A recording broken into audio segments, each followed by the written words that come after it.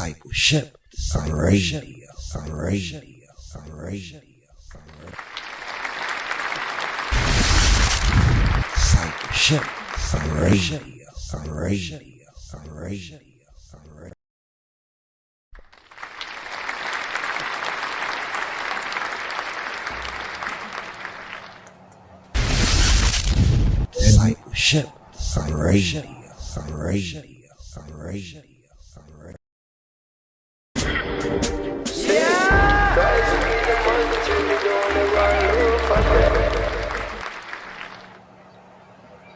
Chag ha-Chanukah, Chag ha-Chanukah, Chanukah Sameach, Chanukah Sameach, Maccabees, here, time and season, Maccabee, fighting holidays. Here, brothers and sisters, we already had day one, here for the second day of the Shavua, here forwarding to day two. Hail up, Ras Sahar. Yes, I, Rasahar, Ahad, Tafar, I, yes, I. Got a reason, brother. Yeah. So here for the Maccabees fighting holiday, here for this Torah reading and feeding right here. We're at the 10th sabbatical study for this Shabbat strong.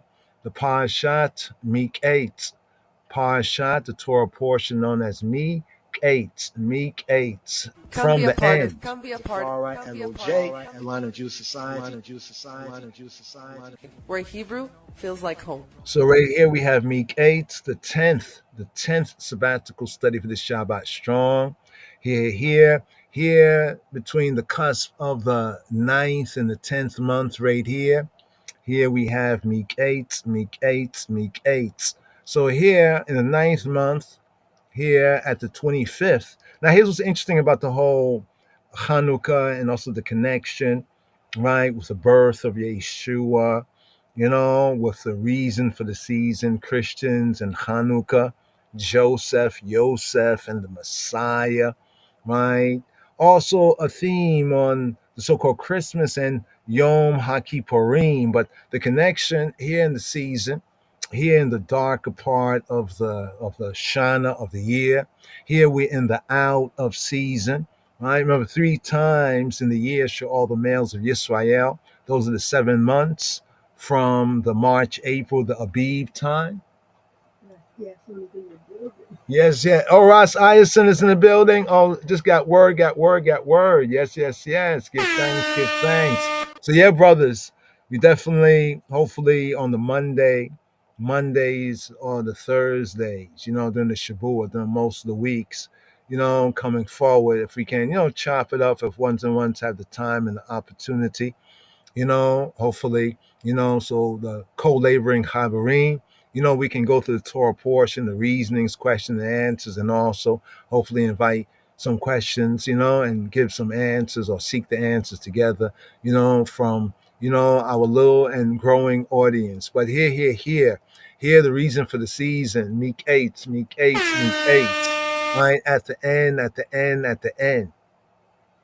Concerning Joseph, and here the Hanukkah time, here concerning Hanukkah, here concerning the Maccabee fighting holiday, right here in the season, reason for the season. So here we are actually at day 1, right? Already has been, and now moving forward here in this Shavua to day 2. Give thanks to co-laboring Chaverim. We have the audibles. Give thanks, for the recordings, the audibles. We're going to be zooming in on the 4th book, right? To the 4th book of Maccabees. So a little bit more about the whole Hanukkah, right? What is Hanukkah, right? Why do we observe Hanukkah, right? Should we observe Hanukkah?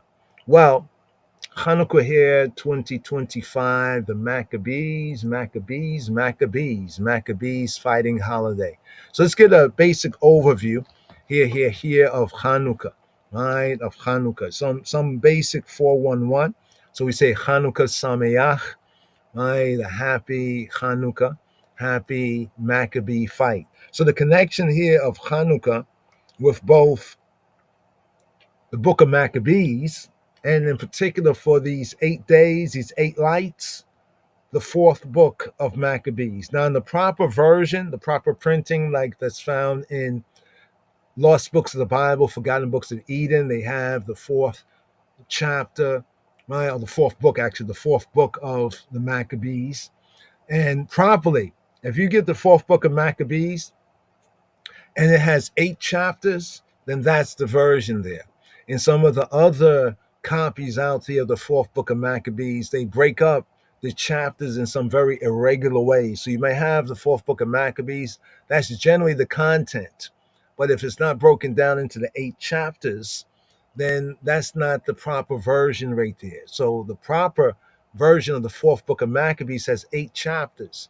And these 8 chapters are perfect for these 8 days fight, the Maccabee fight, fighting for the light, right? Fighting for the light. Or Emet, Zoreach, the true light, light of the true, or Emet, like Emet till, Emet is true. So when we say the true light shineth, or Emet Zoreach.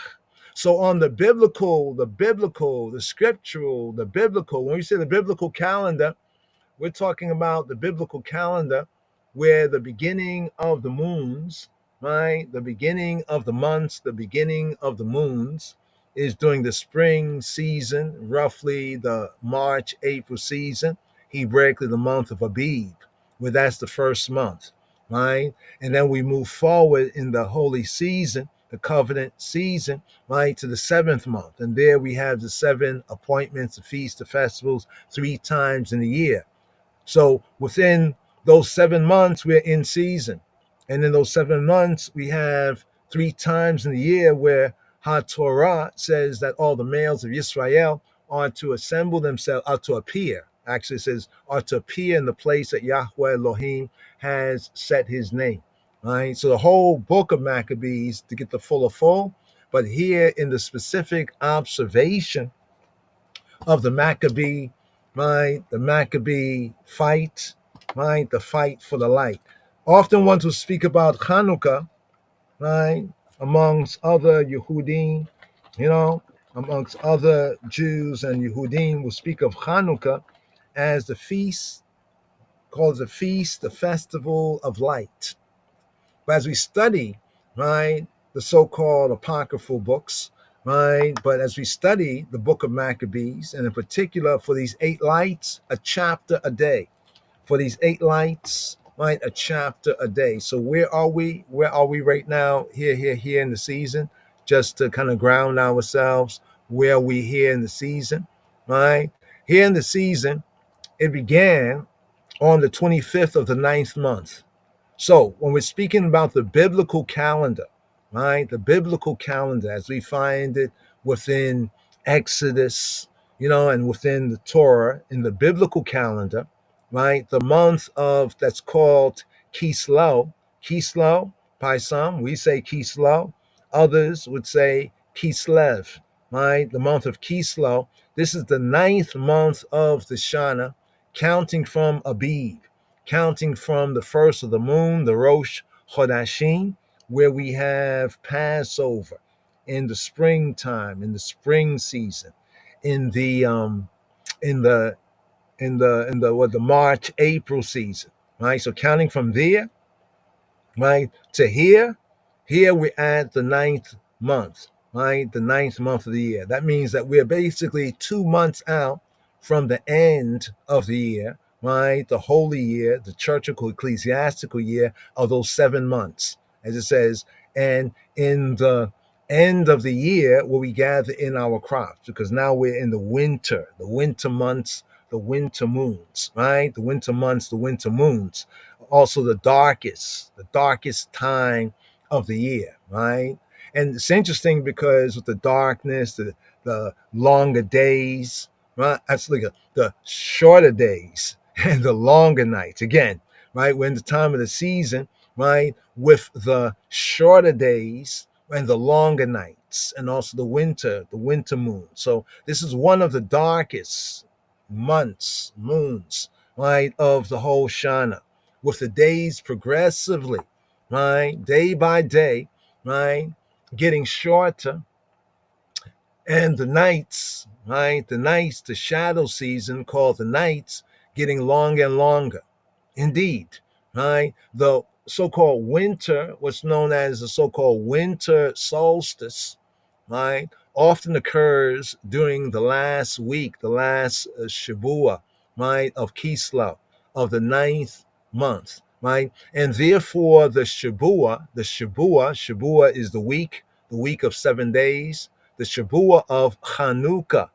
Often it kind of straddles, right, the ninth and the 10th month, known as Kislev and Tevet, right, or Kislev and Tevet, right. Often it contains the longest. In this season right here, we get the longest night of the Shana, longest night of the year. It is no wonder, right, among other things, that the holiday, the celebration that's known as Hanukkah, that's connected with the Maccabee fight, right? The Hanukkah light and the Maccabee fight. Hanukkah light, Maccabee fight. It represents and it presents itself as an appropriate time here in the darker time of the year. So when we have the 7 appointed covenant-keeping feasts and festivals in the 3 times of the year, that's those 7 months. So when we come to the 7th month, the Torah says at the end of the year, when we gather in our crops. Why are we gathering in our crops? Because winter, winter is coming. Now over here, winter is the snow, the rain, so cold it turns to snow, right?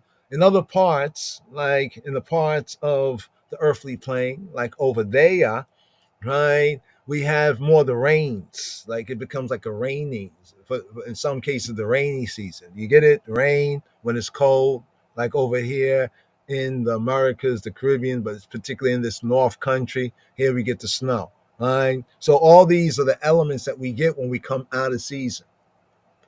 So we gather in our crops at the 7th and final of the covenant-keeping appointments at the end of the year, which is known as Chag HaSukkot, Sukkot, tabernacles, booths. Now remember here in the Torah reading and feeding, we had Yaakov, Abinu, Yaakov, Avinu, our father Yaakov, Avinu, Yaakov, right, the patriarch Jacob. And notice that Jacob first, right, within the narrative of scripture, right, build Sukkot. In other words, we have the incident where he built the booths, the huts. Kind of interesting when we start to look at the Torah reading, right? You know, and it was just a previous Torah reading and feeding, I think one or two before, that he built Sukkot, huts, booths. So there's something interesting about the observation right here in the season. Oh, let me get this page on there. I got to share this page with y'all right here. Just give me one moment, brothers and sisters. So I can show you the Bible, verses, right? So should we observe? Some would ask the question, and it's a good question to ask, right? Should we observe? Some ask the question like this: should Christians observe Hanukkah? Right? Should we, right, as once lost now found Beta Israelites, should we observe Hanukkah? Right? A good question right there. Should we? Right? So let's just study right here to show ourselves approved. Because some would say, well, maybe some communities, right, of Yehudim may have not observed Hanukkah, but we know that Hanukkah affected our people because we were still scattered, right, everywhere, right? But right here, notice the first place we get Sukkot. So Sukkot happens at the 7th month. You see what it says, Genesis 33 and 17, right? Genesis 33 and 17. Where are we right now? Right? Within the Torah reading and feeding, y'all. Where are we right now in the Torah reading and feeding? We are at Genesis chapter 41. So the previous Torah reading and feeding was from chapter 37 to chapter 40. And the previous thither to, right, is what you see right there, where Jacob journeyed to Sukkot and he built him a house and made booths for his cattle. And therefore, the name of the place is called Sukkot. So Sukkot means tabernacles, booths, like for example, for animals, right? But shanties, like little shanties, little huts, because the children of Yisrael, when Yahweh guided them through the Midbar, through the wilderness, they dwelt in huts. So we observe Sukkot to remind us of what our ancestors went through, but also to humble ourselves, right? To humble ourselves, to dwell in these booths, these huts, right? And also to teach, right, the generations, right? To teach the generations. Now, for many of us, especially because of the captivity and the consequence of disobedience, a lot of these traditions, these righteous tribes and traditions, right, were broken and were lost. And now we're seeking to reclaim, right? To reclaim. So the holiday of Hanukkah, right, is connected. The Hanukkah light is connected with the Maccabee fight. So how does the Hanukkah light and the Maccabee fight go together? Well, the book of Maccabees, right? First, second, is also third, but here for these 8 days, right, in our tradition, right, the fourth book of Maccabees, and get a copy of the fourth book of Maccabees, right, that have 8 chapters. Some other translators and publishers, they break down the chapters in some weird ways, right? Therefore, you can't really see the real order. So in the proper printing, so when you go and look for the fourth book, just look this up. Go look up fourth book of Maccabees PDF, right? And sometimes you just have to download the PDF and see what they look like. You know what I'm saying? There's a recommended one we can share, and if we get a time, we'll share that. But now from Jacob journeying here, right? We go about 7, 8. Oh, wow. 8 days of light. So from 33 and 17, right? We go 8 chapters right here to chapter 41. And here we have Hanukkah. Right? Remember, 8 days, 8 chapters. It's just a little something there that's really interesting, So this represents an appropriate time to kindle and to rekindle and to keep the light, the true light of faith, right? Of the emunah, the faith, the rest, and to remember, right, the light of the world, right? To remember the Or Ha-Olam in Ha-Moshiach, Yeshua, in Yeshua HaNotri, in Jesus of Nazareth, Yenazaretu Jesus, in his advent, in his coming, his advent to earth, and the word became flesh and dwelt amongst us. So now the word, what does the word Hanukkah really mean, Chabarim? Right? So let's do this right here. Hanukkah. You want to see Hanukkah? Some people say Hanukkah is not in the Bible. Well, what Bible are you reading? Huh? I mean, which Bible are you reading? Okay, let's do it like this right here. Let's go here. Let's put dedication. Right? Wait. It's a dedicated. Let's hold on for a moment.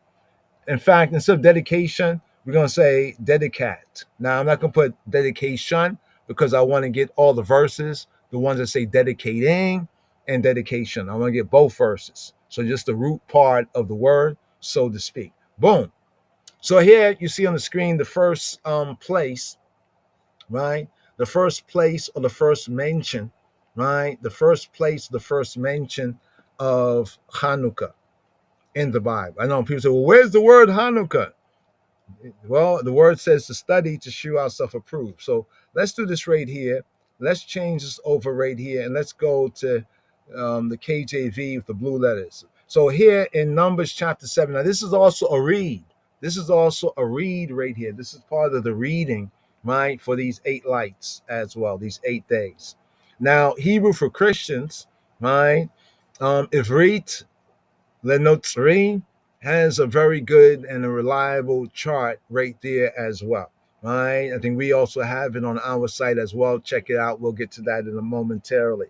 Right. Because the feast just kind of came up right here. Now, this feast, this festival is different in the sense from the covenant appointed appointments. See, in the covenant appointed appointments, right, these we must do, right, to stay in good standing. So it's not as though this we must, you have to, as we do with the 7, especially the males of Israel, right, as we, it says 3 times in a year, shall all the males of Israel, right, appear in the place that Yahweh, right, has set his name. Right, no ifs, no ands, or buts. Now, these other feast festivals like Hanukkah here, right, and also the major ones like Purim, right, that comes up right before, right, it kind of gives a signal that Passover is right around the corner. These are not commanded. They're not like Yahweh's feasts that are commanded, right, for covenant keeping standing. I just want to make that, known. So it's not like a monacity, right? What is a monacity, a must and a necessity, right, are the 7 feasts and festivals, especially for us in Moshiach, right? But understanding their groundation in the Torah, right? In the 3 times in the year. So the season we're in now, these 4 to 5 months, these are the winter moons. So the connection right here of Hanukkah, right? We find right here in Numbers chapter 7.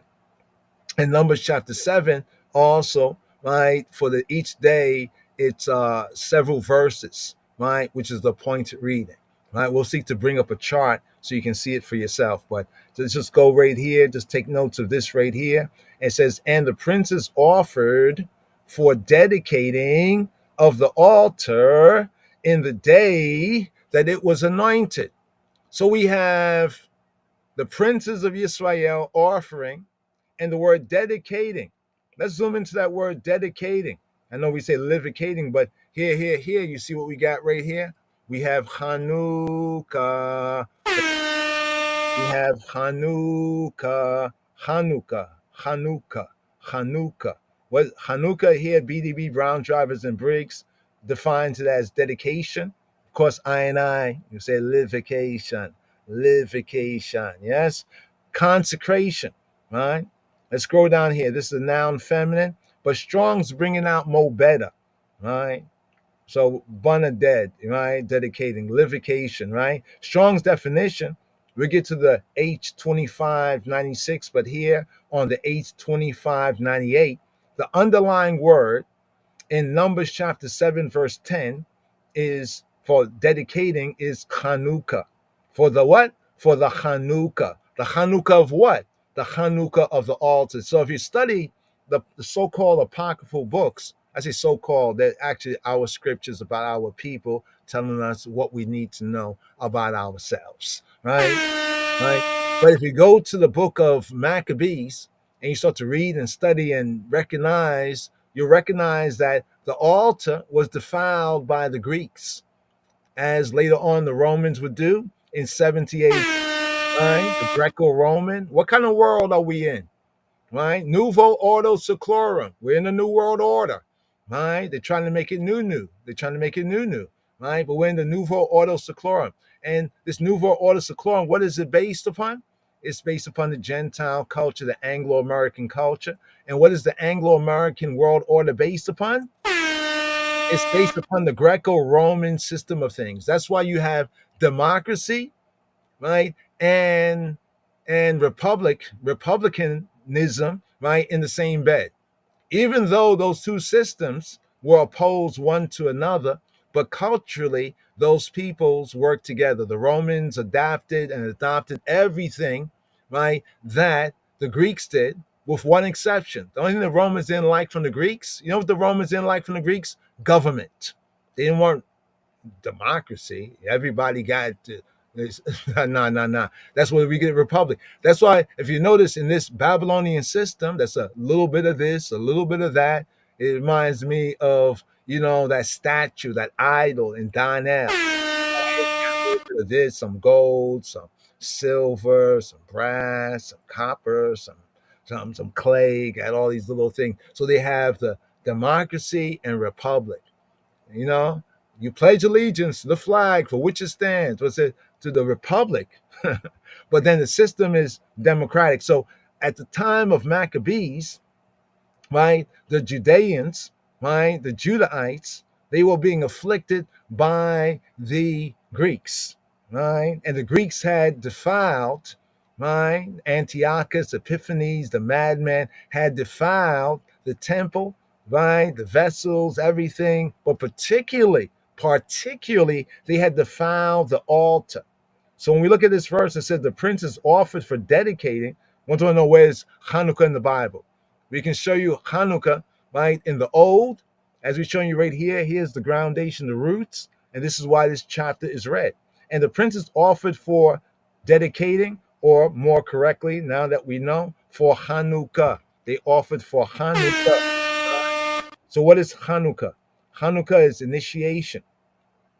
That is consecration, and is translated in the Hebrew portions of the scripture as dedicating and dedication. But what is the roots? The roots, right? What's the roots? Here's some of the Hebrew for Rastafari. I'd like to get that up. Come be a part of. Come be a part of. Well, LOJ, right, and Line of Jews Society. Hanukkah. Where Hebrew feels like home. Right? Dedication, initiation. Now, notice the important link, right, in the early Rastafari movement of Maccabees, the Maccabees, Maccabee Bible, right, that was given to black men. You know, I want the King James Version, give us the Maccabee Bible, right? So here, where's the roots of the word Hanukkah? Hanukkah comes from the word Hanak. Hanak. Sound familiar? What name of what biblical, we can say, patriarch of the first times of Old Testament times name is similar to this? You got it, right? Hanok, right? Right? Hanok, right? Hanok. Toma Enoch, Enoch. So Enoch's name, this is the root of Enoch's name, Hebraically, right? Hanak, Hanok, right? What does Hanok mean?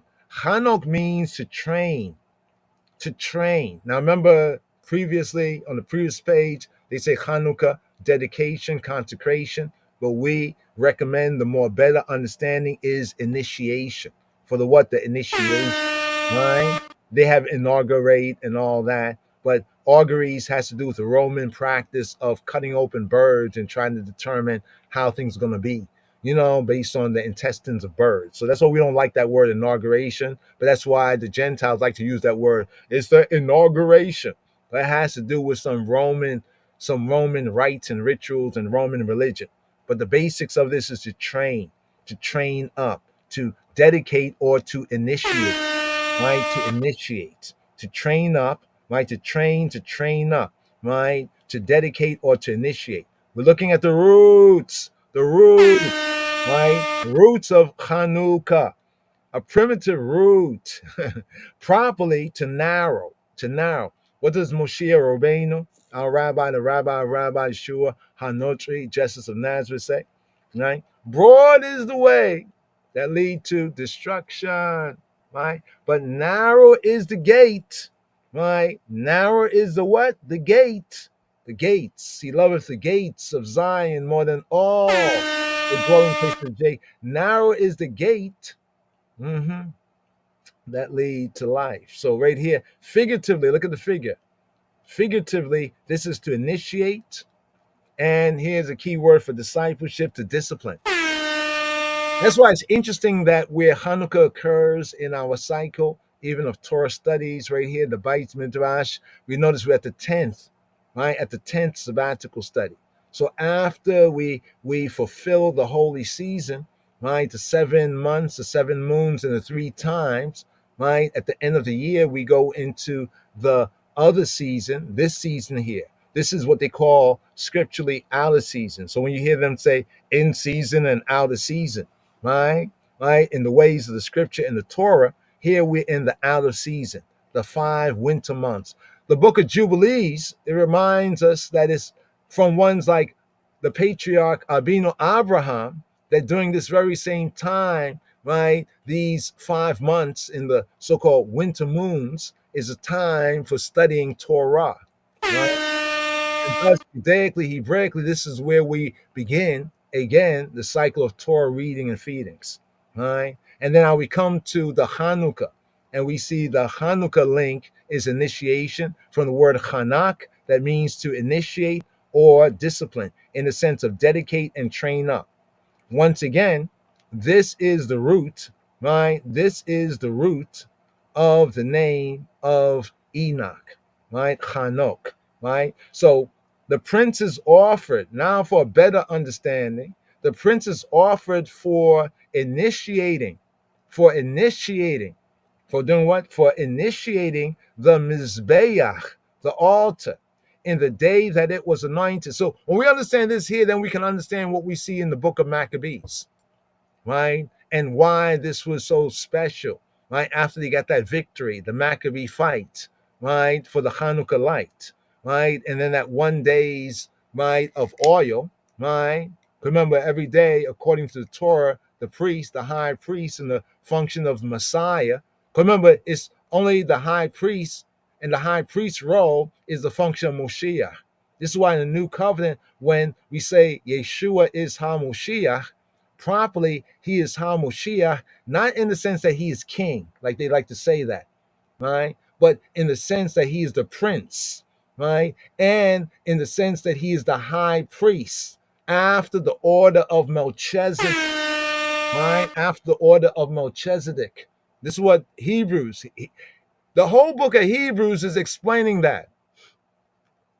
But yet people still say, oh, he's king, he's king, he's king. Didn't they use the whole bogus king claim? They used the king claim to kill him, right? So whose side are you on really, right? The Bible clearly says in Revelation that he is the prince of the kings of the earth. I mean, why didn't you just say that he is the King of Kings? That's his father. He is the Lord of Lords. Yeshua is the Lord of Lords, right? That's why it says that none can really call him Lord except it be by the Spirit. You know what I'm saying? We could bring out those verses, but here, notice how powerful this verse is right here, right? This is the first place here where we have dedicating, and we can point to the Hanukkah, right? The Hanukkah here, right? So the Hanukkah, just for ones coming in, the word dedicating is Hanukkah. So we have Hanukkah in the Old Testament. So what was the Hanukkah in the Old Testament? Well, the communal altar. What's a communal altar? It's called the Mizbeach. Mizbeach, Mizbeach, Mizbeach, Mizbeach, Mizbeach. The Mizbeach is the altar, the communal altar. And for Kol Yisrael, properly, there's only one altar. It's not like we can go over here and we can, do a thing according to Torah, right? There's one place of worship. And that one place of worship during the time of Maccabees was defiled. All right. So after you got the victory, right, they had to bust it down. They had to, they had to, I think, build a new one, right? Because it was just so filthy from what the Gentiles had did. They offered swine, they offered pork, every disgusting thing, right? Because they knew this would be a violation, right, of Yahweh's way, and also a violation to the righteous ones of Israel, and speaking about the Jews and the Judahites, even we the black Jews. So the altar here originally in Numbers chapter 7, right, was dedicated or reinitiated, or was initiated actually for the service, right, of sacrifice, right, the altar, right, in the day. Notice what it says, in the day that it was anointed. Right? Why is the word anointed important? Because another key word right here is mashach. Mashach here is the verb. Mashach. Not really more, and the phonetics is kind of off. It's that they put their drawl in it. It's mashach. Mashach. Mashach. Mashach is the verb that means to smear, to anoint, to spread a liquid, right? To smear, to anoint. You get the idea? So from the word mashach, the verb, comes the noun Mashiach. Mashiach. Messiah, right?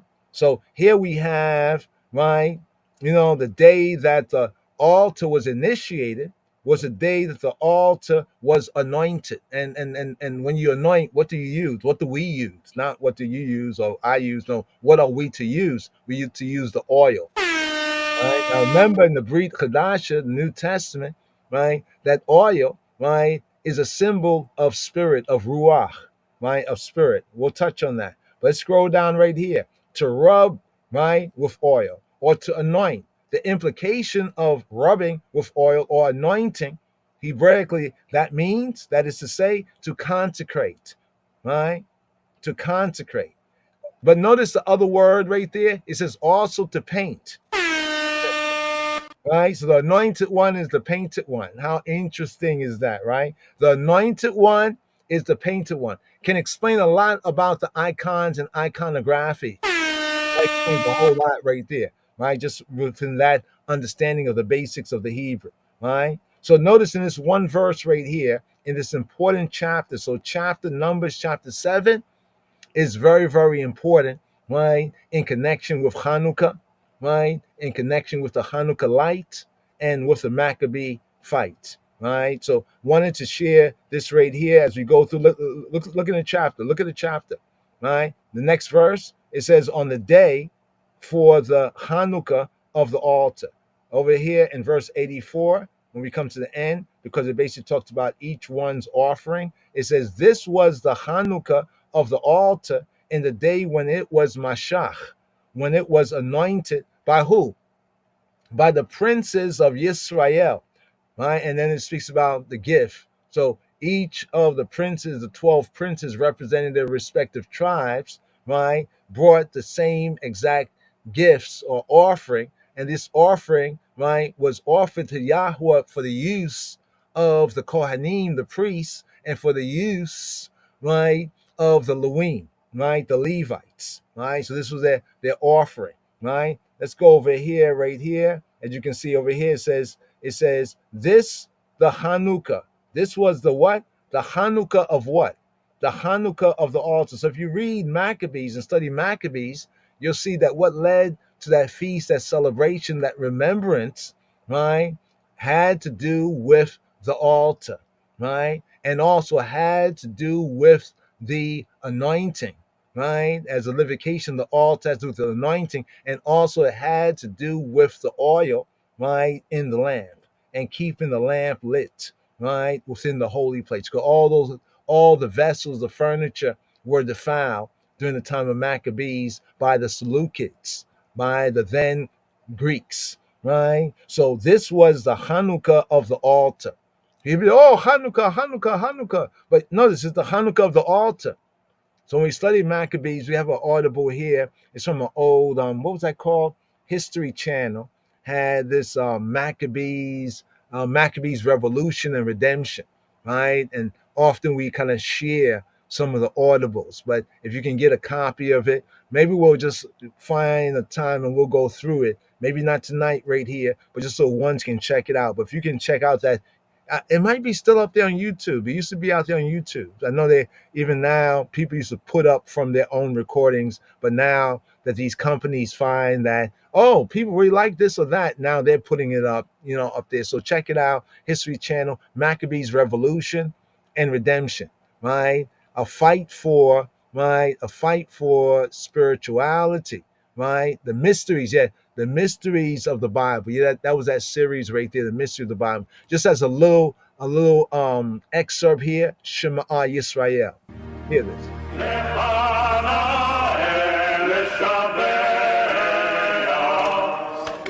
Perhaps the significance of Hanukkah and the Jewish revolt does not lie in a miracle or in a military victory at all, but in something far more profound. The struggle of the Maccabees was perhaps the ultimate battle for religious freedom. Since the time of Judah, the flames kindled in Hanukkah candles around the world each year represent a fight for spirituality. It is a battle that resonates from antiquity until the modern day, not only for the followers of Judaism, but for the faithful of all the world's great religions.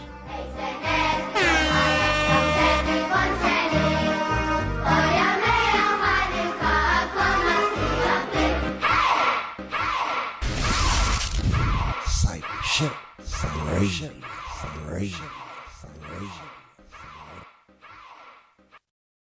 So right there, right there, and right here, just getting to the roots of Hanukkah, right? What is the meaning of the word? What does it mean here? Bring this up right here, Hanukkah. Also, why within our readings, right? Portions, right? Portions. So we break down the reading of chapter 7 of Hanukkah, right? For the 8 days, right? To recall and to bring to mind the first Hanukkah, right? The Hanukkah of the communal mizbeach, the communal altar, right? After it was defiled, by the Gentiles. So word Hanukkah, it means dedication, or we say more correctly, initiation. It's from the root chanak. Chanak, as we showed you, means to train up, to initiate, to discipline, to disciple. And it marks an 8-day, right, winter celebration, celebration, right, recollection and a memory of how Yahweh was with, right, the righteous, right, even of that Maccabee time, then the Maccabee fight. It commemorates, right, the victory, the salvation, the victory of faith over the ways of speculative, worldly, right? The worldly, world flesh and satanic seclorum and the worldly so-called reason, right? And it demonstrates, in simple terms, the power of what is called the divine miracle in the face of mere worldlyism, isms and schisms, humanism, the ways of the nations, although it is customarily observed as a minor holiday. So when we talk about Hanukkah, compared to the 7 times, right? I mean, the seven feasts and the 3 times in the year, right? From the spring, right, to the autumnal, right, from Passover, right, till we get to Sukkot. You see what I'm saying? It's a minor holiday. This is a minor holiday, right? While those is like a monacity, right? This is, as we will, right? It's a minor holiday, but the reason for it, right, brings to mind and helps to rekindle and keep the light of faith to see that even those who went through great tribulations were able to go through great tribulations and in a proverbial sense, right, wash their garments, in the blood of the Lamb. Now, did Yeshua observe this? Right? Yes. Yes. Let's go over here for a moment. Let's go. Let's go over here. Let's go. Look at John 10:22. And it was at Jerusalem. It was at what? Jerusalem, the feast of the dedication. So you see it right there, in the time of Moshiach, right? In the time of Moshiach, we have the feast of Hanukkah. And what does it tell us moreover? It says, and it was winter. Yeah, right there, winter. You see, you know what I'm saying? Can't make this up, right? But if you study it, you'll find that this is what it is. It is what it is. So this is the festival of lights, the Maccabee fight. Hanukkah actually is a fighting holiday.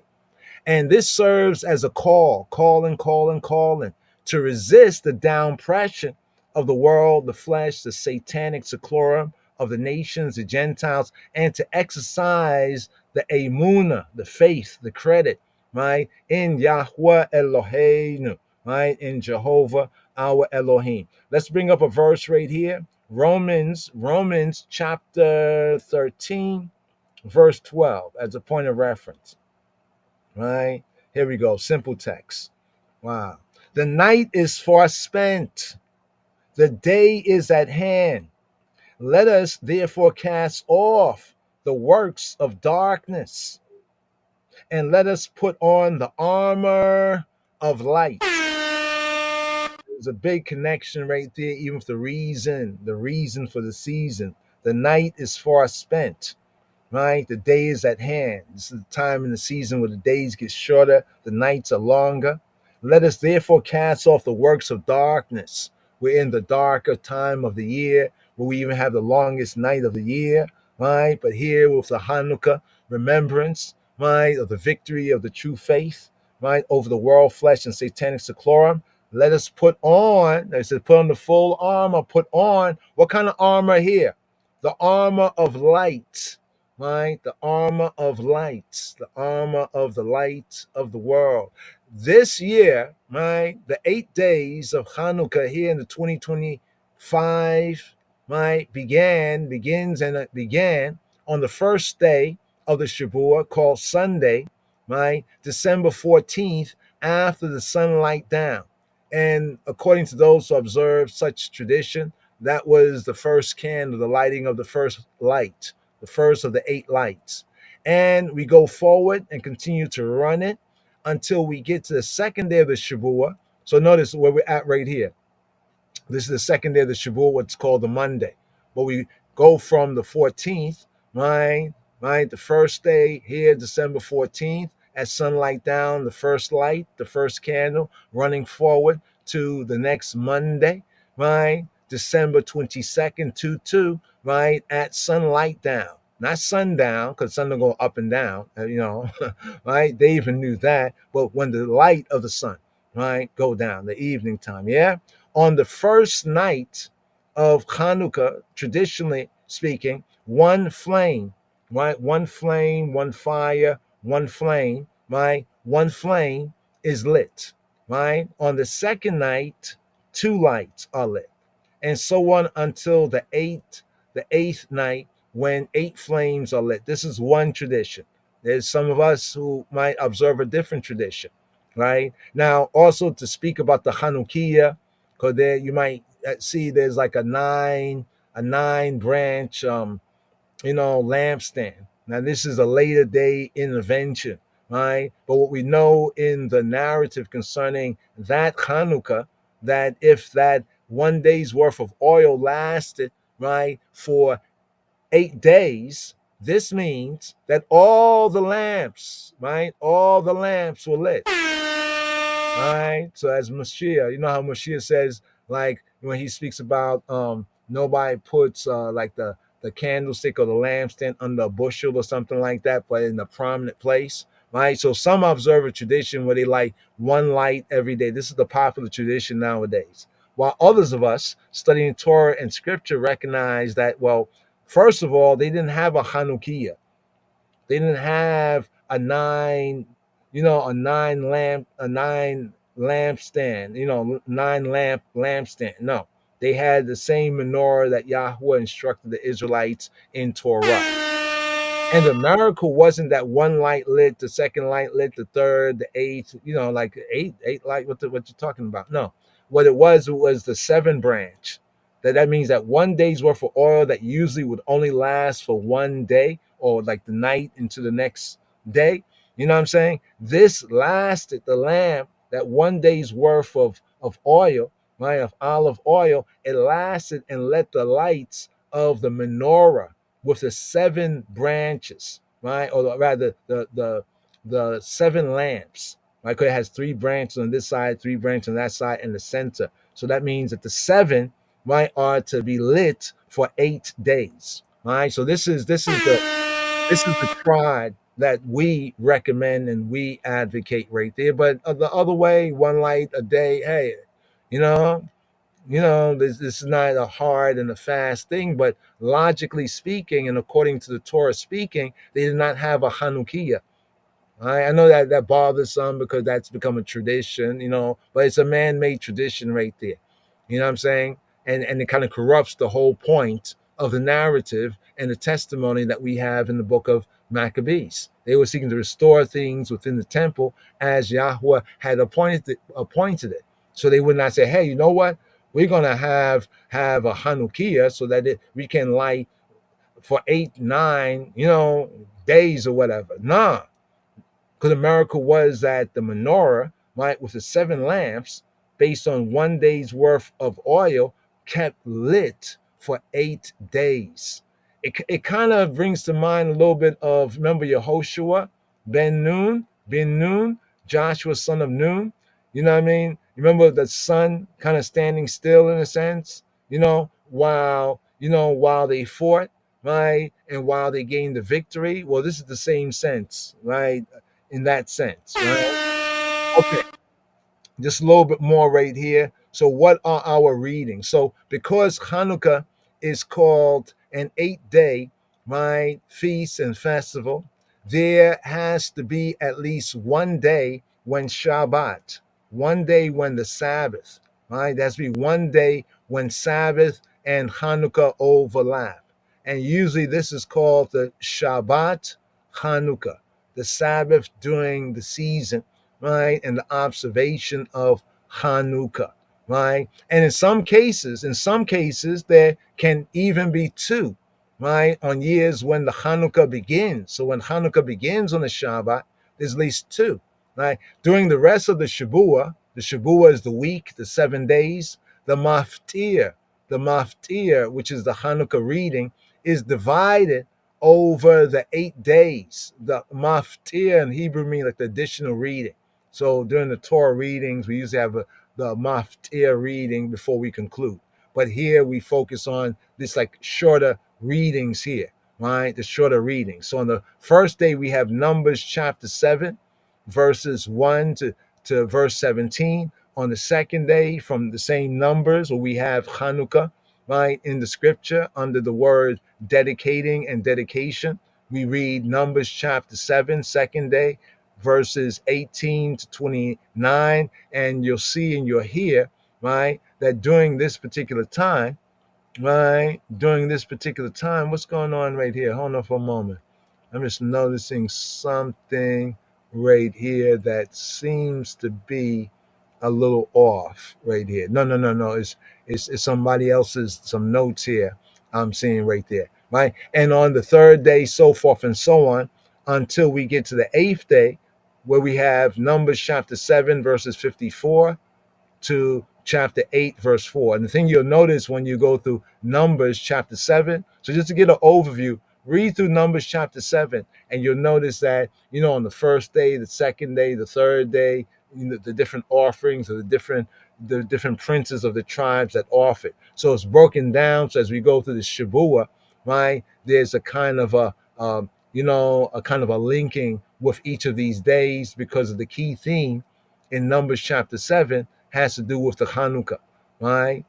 Now, on the Shabbat of Hanukkah, right, we have Zechariah chapter 2, verse 14 to chapter 4, verse 7, right, on the Shabbat of Hanukkah, right? Now, for us, unlike other Yehudi that do not accept Yeshua as HaMoshiach, but for we, right, like the apostles of the first century, right, and faithful Yehudim of every time, we observe the Brit Chadasha, right? So in the Brit Chadasha reading, right, we have John's Gospel, primarily chapter 9, right, focus verses 1 to 7, and John chapter 10, right, focus verses 22 to 39. Now, as we showed you already, right, and what was that? That was John chapter 10, right? Let's just go there once again. This is just to give an overview, since we didn't have a Sunday podcast, just to catch up here. So we're already going into actually the third. We're actually going into the first, the first day, right? The Eve reading. Then we have the second day, and we're going into Tuesday will be the third day reading. But here, let's bring this out here. I want to share this with y'all once again from the New Testament, right? And let me show you this. Let me bring it out. Remember the reading, John chapter 9, right? Verses 1 to 7. John chapter 10, verses 22 to 39. There's some additional readings as well, but we'll touch on it as we go through, right? As we go through right there. And this is often in the eve. So this also is observed in the evening, right? In the evening time. Let's bring this up right here. Bring up the page. I want to show you this right there. There we go, right there. So here, New Testament, John chapter 10, verse 22.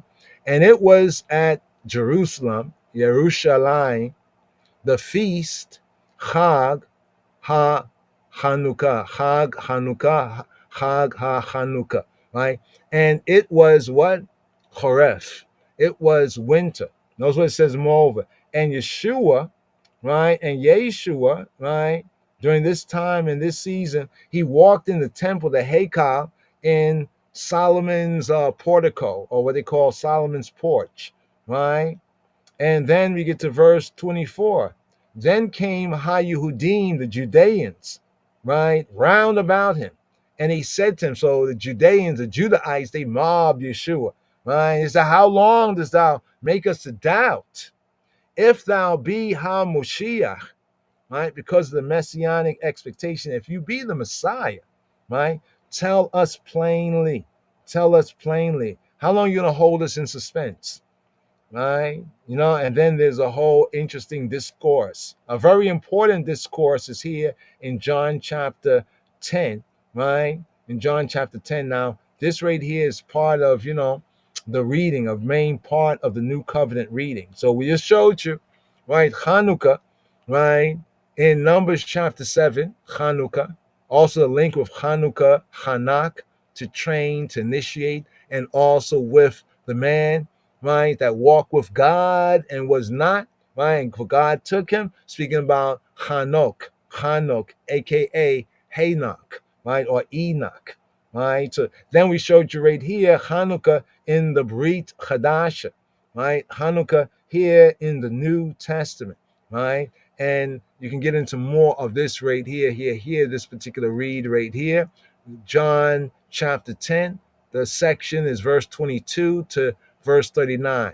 So throughout the season, it's like for each of the days, this is a regular Medi, right? So we're going to hopefully, build on this and reason on it as we have time as we go through it. So this is like an overview, a catch up. This is a catch up and overview. So we have a little bit more this year, just a little more this year before we get into the word right here.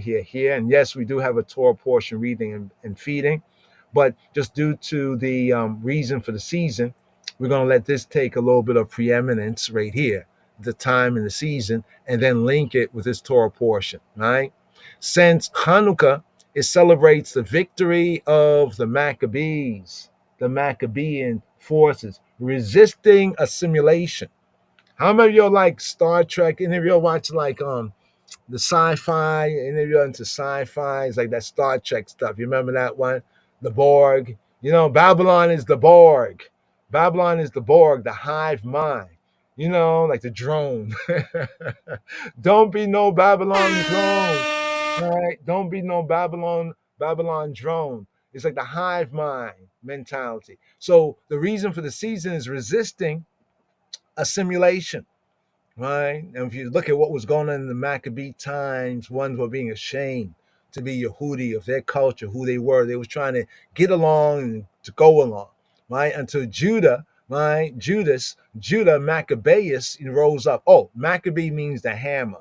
Maccabee is a hammer. Right? Oh man, we gotta get that Bob Marley tune. Hope they let us go with the, when we play these tunes sometimes. They'll make certain little comments, but we still sometimes be able to. There's a tune by Bob Marley. What's it called? I need a hammer. Yeah, it's called a hammer. That's a beautiful tune right there. Check it out for yourself. Bob Marley. There's a tune, the hammer. I need a hammer, a rammer. That's what Makkah means, the hammer. So Hanukkah celebrates the victory, the salvation. Because the word victory and salvation in Hebrew is Yeshua. So it celebrates the Yeshua, the victory, the Yeshua, right? The salvation of the Maccabee forces. So the Hebrew word Yeshua, that religiously is translated as salvation in Hebrew terms, when it has to do with a fight, when it has to do with a battle, and we gain victory, we gain salvation. These are things they just don't teach you, but if you study, you'll find that they're right there, right? Just like we showed you the Hanukkah, right? Being right there, they're there. So for I and I, Rastafari, Maccabees, and also big up, to the called, chosen, and faithful, the golden generations, you could say, of Rastafari, that somehow, right, the Rastafari, right, we said the old timers, the first timers, so to speak, they saw the link, right, between Maccabees, right, and the tribe. And it seemed as though this link, has to be linked up again. So celebrating the victory of the Maccabean forces over the Syrians, over the who? The Syrians, right, and their Greco-Greekisms, right, and the relivification, the Hanukkah, the reinitiation of the Holy Heikal, the Holy Temple in Jerusalem. The additional Hanukkah Torah readings are connected to the Hanukkah, to the initiation, to the dedication, to the discipline, right? In other words, getting back in our use, making it fit for use, because the Greeks, the Syrian, the Greco-Syrian, you know something interesting? In the New Testament, there's a verse that people sometimes, talk about. You remember the woman? Well, you remember the woman that had the demoniac girl? She was like, she had a demon or something like that. You remember that? It says in the scripture that she was a what? Right? She was let's see, Cyril. Here we go, right here. I got it for you. I got it. I got you. Gotcha. Right here. Mark 7:26. Look what it says. This is the woman that had a demoniac that Yeshua and the disciples were egging her, and even Yeshua was egging her. She was talking all this talk, everything, right? And well, you can read the scene here, Mark 7:26. But who is the woman? Now, in the other gospel, it says that the woman was a Canaanite. Uh-oh, uh-oh. The woman was what? She was a Canaanite. Mm. The woman was here in Mark 7:26. It says the woman was a Greek. The woman was who? The woman was a Greek. Right? But notice what it says next. It says a Syro-Phoenician. So you see, when we say the Greeks, and then you get into it, you find that it was Assyrians. But how was it both the Greeks and the Syrians? This tells you. Because notice right here in Mark chapter 7, verse 26, this scene in the first century time, right?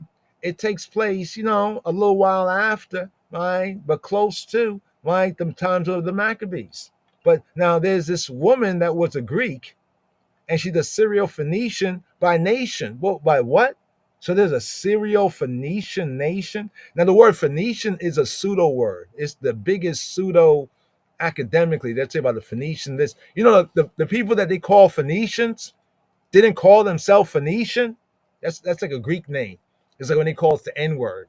Of course, we started to call ourselves the N-word, but you know what I mean? It's them naming of us. It's not our naming of ourselves. Now they do this with historical people. So the Phoenicians were the Canaanites. So this woman that was a Greek was really a Syro-Canaanite. By what? By nation.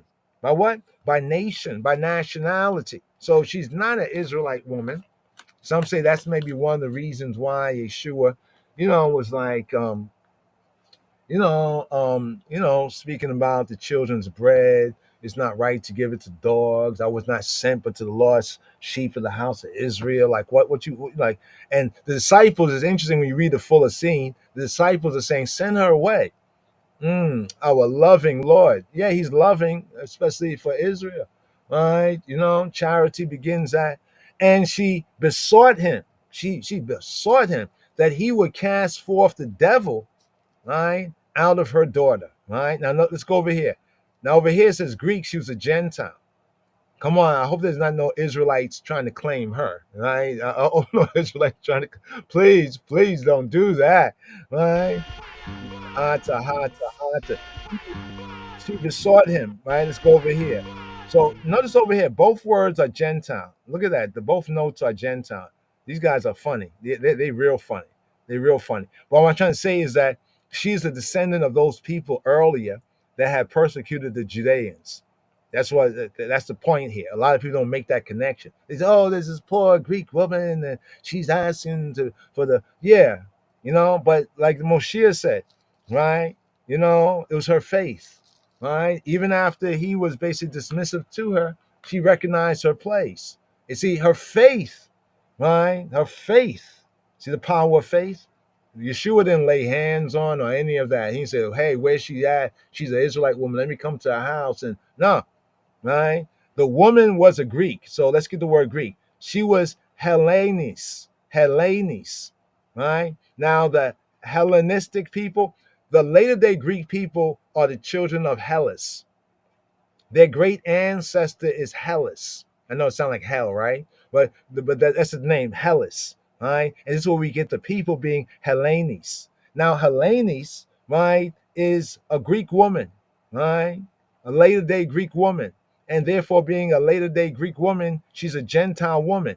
Notice how even the BDB is very, Slika, I was wrong. BDB is Old Testament. Here in the New Testament, how the Thea definition is very clear, not a Jewish.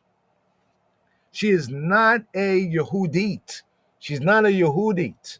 All right, let's make this clear abundantly. Right? Notice here, even Strong's, right? You double down on this. She's Grecian. Right? That is non-Yehudi.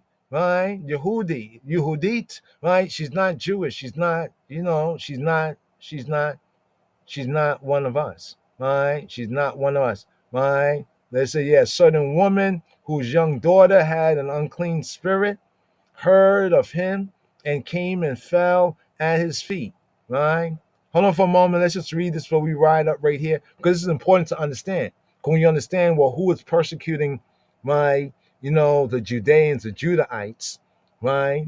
Just a little while before the first century time, it was like her people. Now, right? See how the tables turn, right? For a woman, right, whose daughter had an unclean spirit, heard of him and came and fell at his feet, right? Probably heard of Yeshua and probably thought, oh man, he's like a healer. There's this healer that be healing all sort of people, right? Or healing all sort of Israelites, or Judahites, right? Not that, of course, he has the power, right? But the mission, right? See, Yeshua was not about mission drift. You know what mission drift is? This is our mission, but we're supposed to save this person here, and then we end up getting sidetracked, and we might not even fulfill our main mission. That's mission drift, right? There's no mission drift. Now, we already know the woman was a Greek, a Syro-Phoenician, just like the ones that were persecuting, right, the Judahites, the tribe of Judah in the time of Maccabees, and in the book of Maccabees, right? And she besought, she begged you, right? She sought him that he would cast forth the devil out of her daughter, right? And, it's interesting because Yeshua is basically saying to this woman, that sounds like a you problem. No, for real. That sounds like a you problem. I know people say, no, come on, don't say that, Yadin. You acting like, she's got a devil, demoniac daughter. Like well, let's look what he says. It says, but Yeshua, but Yeshua. It's something like, whenever they have in English like but, like they say, oh, don't give me a but, right? Well, I will do this for you. Uh-oh, here it comes, right? So she besought him that he would cast forth the devil out of her daughter. That's why I said it sounded like a you problem, right? But Yeshua said to her, let the children first be filled, for it is not meet to take the children's bread and to cast it to dogs, right? Now, the woman wanted what? What did she want? She wanted the devil to be cast out of her daughter. One could argue, notice how silly people argue like this. But isn't she a child? She's a child too. We're all children of God. People say, we're all children of God. Well, when Yeshua said, let the children first be filled, notice what it says up here. It says up here in verse 25, a certain woman whose young daughter, wasn't that her child? You see what I'm saying? So some would try to confuse it and say, oh man, he's saying let the children first be filled, right? What does that mean? Isn't her daughter a child, right? But he's going to make it clear. He's going to make it plain. That's why I say Yeshua's response at first is like, that sounds like a you problem. That's why he says, but Yeshua said to her, let the children first be filled. Be what? Be filled. He said, let the children first eat a little something. He said, let the children first be filled, right? Full up. For it is not meet, it's not proper, it is not right. Red letter, to take the children's bread and to cast the dogs. So let me ask you a question. Who are the children and who are the dogs? Let's go on, right? The woman, this Greek woman, this Hellenistic Greek woman, right? Non-Yehudi, she's not a Jew, she's not an Israelite, right? She answered and said to him, Cain, Adoni, Cain, yes, Adoni, yes, my Lord, yes, Lord. She said, yes, Lord. Right? Yet the dogs under the table eat of the children's crumbs. Now, this used to be a hot point years ago, but people are running this point basically, but I'll share it with you. Basically, effectively, he called the woman a bitch. Let's keep it a buck. Come on, the dogs. Now, listen. If Messiah, if Yeshua himself, you're in the same situation, and Yeshua say this to some of yous or some of us, we might be like, well, my daughter's a child, right? But somehow she understands exactly what Yeshua means by the children. Everybody got children. We're all children of God. You see how that reasoning falls flat on his face? According to the scripture, according to red letter, right? And she answered, but she understood. People read it now, they don't understand, but she understood, right? And she said to him, Cain Adoni, Cain Adon, yes, Lord. But she's you got to give it to her. You know, even though she's a Greek, a Syro Phoenician, you got to give it to her, right? She didn't be like, what, you call me a bitch? You know, like, oh, what the hell? What the hell? My daughter's a child. How could you say this? You're supposed to be a doctor, a healer, a physician. No. She says, Cain Adoni. Notice what she called him, Lord. She don't mince about it. And notice, we have Israelites and Judahites that say they believe in Yeshua or Yahweh, but they don't call him Lord. But the Bible says, well, you can only call him Lord by way of the Holy Spirit. You better kindle that light, have oil in your lamp. Yet the dogs, right? Now notice, she understood that the children are the children of Israel. She understood that, right? And the dogs are her and her people.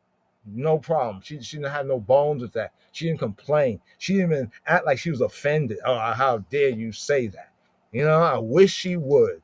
I wish she would have. I wonder how that would read. But what she did say, right, is yes, Lord, right? Cain Adoni, right? Yet the dogs under the table. What?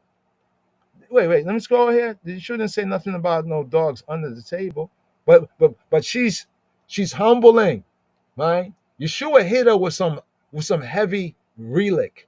Straight up. He told her straight up, you know, he was straightforward, right? And she answers, she acknowledges yes, right? And now she makes an argument, not trying to overturn what he's saying or to critique what he's saying or to get upset with what he's saying, but to make a point within that point and say, yet the dogs under the table eat of the children's crumbs. How very interesting. Like that old saying, very interesting, very interesting. Verse 29, and he said to her, for this saying, look at that. He said, because you said this. Now imagine somebody says that and you say, hey, you know, it's for the children, not for dogs. You want something, it's for dogs. Your daughter, dog. You dog. You know what I mean? It's for the children. We children Israel. How dare you say that? How you call me that?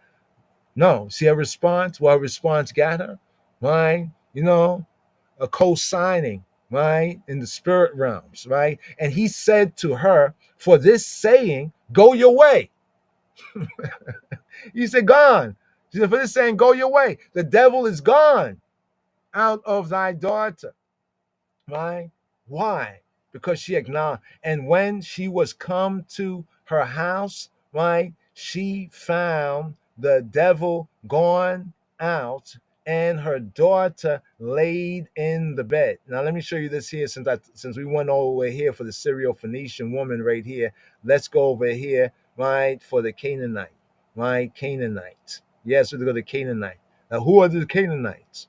Right? Yeah, I like to have a conversation with Ron Dalton, right? And reasoning, see what he says, right? Well, we know what he says, but, you know, reason. Come, let us reason. Let's go over here, right? Let's go over here. Boom, boom, boom, boom. Right? Where are we right here? Right? Right? Canaanite. Let's go over here. Give me one moment. Let's see. Where's the Canaanite? All right, did I already pass over it? What's going on here? Okay, let's see right here. Or was it of Canaan? Okay, let's do this right here. Give me one moment right here. Just gonna figure this. Let's see. Let's see. Let's go over here. Let's go this way. Let's go this way. Devil. What is it? Devil daughter. Let's go devil daughter. Right? Devil daughter. It'll correct me. There we go. Devil daughter. Okay. Oh, that's those Mark. Right? Oh, look. I don't know. Okay, it was Canaan. Yeah. Okay. There we go. I thought I typed that in there. Mark in the Matthew 15:22. So here's a companion witness of the same incident. And behold, a woman of Canaan. You see that right there? A woman of Canaan. Oh, wow, devil daughter linked them both. These both narratives, Matthew and Mark. And the woman was a Greek. The woman of Canaan. The woman was a Greek. The woman of Canaan. The woman was a Greek, a Syro-Phoenician by nation. A woman of Canaan came out of the same coast and cried to him, saying, have mercy on me, Adonai, ben Dawid, son of David. My daughter is grievously vexed with a devil. Now here's Matthew's testimony. Remember the disciples, let's go on. But he answered her not a word. And his disciples came and besought him, saying, send her away, for she crieth after us. She needs help, right? Why is he saying this? Why are they acting that way? But he answered, there's that but again, right? But he answered and said, on the other hand, he said, I am not sent but to the lost sheep of the house of Israel, to the lost sheep of the Beit Israel, the lost sheep of the Beta Israel. And she came, right? And then came she and worshiped him. She basically fell down. She fell down flat. What is worship in the New Testament? I want to show you something. I want to show you this right here. Remember the part about dog? Remember the whole thing about dog, right? What he said about the dog, right? The word in the Greek is proskuneo. Proskuneo, right? What is proskuneo? Proskuneo is to kiss the hand, right, to one in token of reverence, right? Among the Orientals, those of the Orient of the East, especially the Persians and other nations of the East, East Africa to Arabia to the Far East, to fall upon the knees and touch the ground. This is worship. To fall upon the knees and touch the ground with the forehead as an expression of profound reverence. So you hear modern so-called Christians talk about, we're going to have a praise and worship service. Do you ever really see them worship? What's worship? Worship is to fall upon the knees and touch the ground with the forehead as an expression of profound reverence. In the New Testament, by kneeling or prostration, to do homage to one or to make obeisance, whether in order to express respect or to make supplication, right? This is use of homage shown to men and beings of superior rank. Now notice to who, Hebraically, to who would the Hebrews, the Jews, and the Beta Israel, will we do this? Because some of you say, worship nobody but God. Are you sure? Are you sure this is what the scripture says? Well, of course, God first and foremost, but only. So God put that authority on him, right? And you disrespect him, right? You disrespect God, right? That's how it goes, right? To the Jewish high priest, in other words, to the Kohen Gadol. Now, notice one thing. Yeshua, according to Hebrews, he is the high priest, right, of our salvation. He's the Messiah in terms like Aaron was. That's why all of Hebrews, it compares Aaron's priesthood to a greater priesthood, right? That's in the same general pattern, but of better promises, better results. To God, notice that, to God, to Christ, to Messiah, right? Messiah, the high priest, and Messiah, the king. Often two different individuals, right? And to heavenly beings. To what? To heavenly beings and, some to demons. Well, don't do that, right? But here, the real root of proskuneo, it means to kiss like a dog. That's the part I want to bring out. So the dogs on the table, all the dogs eat the crumb. Dogs, to give the bread to dogs. And she said the dog on the table. So here in Matthew's narrative, when Yeshua said what he said, right, about that he wasn't sent but to the lost sheep of the Beit Israel, the Beta Israel, to say house of Israel, right? Notice what she then came, and she worshiped proskuneo, right, like a dog licking his master's hand. She humbled herself, right? But this right here is the very word for prostrate, and this right here is the very word for worship, right? So don't let them fool you. Or we're gonna have a praise and worship ceremony. So none of y'all humble yourselves, really, really. That's what you're gonna do when the Lord comes. You're gonna every knee shall bow, but you're not even bowing and worshiping. Anyway, she said, Lord Adoni, help me. Lord, help me, Adoni, help me. Right? But he answered and said, it is not meet, this connects with Mark's narrative, it is not proper to take the children's bread and to cast it to dogs. Although, like, you know how a dog will humble himself to his master, though she basically humbled herself to him and called him Adoni, called him Lord, Lord, right? Yeshua is still kind of saying that's a you problem, right? Verse 27, and she said truth. Cain, Adoni. She said, yes, Lord. She said, truth, Lord. Yet the dogs eat of the crumbs that fall from their master's table. Now notice in this witness, so Matthew and Mark are bearing witness. There's some slight change, but this is what makes it more real. Because if we all witness something, we're someplace and something happens, and then they're asking us what happened. If we all give the same story, it's like collusion, right? In court and in right law, whenever a bunch of witnesses give the exact same story, right? It's all conspired, it's colluded, it's a false witness, and it's not to be a false witness, right? Like if you're saying, well, I saw such and such, I'll be like, I didn't see that. What I saw was such and such. Now, putting it all together, you get the big picture. Right? You get the full picture. You should get the full picture. So here she said that yet the dogs eat the crumbs that fall from the master's table. Notice she kept saying, Lord, Lord, right? And she bowed down. She humbled herself. She worshiped. She put her head on the ground, right? Then Yeshua, then Yeshua, then Yeshua, then. You see that? Then, right?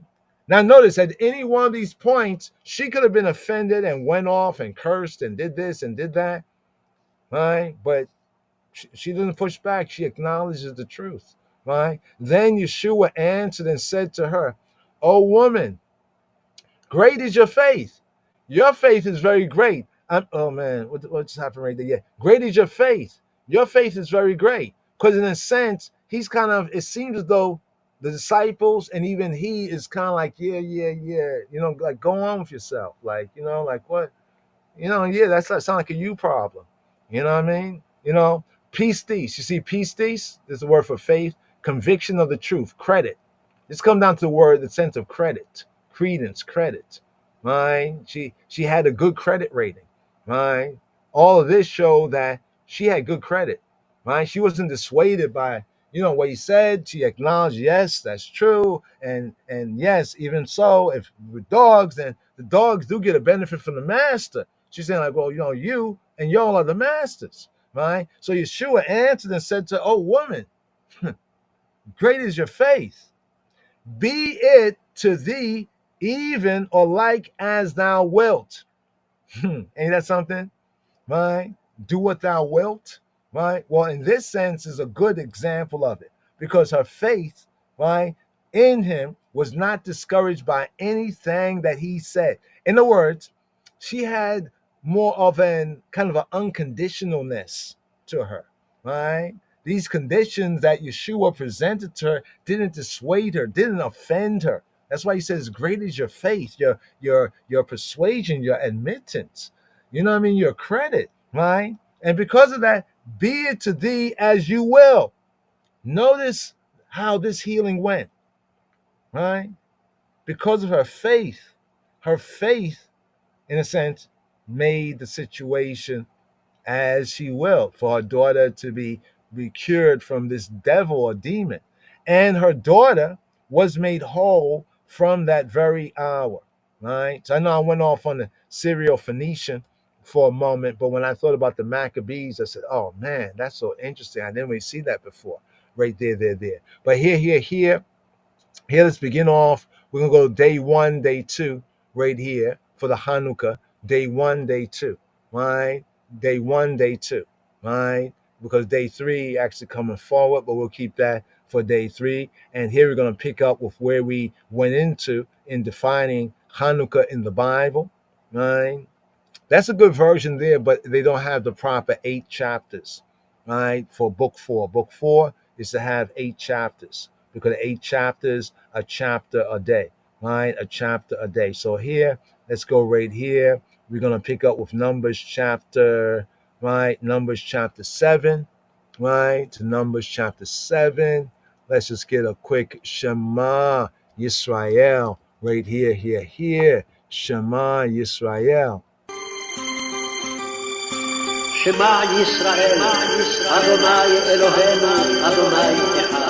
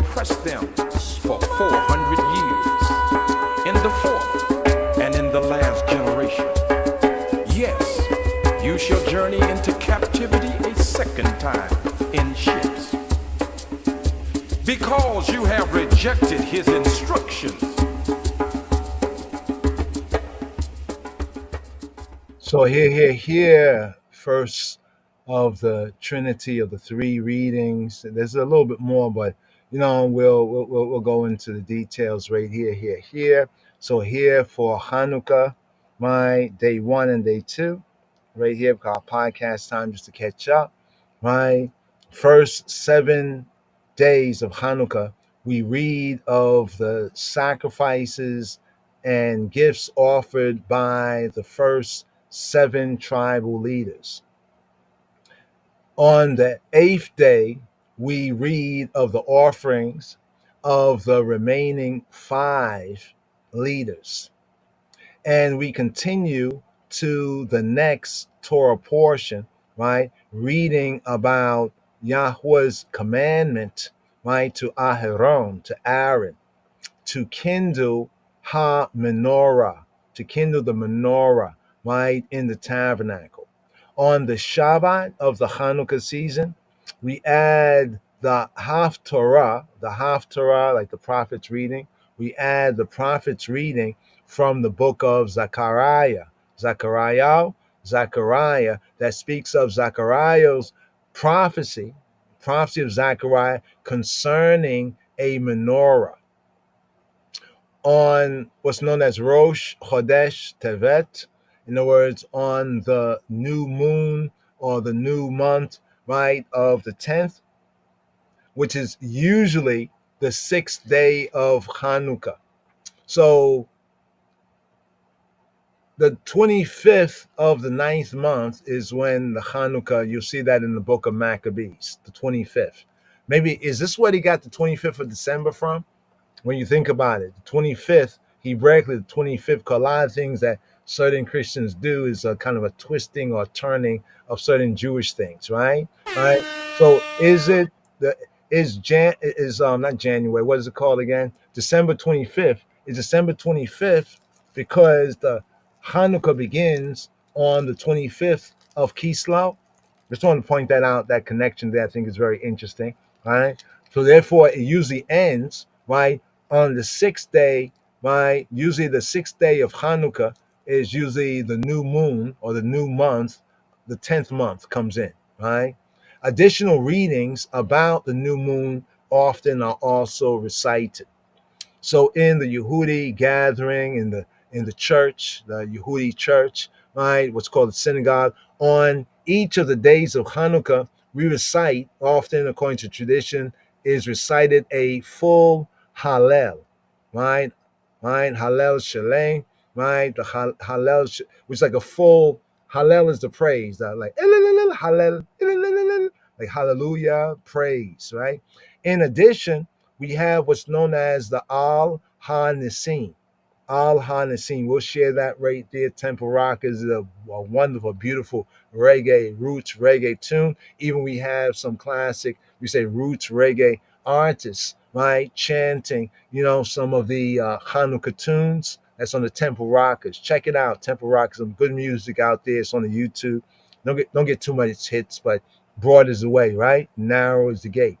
So Al HaNisim is included as part of what's known as the Hoda'ah. What is the Hoda'ah? Hoda'ah. The Hoda'ah Baraka is like the thanks blessing of the Amida, the standing prayer. And also the Berakat HaMazon, which is a traditional baraka or blessing recited often after the eating a meal. So there are some blessings, right, that are before, and there are some that are after. We'll get into what's the difference there.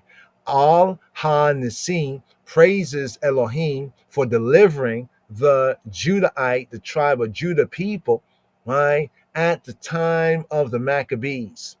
Collectively, these praises and blessings and Ises all together are called the Yemei Hallel Wehoda'ah.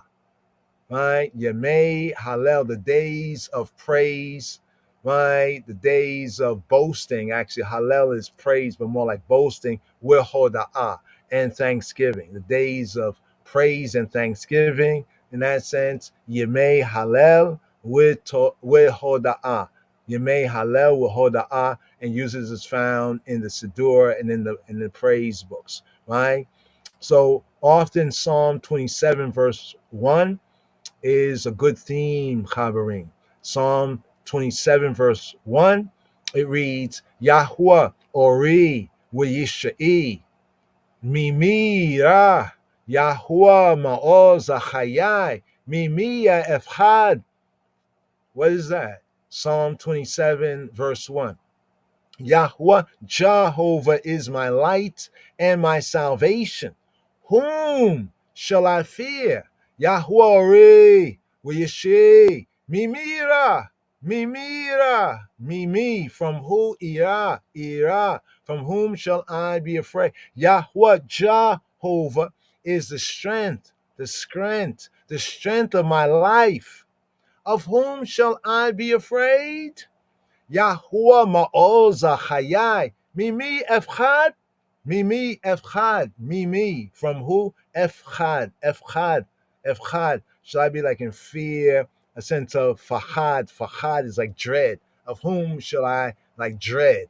In other words, the full. Psalm 27, verse 1. Yahuwah Ori V'yishai. He who be is Ori. Ori is my light, where Yishai, and my salvation. Me from me. Me, Ira, from whom will I fear? Yahuwah Ma'oz, Chayai. Yahweh is a stronghold. Ma'oz, Chayai, of my life, of my lives, of my life. Mimi Efchad. Of whom shall I dread? Right? Dread, and it should be dread. But right here, let's get to the word well read. So here we have, basically for the first and second days, we have Numbers chapter 7, verses 1, right, to verse 17, right? Then we're going to go to the first day reading, right? The first day reading from the fourth book of Maccabees, right? And then to the Brit Chadash, the New Covenant reading, John chapter 9, verses 1 to 7, and John chapter 10, right, where we have the feast of Hanukkah in the New Covenant and what Yeshua in his observance and what was said right there, John chapter 10, right, verses 22 to 39. So without further ado, right, and then we'll go to the second day as well, right? But here. First things first, right?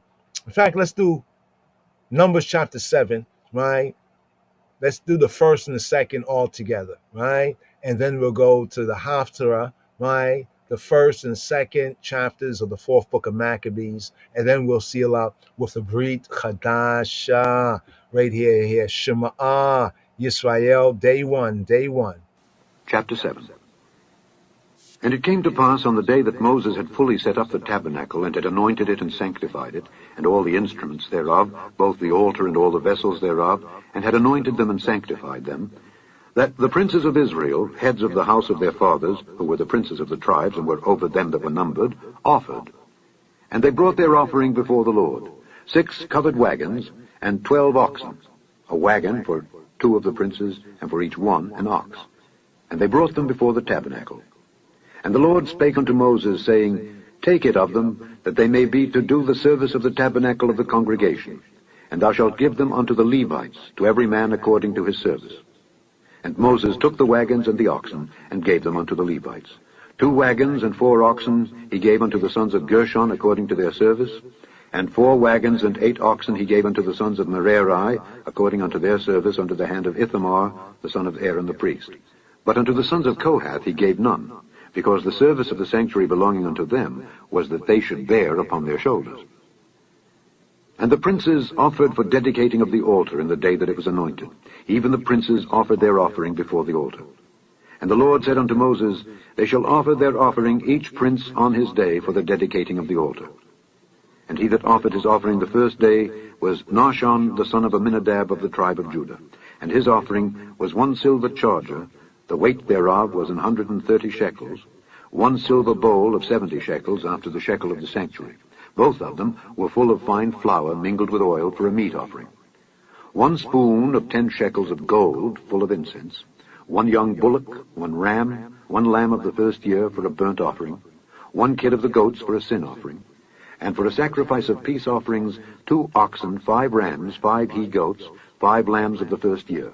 This was the offering of Nahshon the son of Amminadab, the son of Amminadab, the son of Amminadab, the son of Amminadab, the son of Amminadab, the son of Amminadab, the son of Amminadab, the son of Amminadab, the son of Amminadab. So here, day one reading. And in the Hebrew, we have verse 10, right? Dedicating of the altar, right? And verse 11, the dedicating, that's the Hanukkah right there. And then here, picking up where it says the second day, you see the second day. Here for the second day. Yeah, on a certain level, brothers and sisters, even, when we say the 25th, Hebraically the 25th of the 9th month. And then they come off the Christmas thing, the 25th. You can see where they're kind of doing a spin-off in some weird way, right? And so what's really interesting is that when we hear the offerings, and as it names it, we say on the first day of so-called, my true love gave to me. But here, let's go to the second day. Shema Yisrael. Hear this. On the second day, Nethaneel the son of Zuar, prince of Issachar, did offer. He offered for his offering 1 silver charger, the weight whereof was 130 shekels, 1 silver bowl of 70 shekels after the shekel of the sanctuary, both of them full of fine flour mingled with oil for a meat offering. 1 spoon of gold of 10 shekels full of incense.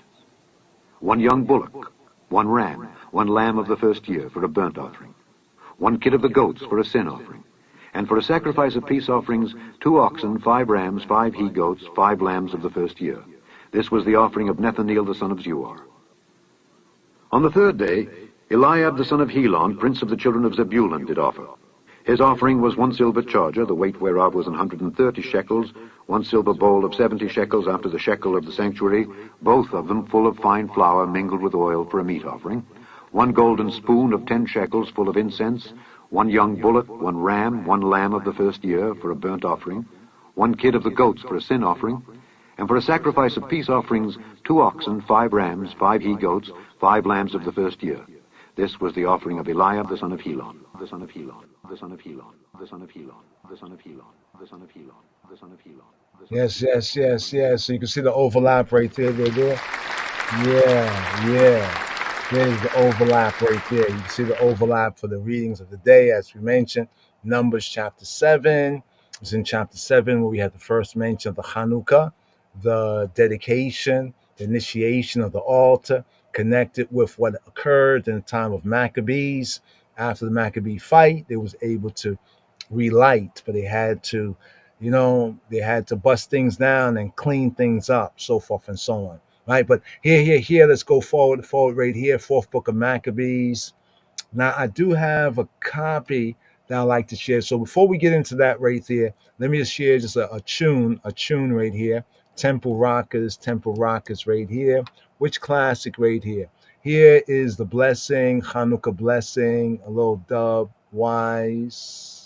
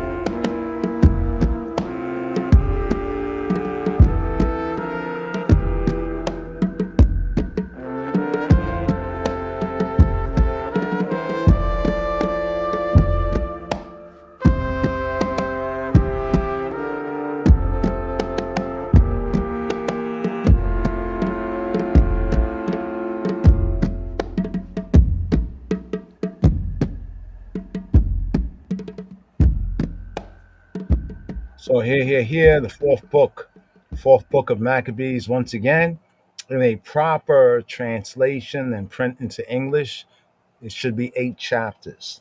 There are other publishers and printers that divide it up in a funny, strange way. They break down these 8 chapters into a bunch of other little chapters and throw off the whole rhyme and rhythm. But in the original, we have the fourth book of Maccabees, 8 chapters, and we practice in our tried and tradition a chapter a day, right? A chapter a day. So right here, where is the fourth book of Maccabees? I think this is the intro right here to dub the miracle.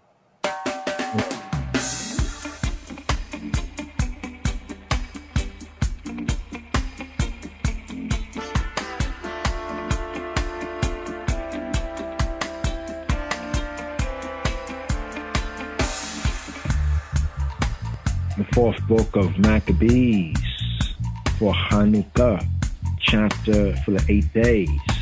This book is like a fearful peal of thunder echoing out of the dim horrors of ancient tyranny. It is a chapter based on persecution by Antiochus, on false prosecution and persecution by Antiochus, the tyrant of Syria, whom some call Epiphanes, the madman. Roman history of the first century records 2 such tyrants. The other, Caligula, the second brilliant madman. The form of this writing is that of an oration. So carefully timed are the risings and fallings of the speech. So devastating are its arguments. So unfaltering is its logic. So deep its thrust, so cool its reasoning, that it takes its place as a sample of the sheerest eloquence. The keynote is courage. The writer begins with an impassioned statement of the philosophy of inspired reason, of the philosophy, the love of Sophia, of Chokmah, of wisdom, of inspired reason. We like to think of this 20th century past as the age of reason and contrast it with the age of myths. Yet, a writing such as this is a challenge to such an assumption.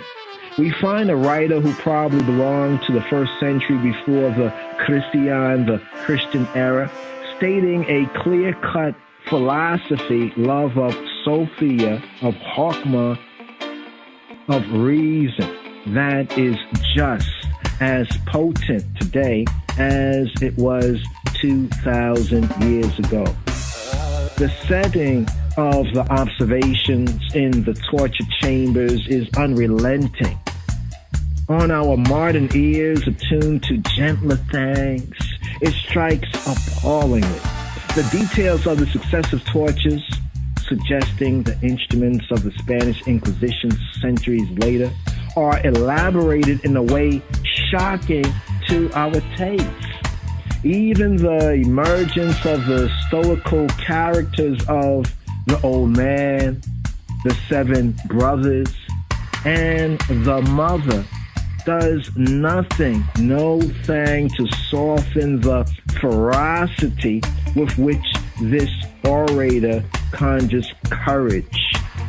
The ancient fathers of the Christian church carefully preserved this book. We have it from a Syrian translation as a work of high moral value and teaching, and it was undoubtedly familiar to many of the early Christian martyrs who were aroused to the pitch of martyrdom by reading it. Yes. So note, martyrdom means one who bears witness. Can I get a witness? yeah, so martyrdom is a word that's really misunderstood. So you want to be a martyr? A martyr was a witness. But these witnesses, the truth was so powerful that people sought to kill them for what they witnessed, just telling the truth. Right? That's the martyr. Martyros in the Greek, it means a witness, to bear witness. So, we have this idea, somebody want to be a martyr, so forth and so on. So think about it. If a martyr is a witness, somebody want to be a martyr, so you're going to discourage people from being a martyr, from being a witness. So we have to think about what has happened to the true witness because of this. But here, Maccabees, here's the 4th book. Now this version that I have on the screen right here, Chaverim, this particular version here, it's a PDF that's out there. I'll find the link and share it on the WhatsApp in case ones want to download it. It's a really good one. We basically read through, right? Let's clear the screen right here. We read through this part right here, right? Read through this part right here, right? And now we'll get to chapter 1 and go up and down the chapter. Let's go right here. Let's see right here. Let's try to make it large.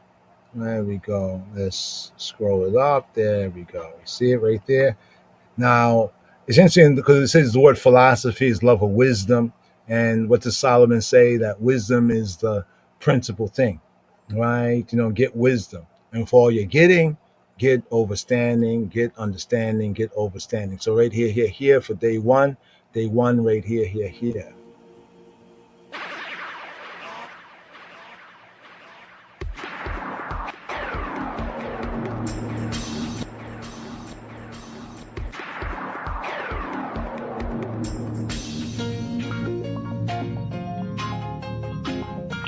The 4th book of Maccabees, chapter 1.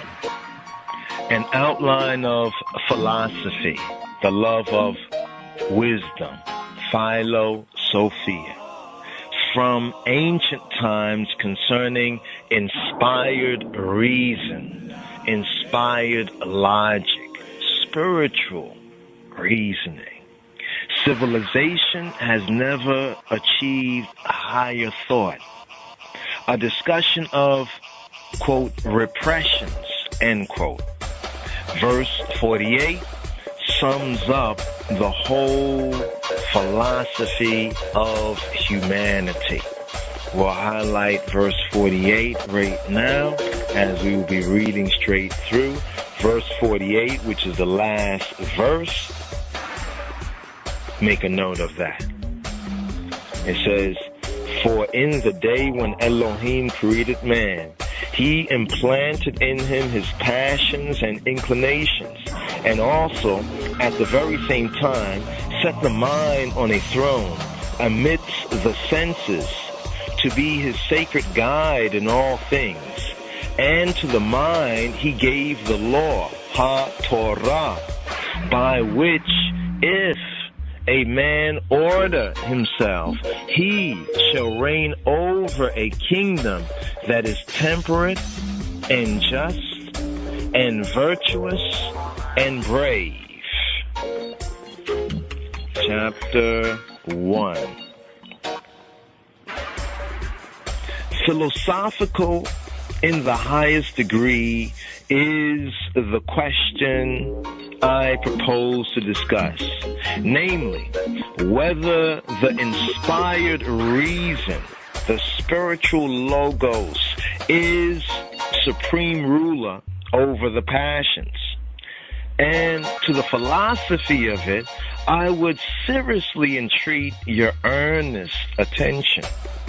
For not only is the subject generally necessary as a branch of knowledge, but it includes the praise of the greatest of virtues, whereby I mean self-control. That is to say, if reason is proved to control the passions adverse to temperance, gluttony, and lust, it is also clearly shown to be Lord, Adonai, over the passions like malevolence opposed to justice, and over those opposed to manliness, namely rage and pain and fear. But some may ask, if the reason is master of the passions, why does it not control forgetfulness and ignorance? Their object being to cast ridicule. The answer is that reason is not master over defects inherent in the mind itself, but over the passions or moral defects that are adverse to justice and manliness and temperance and judgment. And its action in their case is not to extirpate the passions, but to enable us to resist them successfully. I could bring before you many examples drawn from various sources where reason has proved itself master over the passions. But the best instance by far that I can give is the noble conduct of those who died for the sake of virtue. Eleazar and the 7 brethren and the mother. For these all by their contempt of pains, yea, even to death, prove that reason rises superior to the passions. I might enlarge here in praise of their virtues, they, the men with the mother, dying on this day we celebrate for the love of moral beauty and goodness, but rather would I felicitate them on the honors they have attained. For the admiration felt for their courage and endurance, not only by the world at large, but by their very executioners, made them the authors of the downfall of the tyranny under which our nation lay. They, defeating the tyrant by their endurance, so that through them was their country purified. But I shall presently take opportunity to discuss this, after we have begun with the general theory as I am in the habit of doing, and I will then proceed to their story, giving glory to the all-wise God, giving glory to the all-wise Elohim, Baruch Hashem. Our inquiry, then, is whether the reason is supreme master over the passions. But we must define just what the reason is, and what passion is, and how many forms of passion there are, and whether the reason is supreme over all of them. Reason I take to be the mind, preferring with clear deliberation the life of wisdom, the life of Sophia. Sophia, wisdom, Chokmah, I take to be the knowledge of things, divine and human, and of their causes. This I take to be the culture acquired under the law, acquired under Ha-Torah, through which we learn with due reverence the things of Elohim, and for our worldly profit the things of man. Now, wisdom is manifested under the forms of judgment and justice, and courage and temperance. But judgment or self-control is the one that dominates them all, for through it, in truth, reason asserts its authority over the passions. But of the passions there are two comprehensive sources, namely pleasure and pain. And either belongs essentially also to the soul as well as to the body. And with respect both to pleasure and pain, there are many cases where the passions have certain sequences. Thus, while desire goes before pleasure, satisfaction follows after. And while fear goes before pain, after pain comes sorrow.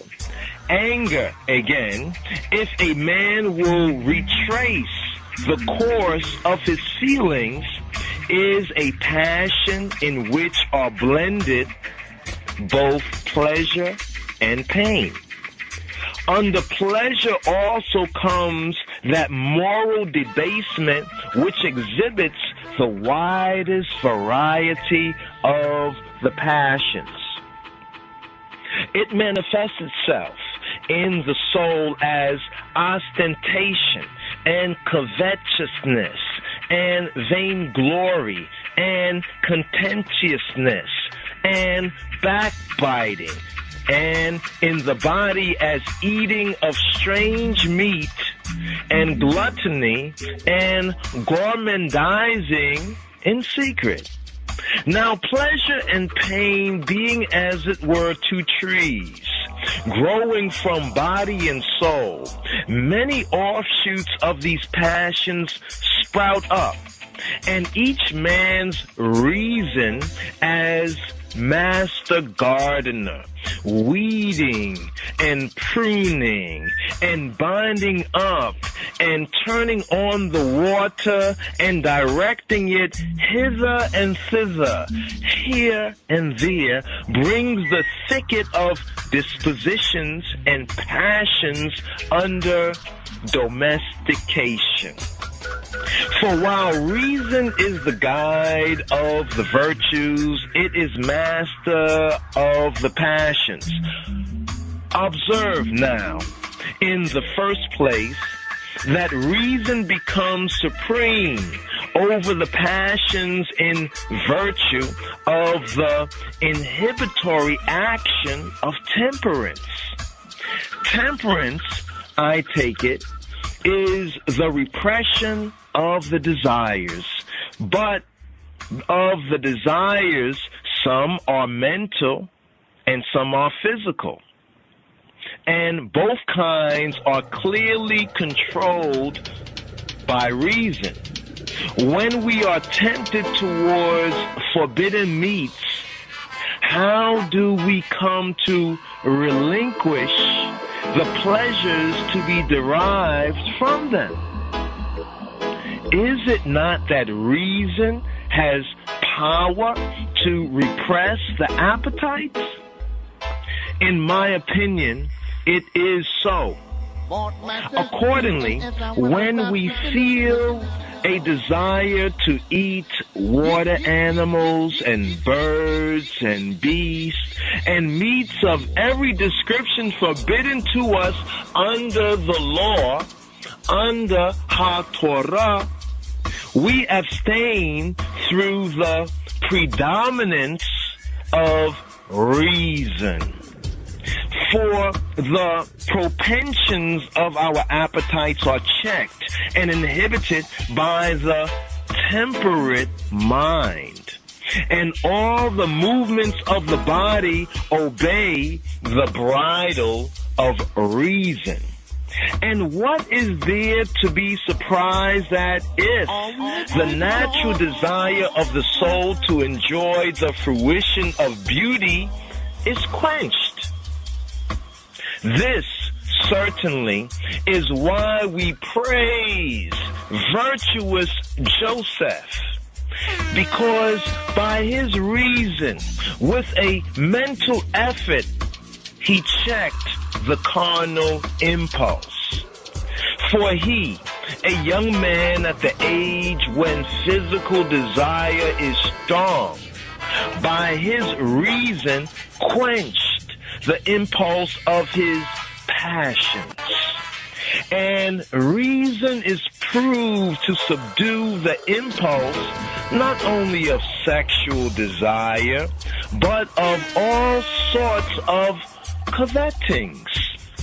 For the law says, for HaTorah says, thou shalt not covet thy neighbor's wife, nor anything that is thy neighbor's. Verily, when HaTorah, the law, orders us not to covet, it should, I think, confirm strongly the argument that the reason is capable of controlling covetous desires, even as it does the passions that militate against justice. How else can a man naturally gormandizing and greedy and drunken be taught to change his nature, if the reason be not manifestly the master of the passions? Certainly, as soon as a man orders his life according to the law, according to HaTorah, if he is miserly, he acts contrary to his nature and lends money to the needy without interest, and at the 7th year periods cancels the debt. And if he is parsimonious, he is overruled by the law. He is overruled by HaTorah through the action of reason, and refrains from gleaning his stubbles or picking the last grapes from his vineyards, or vineyards, if you please.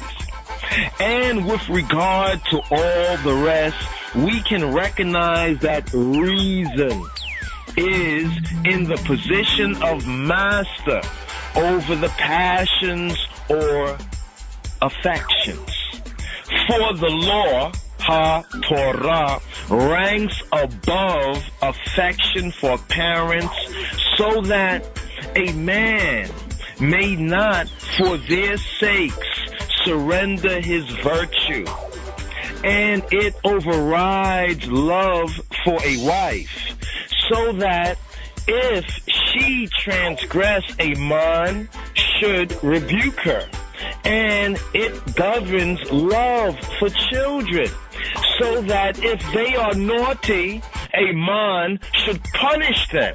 And it controls the claims of friendship, so that a man should reprove his friends if they do evil. And do not think it a paradoxical thing when reason through the law, through HaTorah, is able to overcome even hatred, so that a man refrains from cutting down the enemy's orchards and protects the property of the enemy from the spoilers and gathers up their goods that have been scattered. And the rule of reason is likewise proved to extend through the most aggressive passions or vices: ambition, vanity, ostentation, pride, and backbiting.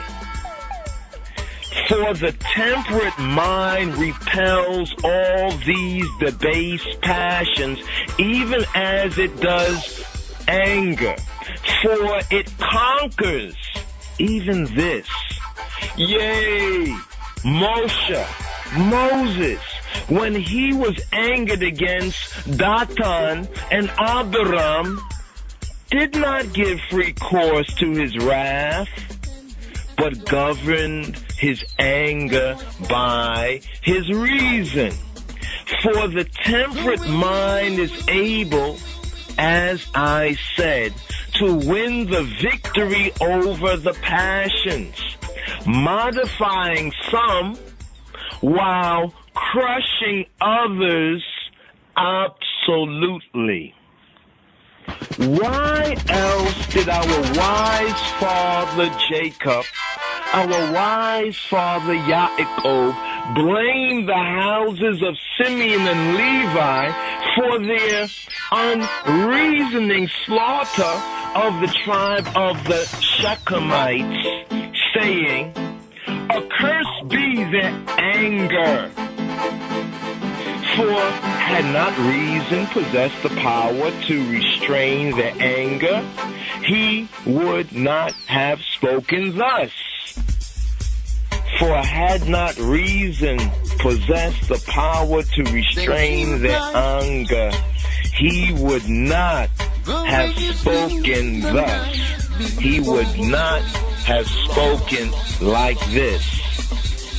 For in the day when God, when Ha-Elohim, Baruch Hashem, created man, he planted in him his passions and inclinations, and also, at the very same time, set the mind on a throne amidst the senses to be his sacred guide in all things.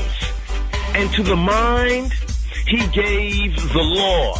He gave HaTorah, by which if a man order himself, he shall reign over a kingdom that is temperate and just and virtuous and brave. The reading for the first day of Hanukkah. Rastafari, Hanukkah Sameach. Joyful Rastafari initiation. Fighting Isla Day of Maccabees, Hanukkah.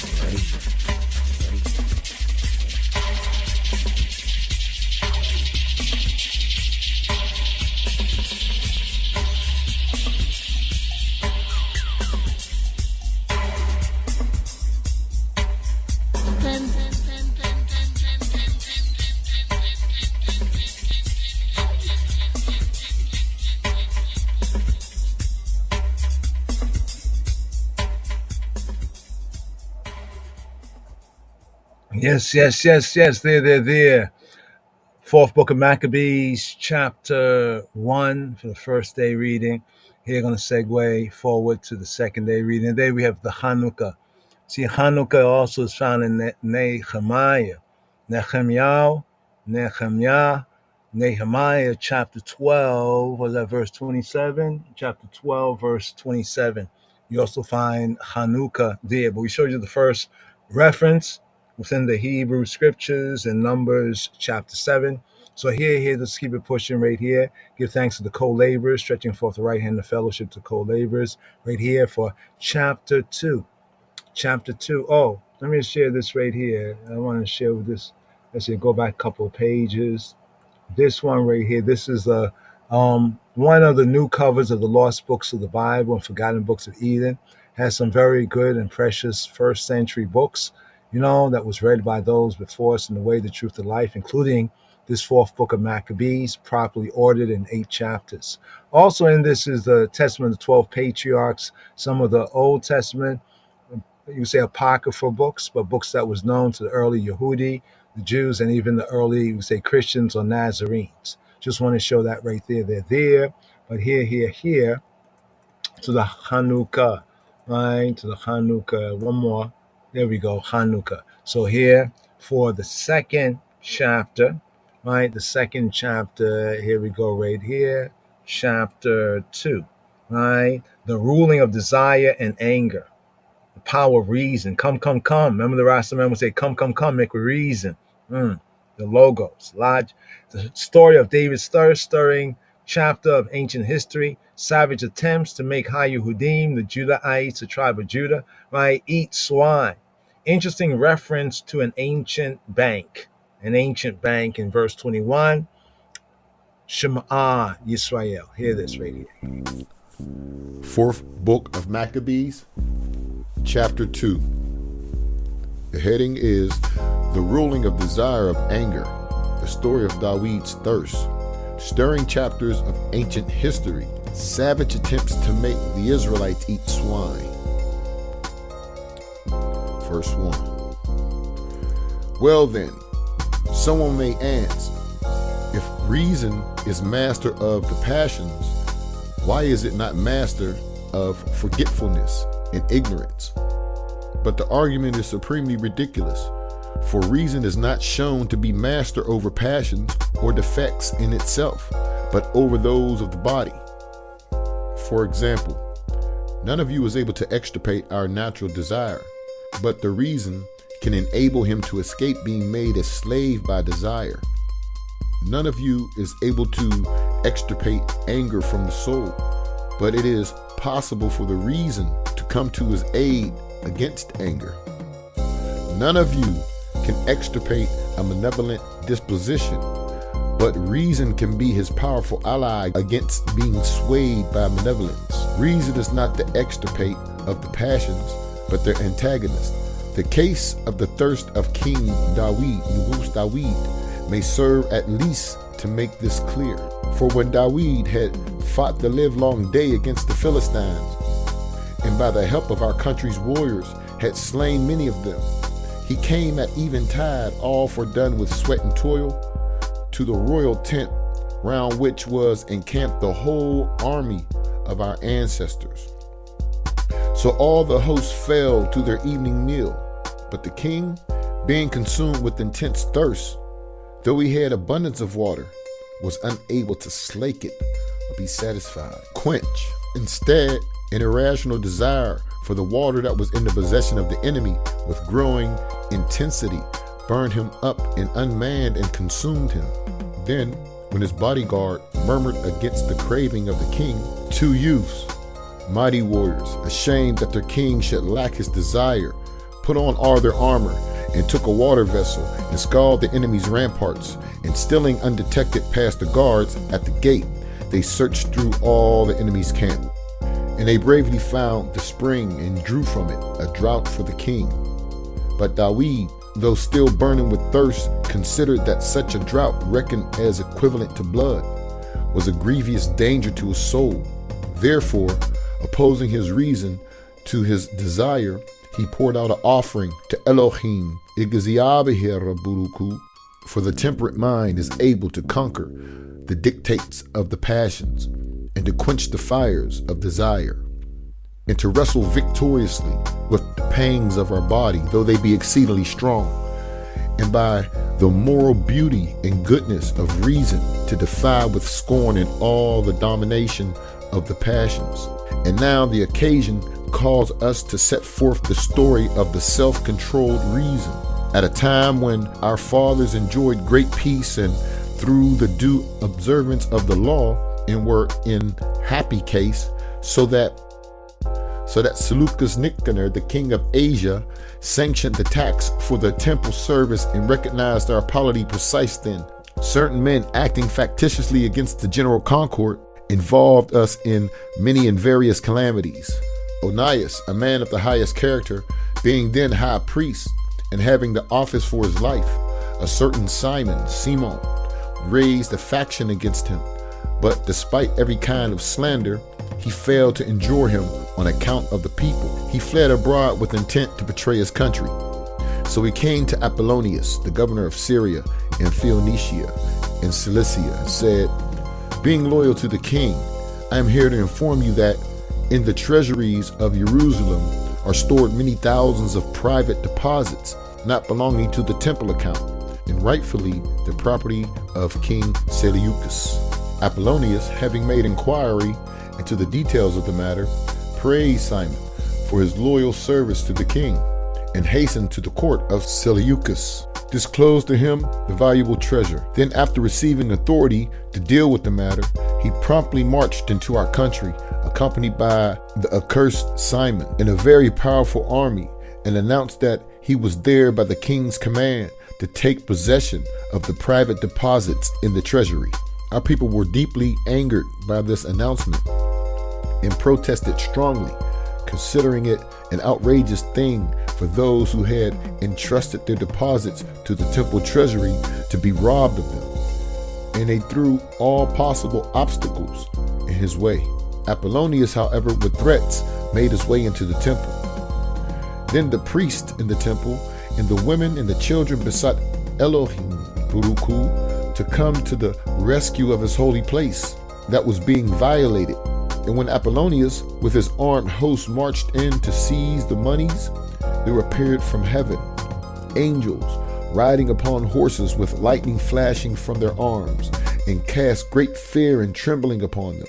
And Apollonius fell down half dead in the court of the Gentiles, and stretched out his hands to heaven, and with tears he entreated the Hebrews that they would make intercession for him and stay the wrath of the heavenly hosts. For he said that he had sinned and was worthy even of death, and that if he were given his life, he would allow to all men the blessedness of the holy place.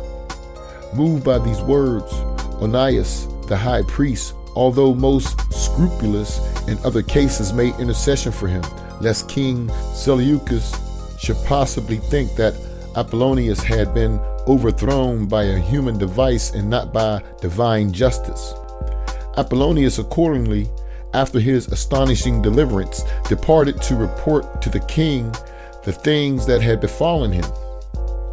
But Seleucus dying, his successor on the throne was his son Antiochus Epiphanes, an overweening, terrible man, and dismissed Onias from the sacred office and made his brother Jason high priest instead. The condition being that in return for the appointment, Jason should pay him 3,660 talents yearly. So he appointed Jason high priest and made him chief ruler over the people. And he, Jason, introduced to our people a new way of life, a new constitution in utter defiance of the law. So that not only did he lay out a gymnasium on the mount of our fathers, but he actually abolished the service of the temple. Wherefore the divine justice was kindled to anger and brought Antiochus himself as an enemy against us. For when he was carrying on war with Ptolemy in Egypt, and heard that the people of Jerusalem had rejoiced exceedingly over a report of his death, he immediately marched back against them, And when he had plundered the city, he made a decree denouncing the penalty of death upon any who should be seen to live after the law of our fathers. But he found all his decrees of no avail to break down the constancy of our people to the law. And he beheld all his threats and penalties utterly despised, so that even women for circumcising their sons, though they knew beforehand what would be their fate, were flung together with their offspring headlong from the rocks. When therefore his decrees continued to be contemned by the mass of the people, he personally tried to force by tortures each man separately to eat unclean meats, and thus abjure the Israelite religion. Accordingly, the tyrant Antiochus, accompanied by his counselors, sat in judgment on a certain high place with his troop drawn around him in full armor. And he ordered his guards to drag there every single man of the Hebrews and compelled them to eat swine's flesh and things offered to idols. But if any man should refuse to defile themselves with the unclean things, they were to be tortured and put to death. And when many had been taken by force, one man first from among the company was brought before Antiochus, a Hebrew whose name was Eleazar, a priest by birth, trained in knowledge of the law, a man advanced in years and well known to many of the tyrant's court for his philosophy. And Antiochus, looking on him, said, "Before I allow the tortures to begin for you, O vulnerable man, I would give you this counsel, that you should eat of the flesh of the swine and save your life. For I respect your age and your gray hairs, although to have worn them so long a time and still to cling to the Israelite religion makes me think you no philosopher. For the most excellent is the meat of this animal which nature has graciously bestowed upon us. And why should you abominate it? Truly it is folly not to enjoy innocent pleasures, and it is wrong to reject nature's favors. But it will be still greater folly, I think, on your part, if with idle vaporing about truth you shall proceed to defy even me to your own punishment. Will you not awake from your preposterous philosophy? Will you not fling aside the nonsense of your calculations and adopting another frame of mind, befitting your mature years, learn the true philosophy of expediency, and how to my charitable counsel and have pity on your own vulnerable age? For consider this, to that even if there be some power whose eye is upon this religion of yours, he will always pardon you for a transgression done under compulsion. Thus, urged by the tyrant to the unlawful eating of unclean meat, Eleazar asked permission to speak. In receiving it, he began his speech before the court as follows. We, O Antiochus, having accepted the divine law as the law of our country, do not believe any stronger necessity is laid upon us than that of our obedience to the law. Therefore, we do surely deem it right not in any way whatsoever to transgress the law. And yet were our laws, as you suggest, not truly divine, while we vainly believed it to be divine. Not even so would it be right for us to destroy our reputation for pity. Think it not then a small sin for us to eat the unclean thing. For the transgression of the law, be it small things or in great, is equally heinous, for in either case equally the law is despised. And you scoff at our philosophy, as if under it we were living in a manner contrary to reason. Not so, for the law teaches us self-control, so that we are masters of all our pleasures and desires, and are thoroughly trained in manliness, so as to endure all pain with readiness. And it teaches justice, so that with all our various dispositions we act fairly. And it teaches righteousness, so that we do reverence, we worship only the Elohim who is Buruku. Therefore do we eat no unclean meat, for believing our law to be given by Elohim Buruku, we know also that the creator of the world as a lawgiver feels for us according to our nature. He has commanded us to eat the things that will be convenient for our souls and has forbidden us to eat meats that would be contrary. But it is the act of a tyrant that you should compel us not only to transgress the law, but should also make us eat in such manner that you may mock at this defilement so utterly abominable to us. But you shall not mock at me this, neither will I break the sacred oath of my ancestors to keep the law, not even though you tear out mine eyes and burn out my entrails. I am not so unmanned by old age, but that when righteousness is at stake, the strength of my youth returns to my reason. So twist hard your racks and blow your furnace harder. I do not so pity my old age as to break the law of my fathers in my own person. I will not belie thee, O law that was my teacher. I will not desert thee, O beloved self-control. I will not put thee to shame, O wisdom, loving reason. Nor will I deny ye, O venerated priesthood and knowledge of the law. Neither shalt thou sully the pure mouth of my old age and my lifelong constancy to the law. Clean shall my fathers receive me, unafraid of the torments even to death. For thou indeed mayest be tyrant over unrighteous men, but thou shalt not lord it over my resolution in the matter of righteousness, either by thy words or through thy deeds. Amen.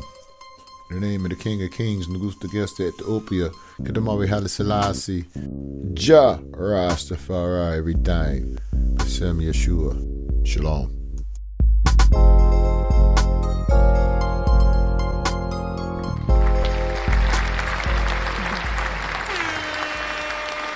Yes. Give thanks, Sahara, Ahad, Tafari, Tafari, for the read right there for the second day, chapter 2 of the 4th book of Maccabees. And coming forward, we have chapter 3 for the new light, new day.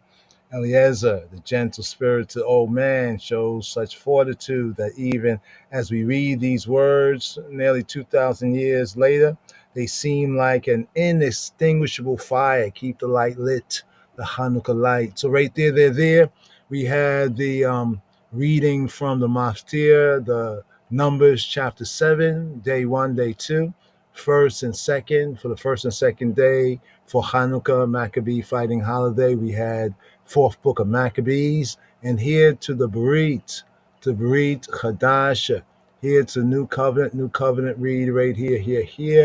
Here we have the new covenant reading. Let's bring this forward right here, the Berit Chadash, Shema Yisrael. Here we go right here. Here we have the chapters in John's Gospel chapter 9, focus verses 1 to 7, and John's Gospel chapter 10, focus verses 22 to 39, stretching forth the right hand of fellowship to our co-laboring disciple right here, Ras Ayison Teferi. Yes, I give thanks, Ras Sahara Had, and give thanks, fellow Chabarim. Here, Brit Chadasha for Hanukkah. The Brit Chadasha Chadis Kidan renewed covenant reading for Hanukkah from the Gospel according to John, chapter 9, verse 1 through 7, and chapter 10, verse 22 through 39. We begin B'Shem Ha'ab Ve'Habein Ve'Ruach HaKadosh Yahuwah Ahad. In the name of the Father, and the Son, and the Holy Spirit, He who he be, the one.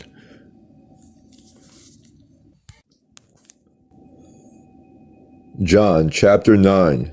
The man born blind is healed. Verse 1 and 2. Aleph Beit. Vayehi ba'abro vayar ish asher nolad iwer me'rechem imo. Vayishaluhu talmidayu lemor. Rabbeinu mi chata ha'ish hazeh o yoladayu ki nolad iwer. And as Yeshua, as Jesus passed by, he saw a man which was blind from his birth. And his disciples asked him, saying, Master, who did sin, this man or his parents, that he was born blind? Yeshua answered, Neither has this man sinned, nor his parents, but that the works of Elohim should be made manifest in him. I must work the works of him that sent me, while it is day. The night cometh, when no man can work. As long as I am in the world, I am the light of the world. When he had thus spoken, he spat on the ground, and made clay of the spittle, and he anointed the eyes of the blind man with the clay, and said to him, Go wash in the pool of Siloam, which is by interpretation sent. He went his way, therefore, and washed, and came seeing. John chapter 10. Yeshua asserts his deity. Verse 22 and 23. Kav Beit, Kav Gimel. Vayehi b'yimei ha-Chanukah, b'yimei ha-Choref b'Yerushalayim. Vayithalek Yeshua b'Beit ha-Mikdash, be'ulam Shlomo. And it was at Jerusalem, the feast of Livocation, Chanukah, and it was winter. And Yeshua walked in the temple in Solomon's porch. Then came the Jews round about him, and said to him, How long dost thou make us to doubt? If thou be HaMashiach, if thou be the Christ, tell us plainly. Yeshua answered them, I told you, and ye believe not. The works that I do in my Father's name, they bear witness of me. But ye believe not, because ye are not of my sheep. As I said to you, my sheep hear my voice, and I know them, and they follow me. And I give to them eternal life, and they shall never perish, neither shall any man pluck them out of my hand.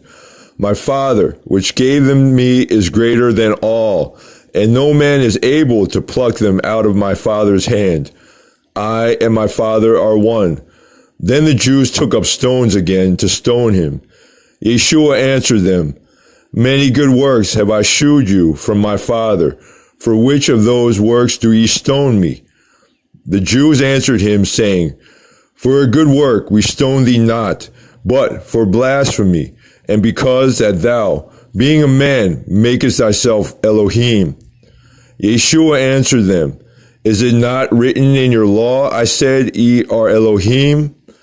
If he called them Elohim, to whom the word of Elohim came, and the scripture cannot be broken, say ye of him whom the Father has sanctified and sent into the world, Thou blasphemest, because I said, I am Bein ha-Elohim, because I said, I am the Son of God. If I do not the works of my Father, believe me not. But if I do, though ye believe not me, believe the works, that ye may know and believe that the Father is in me, and I in him. Therefore they sought again to take him, but he escaped out of their hands.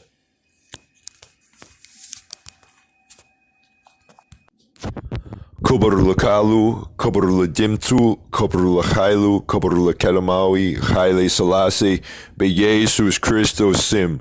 Glory to word, glory to sound, glory to power, glory to Abinu Melkenu, our Father, our King, the first power of the Trinity, in the name of Yeshua HaMashiach, Jesus Christ. Yes, I, Rastafari. Yes. Hanukkah, Sameach. Here, day 2, moving into day 3. It's interesting right here, because that's the read right here from the New Covenant reading from John chapter 9 and John chapter 10, verse 22 to 39. And in the midst of that, Hanukkah right there, Nehemiah, found in Nehemiah chapter 12, verse 27. Also first found in Numbers chapter 7, regarding the dedication, the Hanukkah of the communal altar when it was anointed. But here, check this out right here.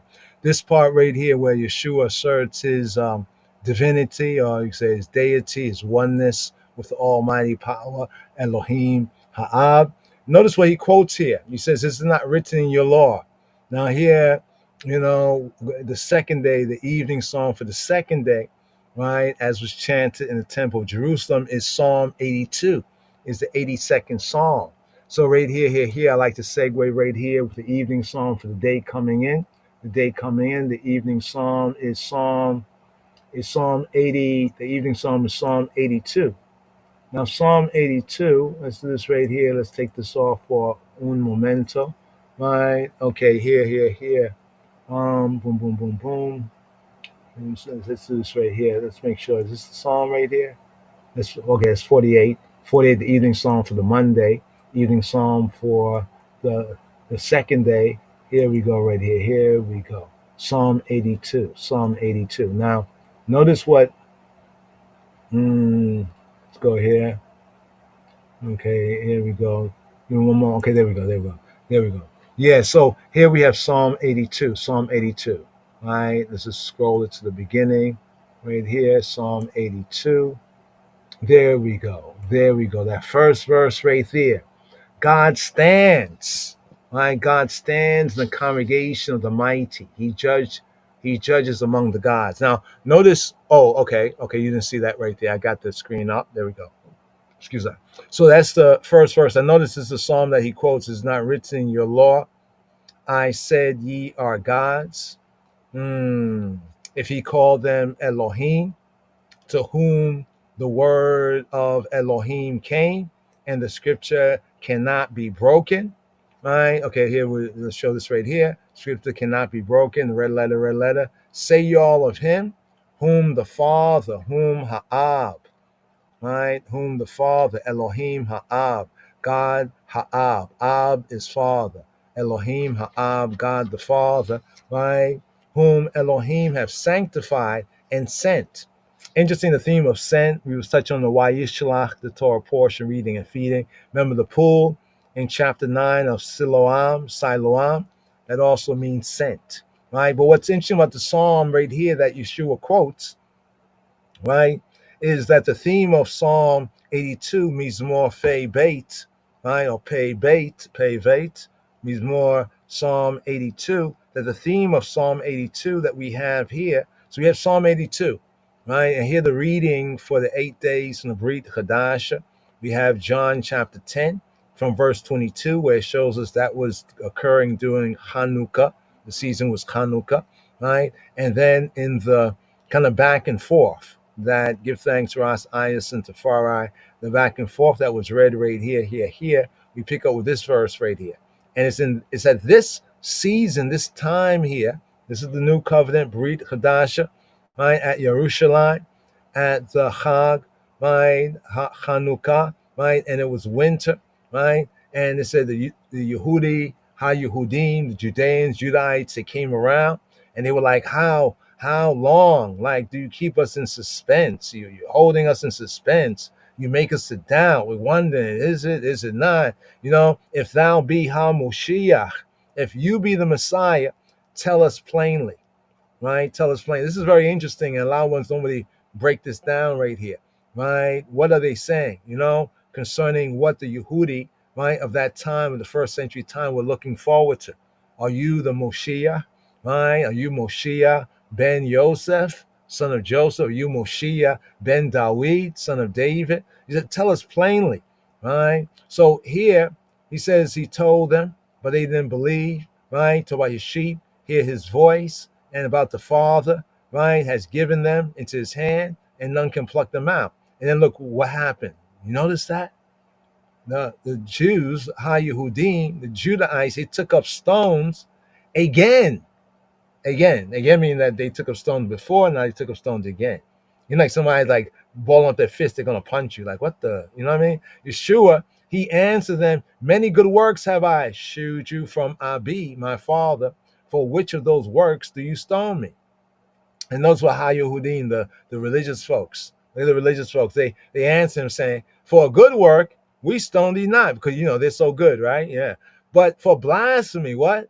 Blasphemy, insult, injury. Blasphemy in the scriptures like insult and injury, right? Like blasphemy against Yahweh, like insult and injury. But they say for blasphemy and okay, I thought that was bad enough, right? Was it just for blasphemy? No, it was two charges. right? Notice when this occurred, this is during Hanukkah, right? This is in Hanukkah time, right? And this time, both for blasphemy and conjunction, and charge one for blasphemy. Not for a good work, do we stone you, but for blasphemy. And also, next point, because that thou, being a man, makest thyself God. Ain't that something?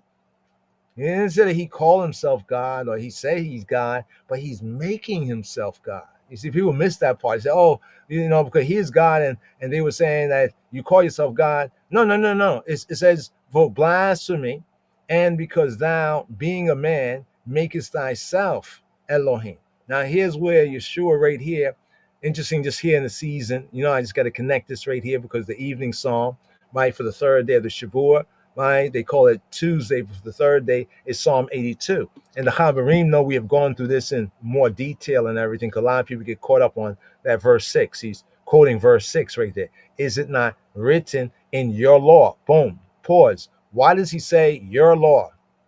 Why does it say your law? Anybody know why he said your law? Right? Because in that time, and even today, the book of Psalms is in 5 volumes. There's 5 books. In the one book, there's 5 books, right? And this, among the early sages and scholars of Torah, was taken to be like a Torah, right? The Psalms of David. Now, the Psalms in and of themselves is like the liturgy, like the holy service. Like we can't all speak together, but we all can sing together. So here in this Psalm, notice he quotes this Psalm right here, right? And this Psalm's theme, Psalm 82, is corrupt judges arraigned, right? Corrupt judges arraigned.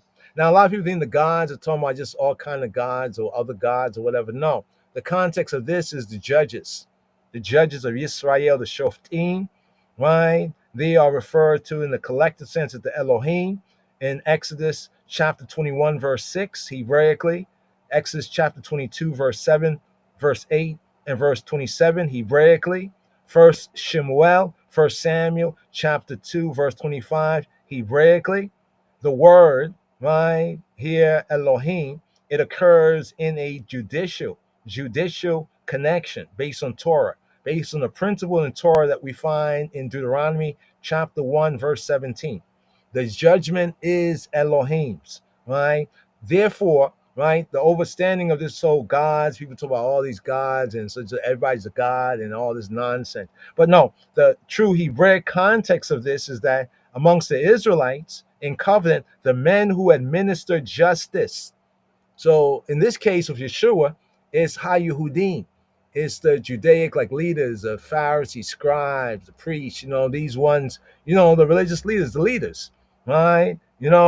Whom the people had a right to look to for guidance, but Yeshua had to call them out for hypocrisy, right? But in the context of the Psalm 82 means more fe beit, right? This Elohim, as it's used here, right, is speaking of the men who administer justice. It says, justice thou shalt follow.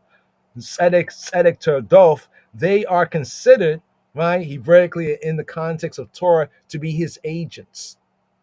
So the men, the shoftim, the judges, right, Hebraically are known as the Elohim. Now people say, well, why are the judges known as the Elohim? Well, it's because of what the Elohim means according to the Hebrew faith and the Hebrew HD, the understanding according to the Hebrews and the covenant, right? Elohim as a title. It's a title name, right, of Yahweh Eloheinu. So Elohim in context with the Hebrew faith in Yahweh Eloheinu, Elohim is his title as creator, right? As creator, right? And as judge, right? And what the word means in its essence as almighty power, right? In singularity, the powers in singular, in he who be who he be. That's why when he said that, this goes back to why they said over here, when he said, I and my Father, I and Father are one, right? That's part of it right there. But now him understanding that, he's quoting Psalm 82, right? So the men who are his agents, and in the first century time, this was the Pharisees, the scribes, the priests, You know what I'm saying? Like the religious leaders, so to speak, like the pastors, preachers, and the mega church. The people who are, they're the ones who go to school and we support them, right, to study and to keep us in the truth. But they took that position to their own head, right? But in the true context, they were to exercise an Elohim-like function.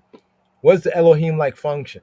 Well, with judge, in the sense of judge, a judge has power over life and death, right? Has power to say you live or you die according to whatever the judgment is. The judge have power over your resources, can have your wages, your field, whatnot garnished for a debt, so forth and so on, or can send you into debt servitude, right? So the power, right, of the judges according to Torah is Elohim's power based on the principle of 117. That means that when you judge, you are to judge according to what Elohim says, not with facial recognition, a friend, right? Like favoritism. When it says respect of persons in the Bible, it actually means facial recognition. Oh, you're the judge, and your friend comes in and say, hey, guy, what's up? Long time friend, and you're the judge, and then you're ruling over the case, and you see the partiality. But this is the kind of things that was being done, right? So according to the psalm that's being quoted right here, they exercise a godly function, an Elohim function, and as such, they have his title, attributional name, his title, his attribute. It's an attribute of who he be Elohim, right? Who Elohim be, he be the creator. This is why we find Elohim, right, in the first, right? Bereshit bara Elohim, right? Eta hashemayim wa eta haaretz, right? We find that there in the creation. We also have it used, right, in a judgment context when referring to the attribute of Yahweh. Now, referring to the attribute of other gods, whatever, throw it in the fire, burn it up. It's just make believe. They're just making up stuff. What the Hebrew here has tapped into is a true nature, right, of the true creator. So the Elohim title is also ascribed to judges. This is why the psalm reads that way, right? When it says, have I not said, right? It's not written in your law, I said. So here we have verse 6 where it says, Ani amarti, I have said, Ani amarti, Elohim atem. So here Elohim is used in the plural sense for the judges of Yisrael. Elohim atem. Atem is you all. But now what's interesting about Psalm 82 is how it begins, right? Because it begins by saying, as we have right here, right? As we have right here, that God standeth in the congregation of the mighty. He judges among the gods. Hebraically means more the Asaph, a psalm of Asaph. Elohim nitzab. Now here we have Elohim. People say, well, Elohim is a plural. But see, they don't understand the grammar of Hebrew, the biblical grammar. Therefore, they make assumptions. Yes, Elohim is plural in its sense. It's a dual. Actually, Elohim is a dual plural, right? Almost like two as one, right? I and my father is. You get that? But here in this first verse, it says Elohim nitzab. See, if it were to say Elohim nitzabim, it would be saying that many gods. But here the verb is singular, is singularity. So that means that Elohim here is not to be interpreted as gods or as many, but as one. Elohim nitzab ba'adat el. So here in the first verse is saying that Elohim in singularity, speaking of Yahweh, nitzab, he standeth, like standing to take a definitive position. Not the opposite of sitting, right? But the idea conveys the idea of taking up a position for a solemn purpose, as we have in the Torah portion known as nitzabim, right? Where the sons of Israel also nitzab, but there it's not nitzab in the singular, it's nitzabim, right? They are the ones standing, right? And what were they standing for in Deuteronomy chapter 29, right? Hebraically, verse 9. They were standing to ratify, right, the covenant, the berit. So when it says Elohim nitzab ba'adat, adat is the congregation of El. El mean the almighty power, right? When referring to Yahweh Eloheinu. So what it's saying is that Elohim, right? Yahweh as judge standeth in the congregation of the all-powerful one, basically in his own congregation, but here is like the judge. So the judge, right, standeth in the congregation. The word mighty is El. It's some translation thing they do right there. The all-powerful one, right? And then the second part of the verse, it says, B'kereb Elohim, in the midst of Elohim. Literally, it says in the midst of Elohim, right? Which is among the gods, but in the midst of Elohim. This is to be properly interpreted in the midst of the judges, right? In the midst of the judges. So Elohim, Yahweh as Elohim, as creator and judge, he is standing in the midst of the congregation of the Almighty, his congregation, even amongst the children of Israel. B'kereb Elohim, and in the midst of his sons, right? The judges, the children of Israel are the judges who have that authority to act in his authority, right? He's standing in their midst, right? Yishpot, judging, right? B'kereb Elohim Yishpot. That's why the rest of the psalm goes on to say, how long? Now it's like the judge is there. Here come the judge. And now he speaks. How long will you judge unjustly and respect the persons of the wicked, of the ratchet? Right? He says, judge the poor and fatherless. Do justice to the afflicted and needy or destitute. Rescue the poor and needy. Deliver them out of the hand of the wicked. Why? All right.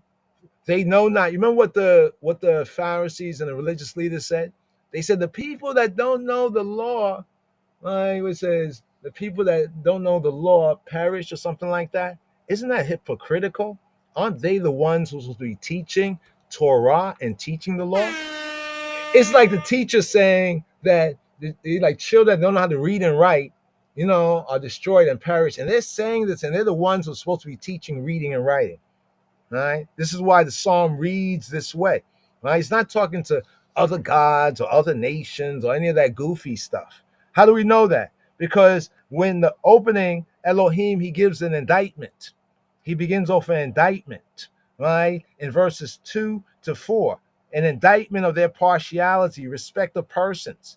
Go to Leviticus chapter 19, verse 15. What does it say? It says, thou should not respect the person of the poor. Oh, you favor the poor. I was a poor person, so I'm a judge now. I'm just going to rule in favor of the poor because I remember how it was bad on me when I was, that's why he said not to respect the person of the poor, and not to favor the person of the mighty, right? To have even scales. But in righteousness, right, shalt thou judge thy neighbor. So even the judges of Yisrael, they are in the position of judging, yes, as shoftim, but they are neighbors. They're still us. That's why it says to the high priest that once a priest and the high priest they serve, they're not to carry their garments in the public. They're to leave it in the holy place, right? They're not to sanctify the people with their garments. That's why you said the thing about the rabbis in the marketplace. They're going in the marketplace. In the Beit Midrash, in the house of study, when we're studying, the teacher is the teacher, right? On the road, he's still our brother. You know what I mean? Even Aaron, yes, he's the high priest, right? But when he's on the road, he's still our brother. You see what I'm saying? In other words, not to use your authority in that sense out of bounds, right? That right there, like favor, fear, and favor, right? So the scales of justice must be held evenly, without bias in favor of the poor, from a feeling that the verdict against the richer party to the suit would not inconvenience him, and certainly without partiality to the man of influence. I can't do this. This is the big man. You know who this is? Y'all got to judge this case. We know who this is? This is a big man. All right? So Elohim has to stand, right? He has to judge this. This is wrong, right? And this is what Yeshua is actually doing within chapter 10 of John, right? At the time of Hanukkah, right? This was so interesting right here. And certainly without partiality to the man of influence, from a fear of the consequences to the judge, or as result of bribery. Now notice, Yeshua is what he's quoting right here. It's like this is what's going on. So you understand this psalm better, and it's the proper context. You understand how powerful this is, what he's saying right here. He says, if he called them gods, who did he call gods? We already know that Yahweh Eloheinu said there's no God but he. You see what I'm saying? But then he extends that with his covenant people, especially with the judges in judgment. He extended with Moshe, also in the authority of kings, right? As in sense Elohim. Now we're not, no big G, small g, all that's garbage, right? There's a context. The context there is Torah, right? That's why he says, if you call them Elohim, right? To whom the word of Elohim. So see, even right here in the Hebrew, in verse 35, Elohim is the same word, but you have to understand not the letter of the law. It's Elohim, and that's plural. No, you have to understand the context, the spirit. If he called them, plural, Elohim, right? Elohim, right? To whom the word of Elohim in singular came. So he called them Elohim, right? To whom the word of Elohim. So he called them many Elohim, to whom the word of Elohim, the one, came. And the scripture cannot be broken. Say y'all of him. So what Yeshua is saying is that you guys are a bunch of hypocrites. So I'm calling myself Elohim, right? And you know, in our way, right, the Shoftim act as Elohim, right? And then he quotes the psalm where corrupt judges like these Pharisees and scribes and the rest, corrupt judges are being arraigned. So in a sense, it's almost like an arraignment Yeshua is giving us here. Red letter. Say y'all of him, whom the Father has sanctified. Like y'all think you're set apart and holy, whatever. But the Father, you're saying of the one that the Father has set apart and sent into the world. Thou blasphemest. Sound like a you problem there. Because he said what? Because I said, right, I am the Bain Elohim. Notice what Yeshua said. He didn't say because I said I am God. He said, no, because I said I am the Bain. I'm the son of Elohim. Right? I'm the son of God. Now look how the judge is still, when a judge sometime and they have to give a harder judgment, but the judge still being merciful is showing mercy. What did he say to them? If I do not the works of Abi, my father, then don't credit on me. Right? You don't have to rate, get a credit rating on me. You can have a low credit, right? Or no credit at all. But if I do, though y'all don't credit me, right? Y'all don't admit in me, right? Or persuaded as the truth in me, right? Then credit the work. Look at the work is credible, right? That stop being incredible, that y'all may know and credit, right? I use the word credit, for believe in the truest sense, because the word believe, is because of Christianity, it gets worn out like an old jersey, right? Let's go over here just to show you exactly what we mean. It's this word peace uo. What is peace uo? It means a thing to be true, right? To the word faith or belief. People tell you about religion and they go back to the Latin, but here we're going to the root right here through the Koine Greek, right? Because it has the same sense in the Hebrew. To think, to be true, to be persuaded of. You see right there to credit. People are worried about their credit rating. They're worried about their credit rating on earth. It's good to have a good credit rating, but what about one's psycho-spiritual credit, right? To credit, to place confidence in.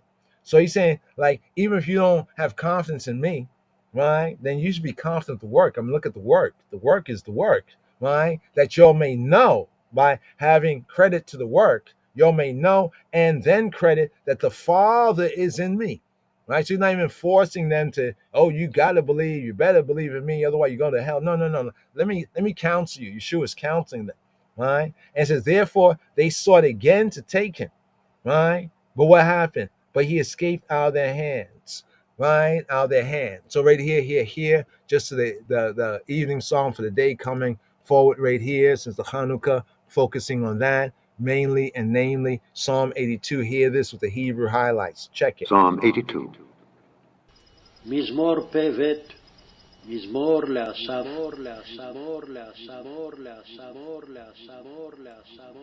God standeth in the congregation of the mighty, the mighty, the mighty, the mighty, the mighty, the mighty. אלוהים ניצב בעדת אל. He judgeth among the gods, the gods, the gods, the gods, the gods, the gods. בקרב אלוהים ישפוט.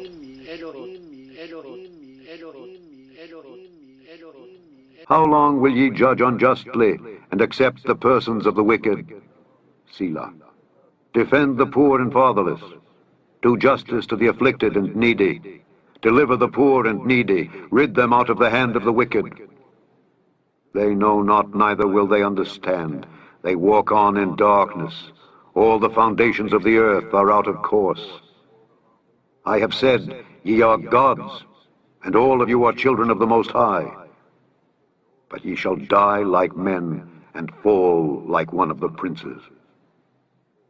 Arise, O God, judge the earth, for thou shalt inherit all nations. Inherit all nations. Inherit all nations. Inherit all nations. Inherit all nations. Inherit all nations. Inherit all nations. Inherit all nations. Inherit all nations. Inherit all nations. Yes. So right here. Little Hanukkah song right here, festival song right here, reason for the season right here.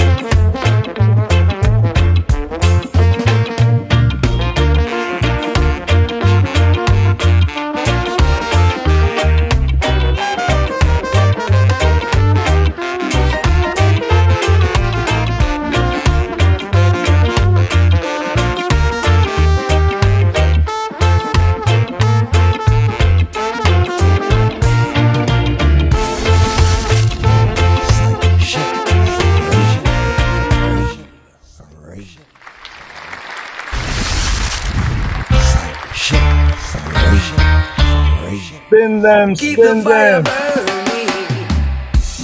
Boy, yo. Brilliant true light. Silver.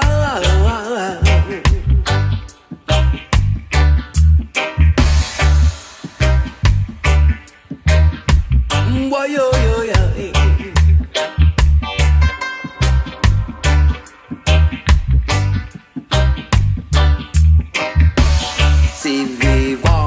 Sub, a new car, who active, a new car, who active, si viva, sub. It's really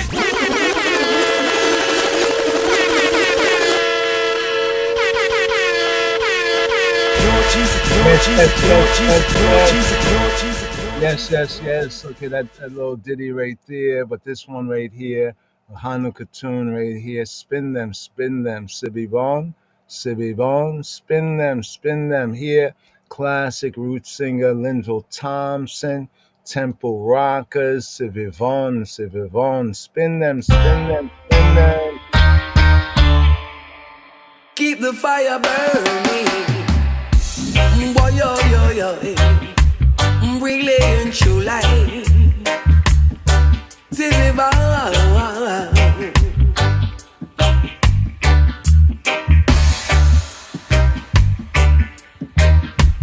Boy, yo.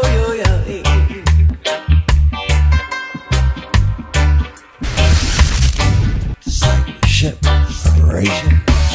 Si vivant, sov, Anyuka, Uhaktav, Anyuka, Uaktav, Si vivant, sov.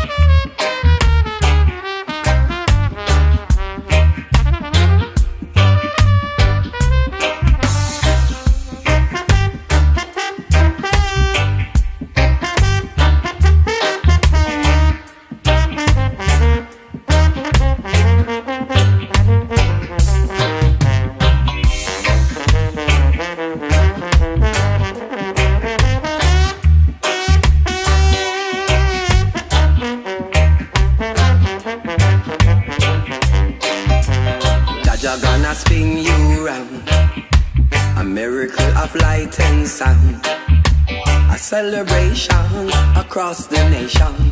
Jaja gonna spin you round.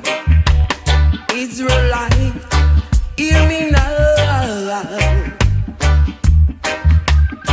Mount Zion calling me forward. To Jaja I always move toward. Boy, Jaja is calling. Relaying true light.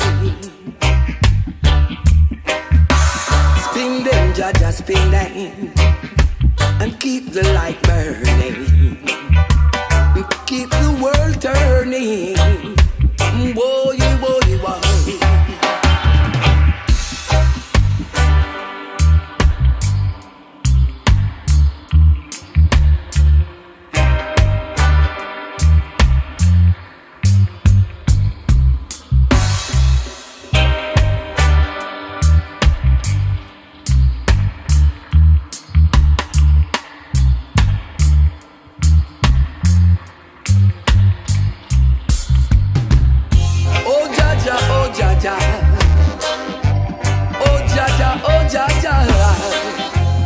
Israelite, here I am. Mount Zion is calling.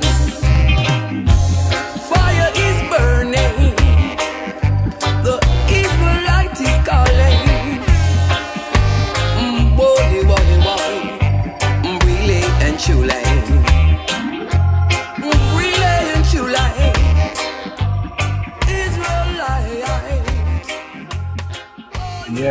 Yes. Linville Thompson. Spin them. Yes. So here. Let's just spin it right here. The psalm, we had Psalm 103, a beautiful psalm right here, very healing psalm right here. Psalm 103. 103rd Psalm. Let's just check, see if we got this right here. Just to share this for the outro right here. Psalm 103 here in the season. Here we have a new Torah portion reading and feeding MIQETZ concerning Joseph. Pick up a little bit more on Joseph's story as we forward. But right here, right now, just a segue.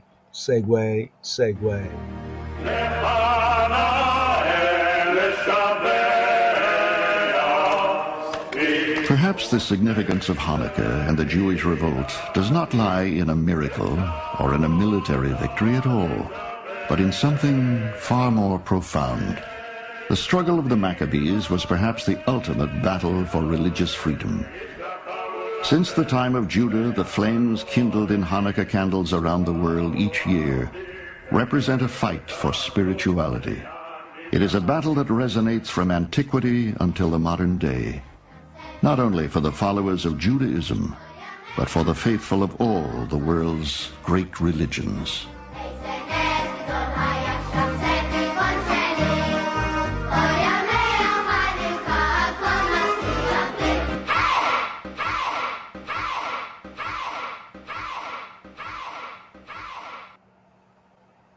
Psalm 103. Bless the Lord, O my soul, and all that is within me, bless his holy name. Bless the Lord, O my soul, and forget not all his benefits, who forgiveth all thine iniquities, who healeth all thy diseases, who redeemeth thy life from destruction, who crowneth thee with loving kindness and tender mercies, who satisfieth thy mouth with good things, so that thy youth is renewed like the eagles. The Lord executeth righteousness and judgment for all that are oppressed. He made known his ways unto Moses, his acts unto the children of Israel. The Lord is merciful and gracious, slow to anger, and plenteous in mercy. He will not always chide, neither will he keep his anger forever. He hath not dealt with us after our sins, nor rewarded us according to our iniquities. For as the heaven is high above the earth, so great is his mercy toward them that fear him. As far as the east is from the west, so far hath he removed our transgressions from us. Like as a father pitieth his children, so the Lord pitieth them that fear him. For he knoweth our frame, he remembereth that we are dust. As for man, his days are as grass, as a flower of the field, so he flourisheth. For the wind passeth over it, and it is gone, and the place thereof shall know it no more. But the mercy of the Lord is from everlasting to everlasting upon them that fear him, and his righteousness unto children's children, to such as keep his covenant, and to those that remember his commandments to do them. The Lord hath prepared his throne in the heavens, and his kingdom ruleth over all. Bless the Lord, ye his angels, that excel in strength, that do his commandments, hearkening unto the voice of his word. Bless ye the Lord, all ye his hosts, ye ministers of his that do his pleasure. Bless the Lord, all his works in all places of his dominion.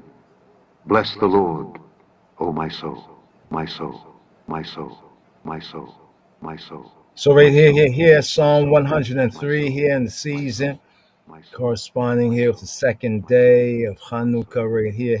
It's a hymn of praise, hymn of Isis, a hymn of praise right here. Today's daily psalm, Psalm 103, is themed a hymn of praise. So say a hymn of Isis, a hymn of praise. So here we have the daily psalm here in the season with this new Torah portion, the 10th MIQETZ. And then MIQETZ, more MIQETZ right here, MIQETZ, some might say MIQETZ. It's at the end. Actually, mi means from, the ketz in Hebrew, ketz mean end. So the actual sense of it is like from the end, right? And it corresponds here in the season with the Hanukkah, right? The Hanukkah. So here we have Psalm 103. Let's just bring this out right here. Today's the daily psalm here in the season. Let's look at the commentary. Here they say hymn in the hard copy we have hymn of praise here. K&D says a hymn in honor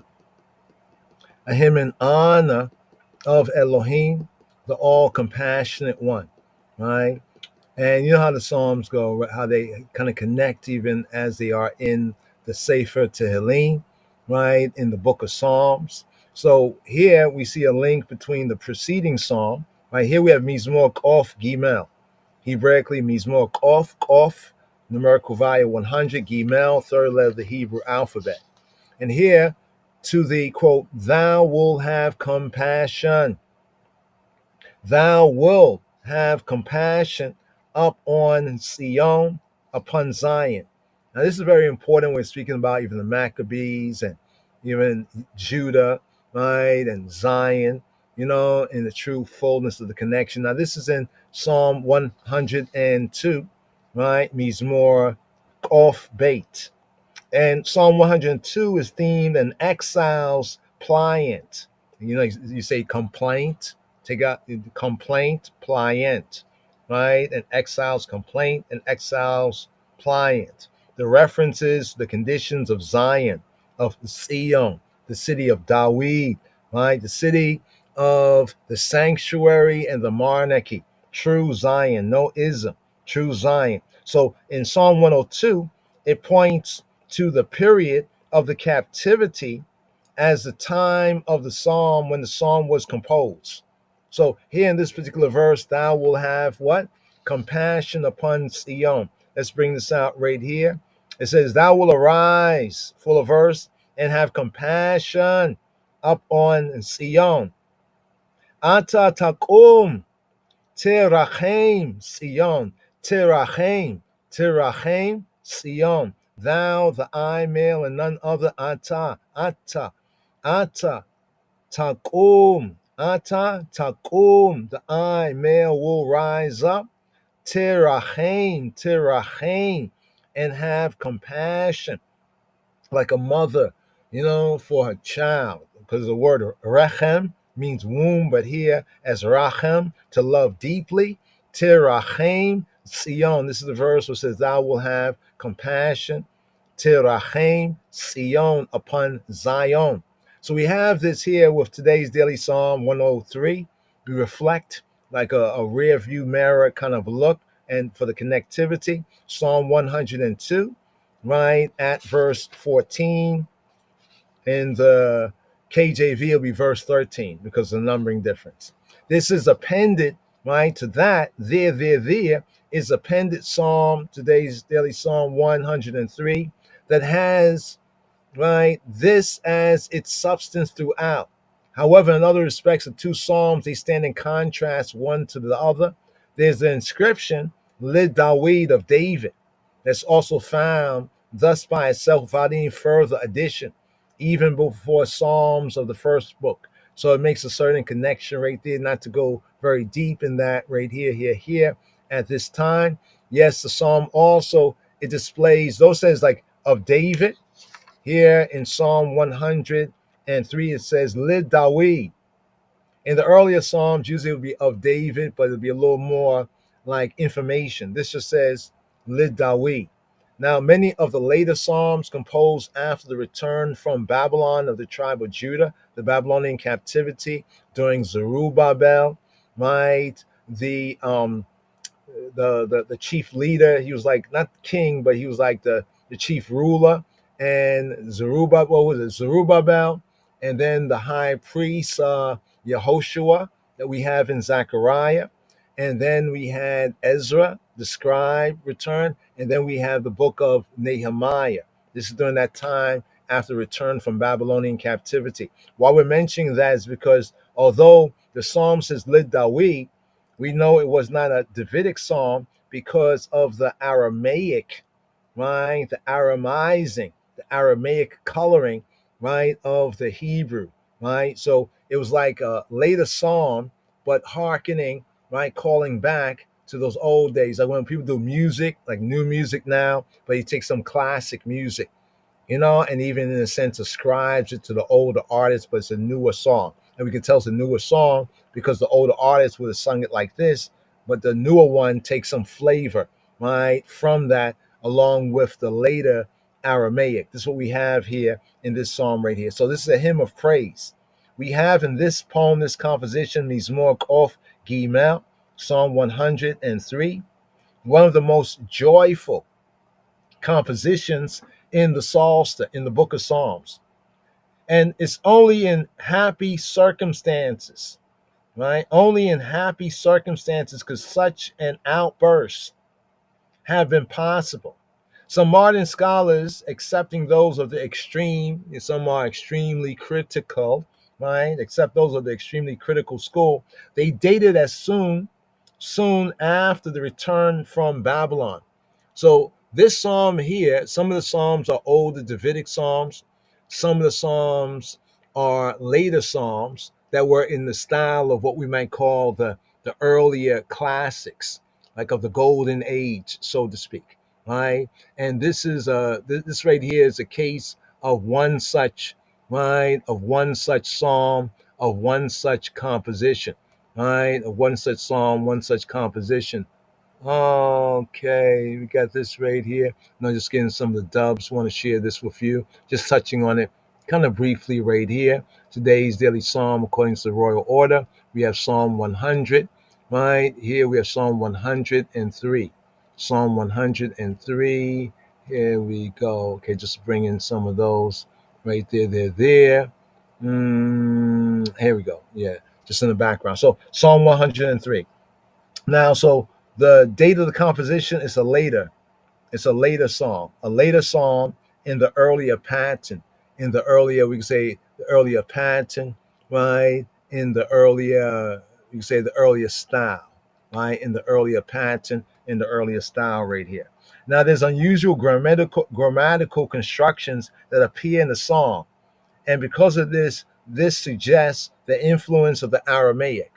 So the influence of the Aramaic, it tells us that this is not the earlier Yehudit, right? Or we say the Hebrew, the Yehudit, right? The earlier Hebrew, but it's a later form, right? And we can tell because of the seasoning, so to speak, the Aramaic seasoning, right? We can get into details of that, but we'll touch on certain areas if we have an opportunity, touch on certain areas right here. But what we'd like to share is the first was it 1, 2, 3, 4, 5 verses, the call to praise. It's a beautiful psalm.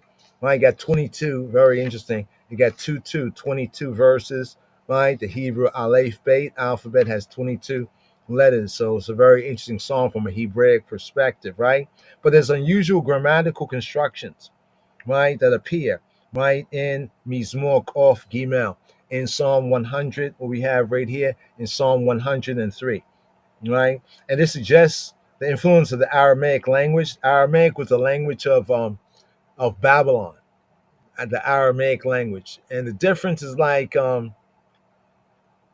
some languages are basically the similar same language, but sometimes they have like an East Coast, West Coast flavor, right? So the Aramaic is more of the Eastern Shemitic, and the biblical Hebrew is more of the Western Shemitic, right? But be that as it may, this is quite noticeable to anybody who understands the linguistics, and also points to an early post-exilic date, an early time after the exile of the southern kingdom, the tribe of Yehuda.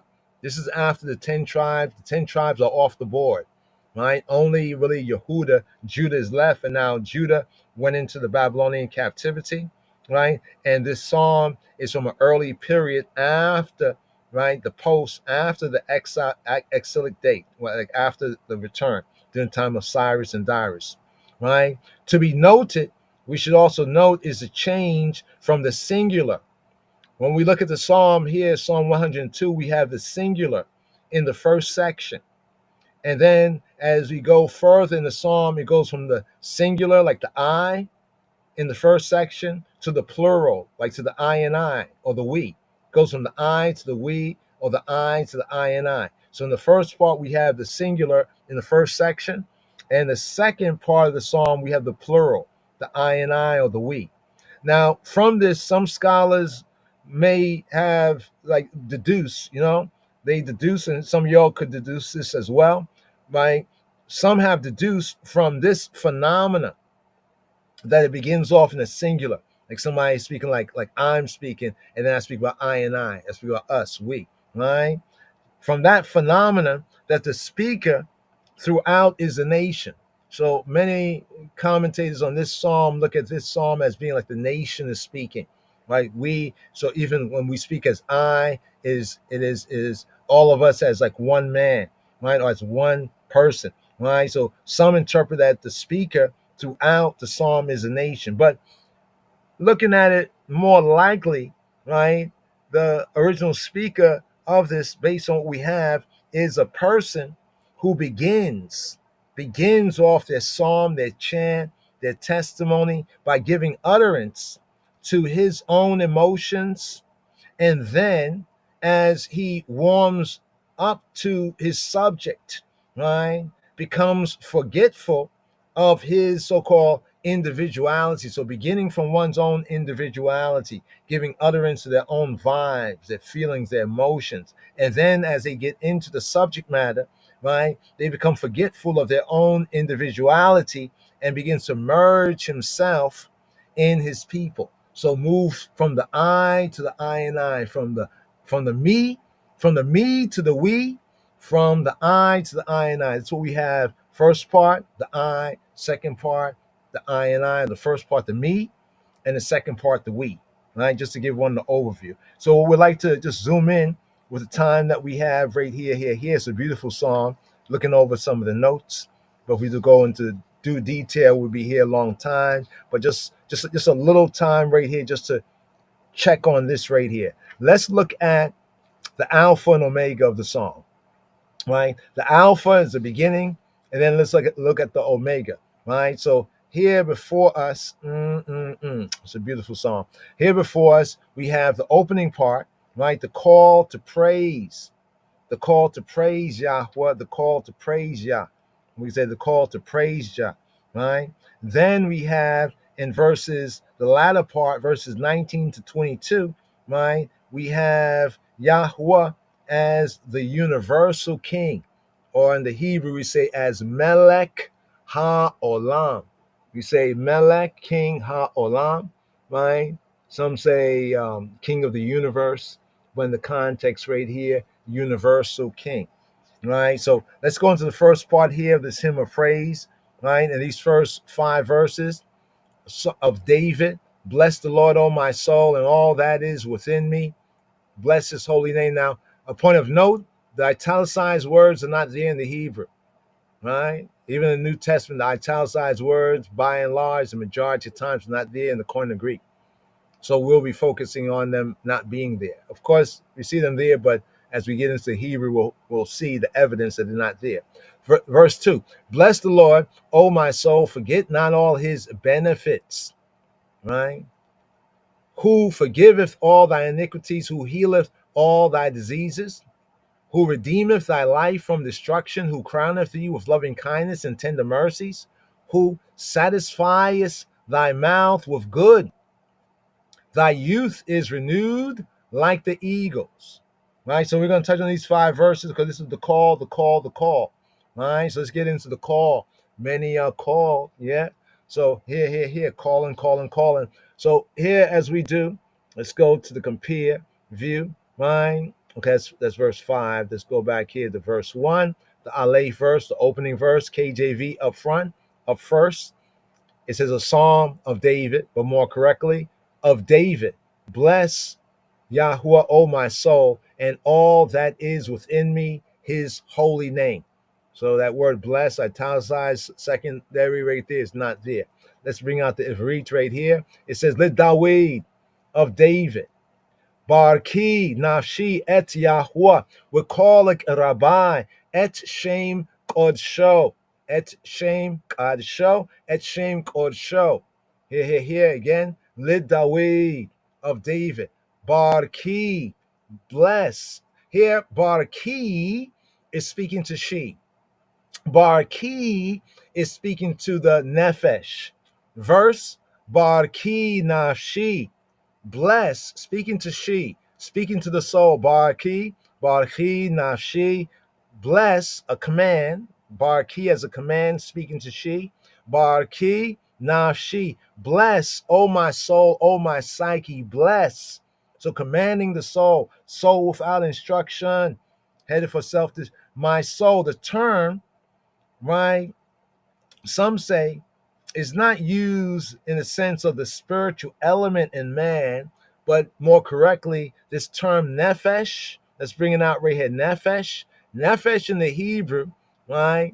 From the Hebrew to the Koine Greek is translated as the psyche or the suke. Then we get the whole psychological thing, right? So the term here is not used of the spiritual quote unquote element in man, but of the psychological aspect in man, right? Man's psyche, his mind, the mind state, right? So here, Barki nafshi et Yahweh.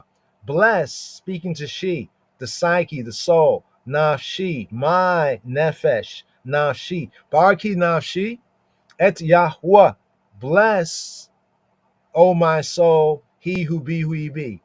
Bless, O my soul, he who be who he be. Right? Let's bring up the Hebrew right there. Lid Dawid. Barki, Nafshi et Yahuwah, Wakal, Karabai, Wakal, and all Karabai, and all that is Kareb. All that is Kareb. What is Kareb? Is within, in the innermost of the innocence. All right. So here it says, we call kerabai, that which is kereb in I. The kereb in I, Hebraically, is the kerabai. Right? We call kerabai, and all that is in the midst, in the inner, in the innermost, in the inward sense, right? In a physical sense, as a seat of thought and emotion, right? The faculty of thought and emotion, right? In the midst. So this is connecting the soul, the thought and the emotion, the psychological state. Speaking to our psychological state. Here, the Rabbi, here is like the center. All that is within I will call Rabbi. Et Shem Kadisho. Et Shem, right? And all that's within I, the name, his holy name, the Shem Kadsho, the Shem Kodsho. Some say Shem Kodsho. Some speakers enunciated Shem Kadsho, Shem Kadsho, Shem Kodsho. Right? Kodsho, his holy, Shem, the Hashem, the name. As you say, Hakadosh, the Holy One, Baruch Hu, blessed be He, Baruch Hashem.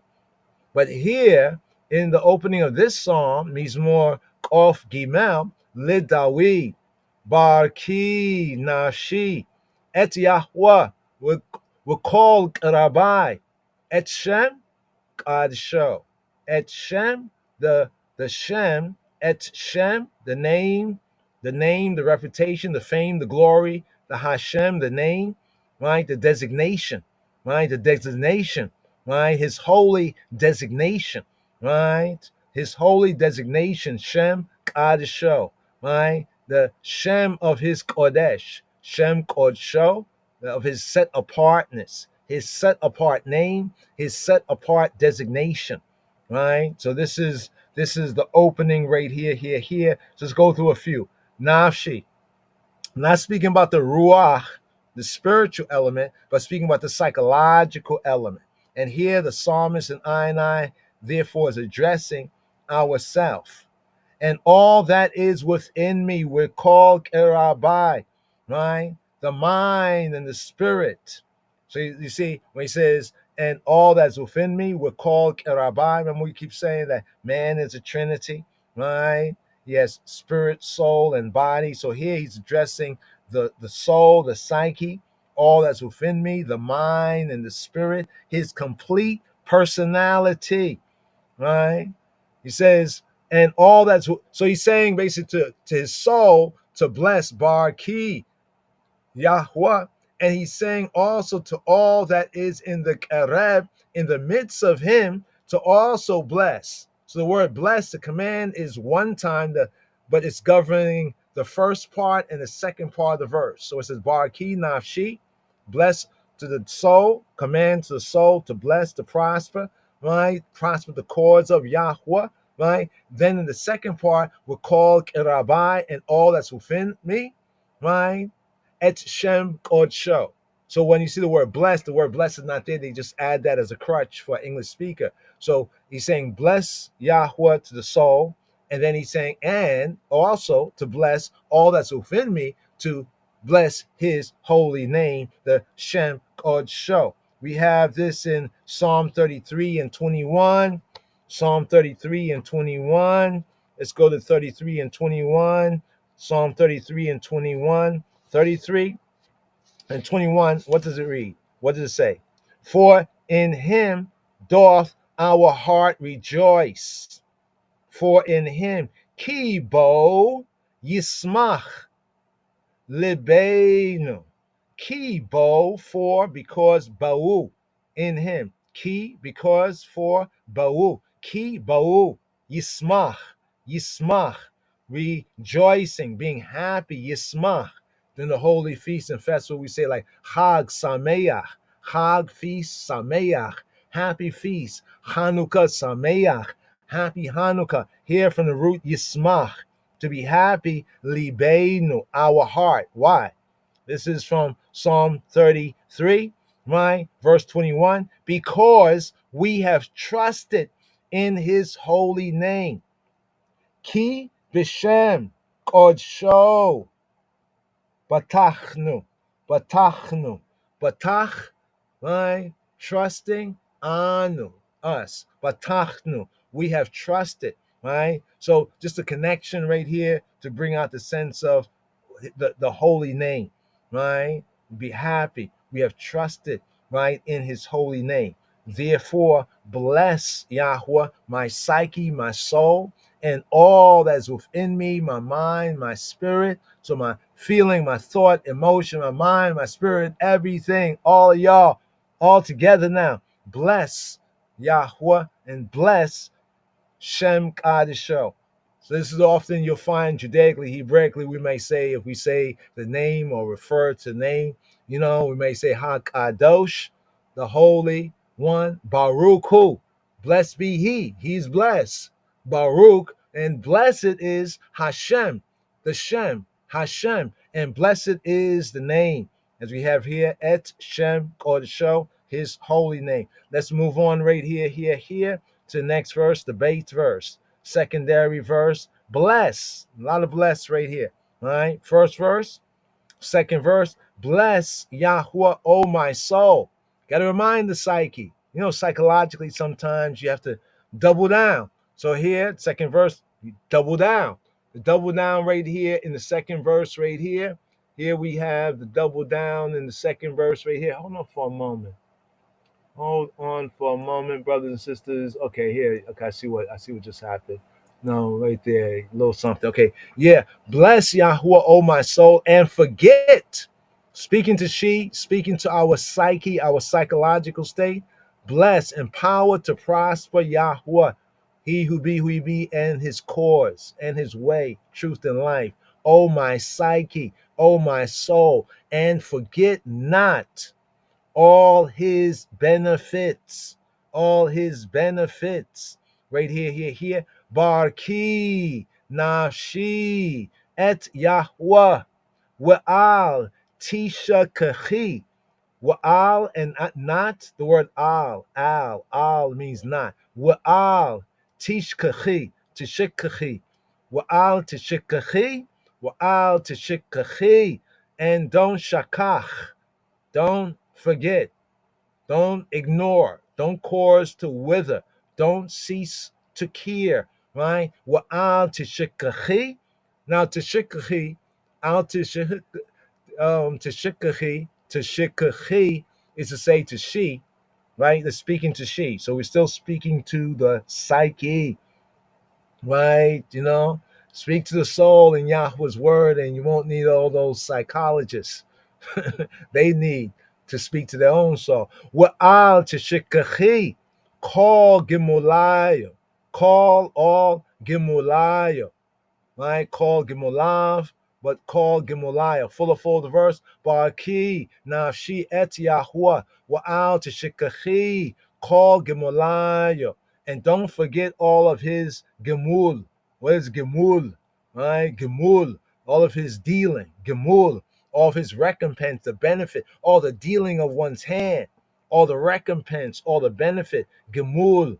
Right? Gemulayo, gemulav. All of his treatment. Right? All of his acts, whether acts of good or acts of ill. This word, it has a sense of treatment.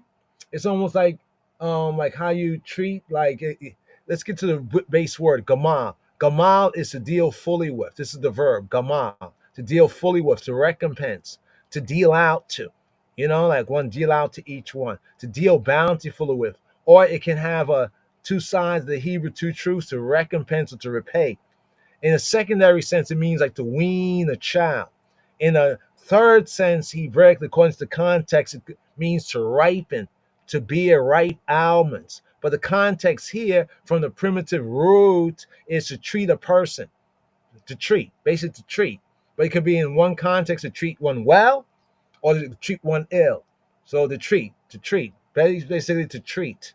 Now, how you treat somebody, they do you good and you treat them ill. They do you ill and you treat them well, or they do you well and you treat them well. You see what I'm saying? In that sense. So it could be to treat, whether in the well sense or ill sense, right? To benefit. You can benefit one, the context here, of all his benefits. But then in a sense of like in Revelation says, and reward Babylon, right, as she has served us. Love that verse right there. But I said, wait, but Babylon hasn't served us. I get the idea. I reward to her, like give to her as she has served us, but she hasn't. So therefore, fire burn. But here, right? Let's go back to Gemul. Gemul. So Gemul is a noun. Gemul is a noun. It just shows you the verb, the action. So Gemul is a treatment, the act, right? Whether it's service in the sense of benefit or it is requital, to requite. So here speaking to the soul, Baraki Nafshi Et Yahweh, right? So again saying to the psyche, the soul, right, to bless Baraki, right, Yahweh, We'al, and don't tishikachi, and don't you forget call Gemulayo. Don't you forget all his Gemulayo, his awards, his benefits, the proofs of his mercy of chasto and his love, ahabato, right, that are specified in the following verses. So this opening here, these 5 verses, the call to praise Yahweh, Eloheinu, the call here is to the psyche, to the soul, because the soul needs instruction. So when David here, according to said Dawi, right, when David here, right, and the righteous is saying to their soul, right, notice this, saying to their soul, right, that means that the soul is something real. The psyche is something real, right? And in the Greek, that same word is the word they have for psyche. Suke is the soul. But here's where the world system, here's their reasoning. They say there's no such thing as soul. That's what they say, there's no such thing as soul, right? Because the secular Greek looks at the word psyche not to be as we would from the scripture view, viewing the psyche to be the soul. They would say it's just the mind state. And this is true, the soul does have an aspect of the mind state. But they're the ones who take the same Greek word that means soul and say there's no soul. Ain't that bold, right? Be that as it may, these 2 verses, right? Instruction to the soul. Now, here's where I like to make this connectivity. So when we say Yahweh, properly, we mean he who be who he be. Simply, in the basic sense, he who be who he be. Baraki nafshi et Yahweh. Oh, bless my soul. Bless he who be who he be. Wa'al tishikachi, and don't forget, don't ignore, don't care. What says? What's the word when it says ignore? It uses another phrase. What was it? Cease to care. Don't cease to care about Kol Gemulayo, about all his benefits, all the service he did for thee, right? For the psyche, for the soul. Now here we enumerate right here in these following verses right here. Let's get to verse 3, the Gamel verse right here. What does it say? Who? Now notice how it goes on. It just says who. Now, that's interesting. Who forgiveth? Is it a question like, who forgives all your iniquity? Who heals all thy diseases? It's not that. See, the who there is predicated on a Hebrew perspective. So when we say, bless he who he be, right? Oh, my soul, forget not all his benefits, the benefits of he who he be. Well, what is his benefits? Well, he he be the one who, you get it? He be the one who, right, forgives all your iniquities. Speaking to the soul. He who he be, who he be? He be the healer. He be the forgiver. He be the healer of all thy diseases. So right here. That's why this is understanding the name, right? The context of the name. He who he be. That's why we have these attributes. That's why the scripture is written in that way. Here, for example, Ha Soleah. So in this psalm here, we have actually some attributes of Yahweh. See, Yahweh basically means he who be become who he be. But that still may call on the question, well, who he be? Right? Good question. Well, this psalm answers, right? And here at this verse right here, verse 3, it answers, right? Why is Psalm 103, verse 3 important? Because here we have a series 1, 2, 3, 4, 5. We have 5 attributes that are brought out of the Hashem. Remember in the beginning, it said, bless Yahuwah, O my soul, Barki Nafshi, Et Yahuwah, recall Rabbi, Et Shem Kodsho, and all that is within me, bless what? Shem Kodsho. Shem Kodsho. Kodsho. You can say Kodsho, but Kodsho, right? His holy name. Why is his name set apart? He who he be. Well, who he be, right? Well, let's do tell right here. He who he be is the one who, right? He's the forgiver. So in the Hebrew, it actually reads as Ha Soleach, Lekol Aoneki, or Lekol Avoneki, right? Ha Soleach, Lekol Avoneki, more of the modern, ancient pointing. Ha Soleach, Lekol Aoneki, right? The one who forgives, he's the forgiver. So here we have an attributional name right here. This is Ha Soleach. He is the Soleach. What is Soleach? Yes, some of us, we might say Slika, or some would say Salakia. Others with the Lashawan Kwadash will say Salakia, but properly we say Slicha, right? What is Slicha? Here we go, from Salach. What is Salach, right? Salach, right? Some say Salach, right? But actually, Salah means he forgave, he pardoned. It's the verb, right? To forgive, to pardon. The context here of the kal is he had forgive, he forgave, he pardoned, right? Here we have to forgive, to pardon, right? So this is the root word here, third person male, past tense, salah. But here in the verse, it's soleach. Soleach in the biblical Hebrew means the one who does it, the forgiver. And then we have as the definite article ha. So he who he be is ha soleach. He is the forgiver, likol of all aoneki, avoneki. He's the forgiver of all avoneki, all your perversity, speaking to she. It's speaking to the soul. Like speaking to a female or woman, but here speaking to the psyche. The soul and all, according to the Hebrew science, is feminine, right? You know, if you have a male soul, in a sense, you have a dead soul. Basically, it's dead, right? So it's speaking to she right here, right? Saying to the soul that what are his benefits, reminding the soul, right? Because we do have to be reminded. Ha soleach lekol avoneki. Ha Rofei. Second part of the verse, who healeth, or more correctly, he is Rofei. Rofei is like healer, but in modern Hebrew can be like doctor in a sense. But in ancient point, the healer. Ha Rofei. Ha the Rofei. Ha Rofei. Ha Rofei lekol ta chaluaiki. Ha Rofei lekol ta chalu.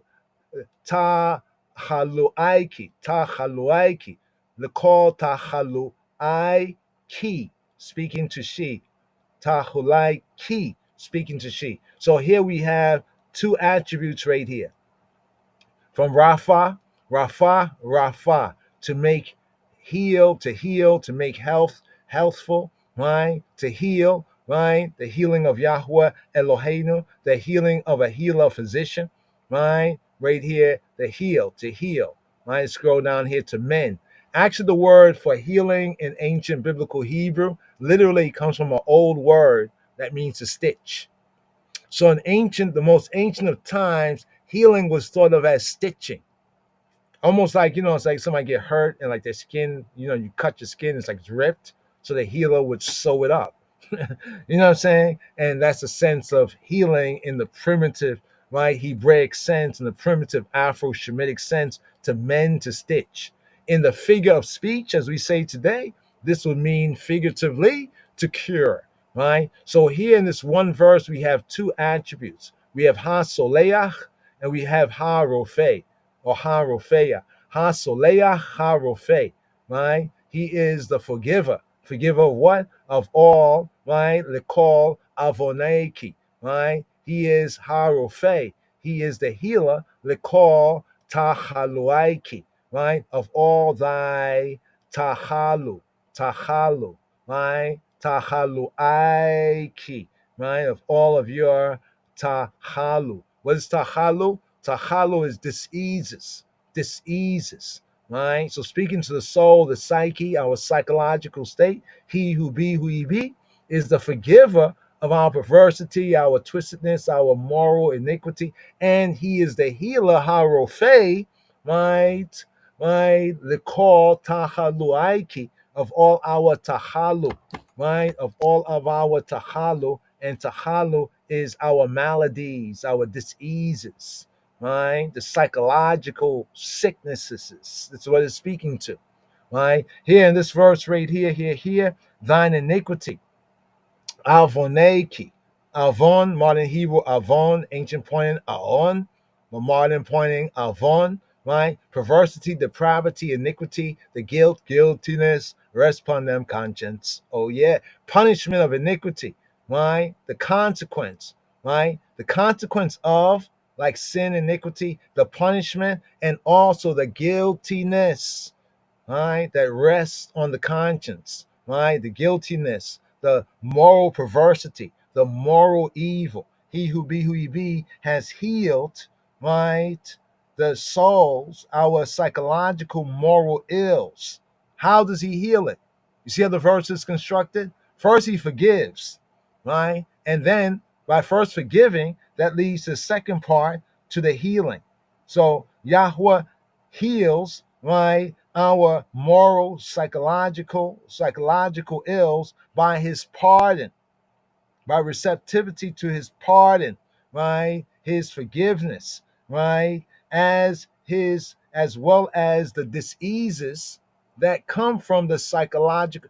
You ever heard of they say psychosomatic illnesses? They say some illnesses are psychological, and therefore at a certain point it's like they transfer from the psychological, right, into the physical. Many illnesses are, just to show the connectivity of Yahweh's creation, right? So things that we perceive in the mind that become illnesses, they can manifest bodily. That's what this is breaking down right here in this one verse. Ha-soleach lekol avoneki, ha-rofei lekol tahaluaiki, right? Physical ailments that were aggravated by the psychological state of mind, especially in context of the psalm, the psychological ailments that have produced physical ailments that were aggravated by the conditions of life in exile, life under the Gentiles. See, this is the context here. Remember, the psalm was post-exilic. So when they came back, it was like, bless Yahweh, oh my soul, right? Like each of us individually taking it personally, but all of us together, like telling our soul, you got to be grateful. All that we was going through and how he has forgiven us, how he has healed us. Once again, this Gimel verse right here, Psalm 103, Mizmor Of Gimel, here, Pasuk Gimel, the third verse, Ha Soleach, Lekol Avoneki, Ha Rofei, lekol tahaluaiki. Here. Let's push it. Go to the fourth verse. But it continues with the attributes right here, the Dalet verse. See what it says right here? He who be, who he be? According to Psalm 103, he be he who redeemeth thy life from destruction. He be he who crowneth thee with loving kindness and tender mercies. Remember, here in speaking to the soul, is speaking to she. Our psychological say she. And we're saying to she, that's because of he who he be, the Almighty, that you're well, right? And you can get well, right? Don't fret, bless him, trust in him. Check, right? So right here, let's bring this out. So we had Ha-Soleach, Ha-Rofeh, the forgiver and the healer. Here in the Dalet verse, Ha-Goel, Ha-Goel. He be the Goel. Who's the Goel? Goel is the redeemer. So the KJV says, who redeemeth? But literally in the Hebrew, Ha-Goel mean the redeemer. Ha-Goel. Ha-Goel, Mishachata Chayaiki. He redeemeth from the Shachat. What is Shachat? Right? Shachat is the pit, destruction, like figurative, like the grave, hell. Hell, right? Maybe a place, but in this world, we know hell as a state of mind, right? And also the scripture also points to it likewise, right? But literally the Shachat here is the pit, especially as a trap. It's a trap, right? But figuratively, as translated here, it's destruction, right? So here it says, Ha Goel Mi Shahat Chayaiki. Chayaiki, speaking to she, is speaking of your life. Chai is life. Chai is life. So here we have Chayaiki, speaking to she. He is the one who redeems, who purchased back your life, your living, right? Mi Shahat, from the pit of destruction. So the root word behind the noun is the verb Gaal. Gaal means to redeem, to act as a kinsman redeemer. And a kinsman redeemer is also may be an avenger, to revenge. So when we talk about Moshiach, the avenger, people say, oh, Messiah. But if you look in the scripture, understand Messiah also in some cases is the avenger, right? Yes, he come to save these, but he comes to avenge, right? And take revenge if he deems necessary. That's the kinsman redeemer, the Goel, right? Ha Goel, right? So the kinsman redeemer. So here it says Ha Goel, he's a redeemer, Mi Shahat, from the pit, Chayaiki, of your life, your chai, right? Ha Me'at-Reiki, and he also be right here, another attribute right here. Who he be? He be Ha, the Me'at-Reiki. Ha Me'at-Reiki. So Me'at-Reiki from Atar. Atar means to surround. Twofold sense of Atar, right, is to surround and to give a crown. Why is it surround and give a crown? Ha Me'at-Reiki. Ha Me'at-Reiki. It's because a crown goes around the head, right? The crown goes around. See? Right there, right? So in the Hebrew, it has a twofold sense, right? The atar in the primitive root mean like to encircle. Now you can encircle to attack one. We could all encircle, like when they mobbed Yeshua Robenu, remember in the read from John chapter 10.